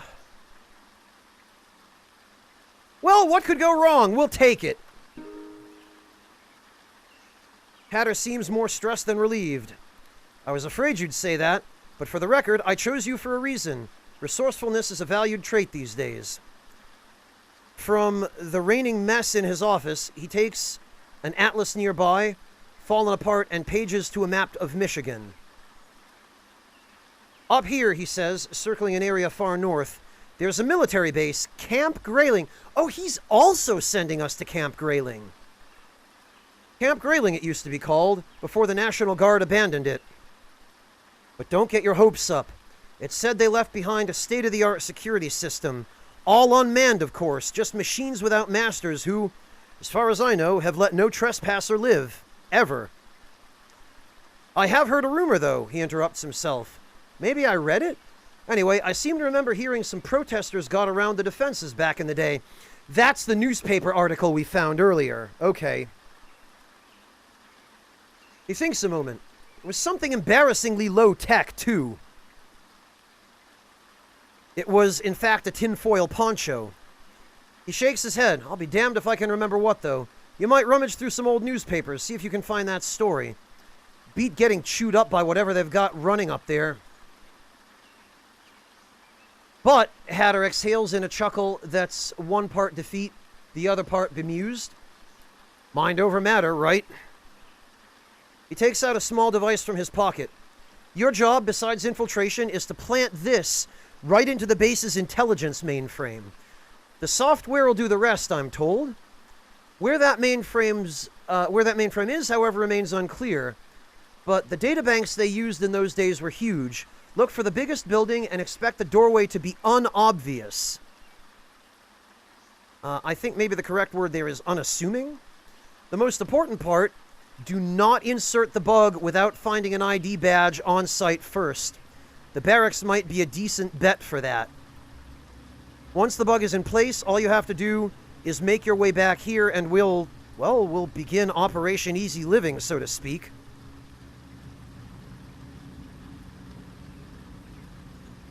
Okay.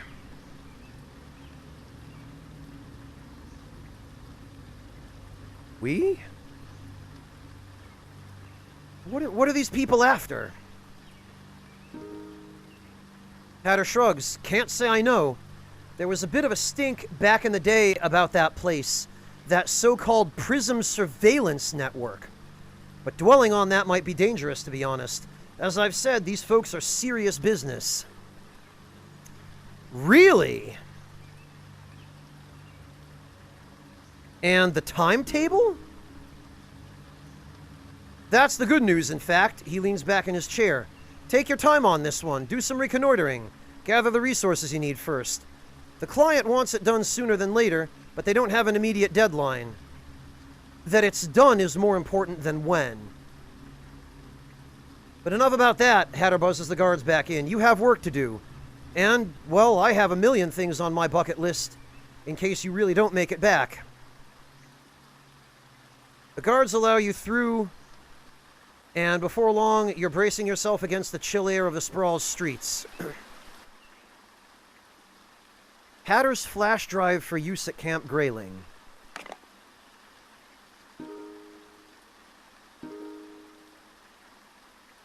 Hatter's on important business right now and isn't expected back soon. Okay.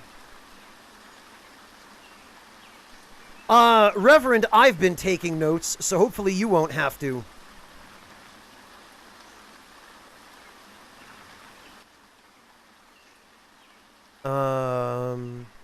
Oh, okay, this is the same stuff.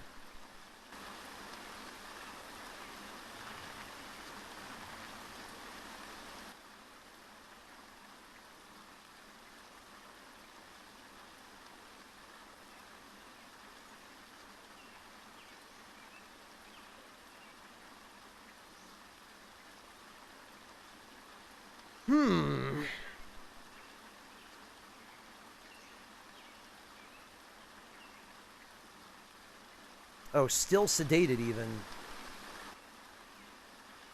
Alright, well, let's take a quick nap then.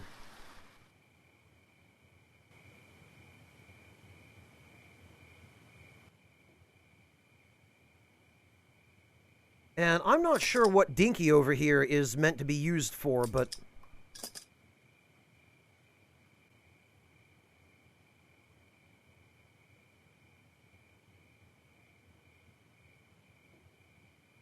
maybe we find a place for him.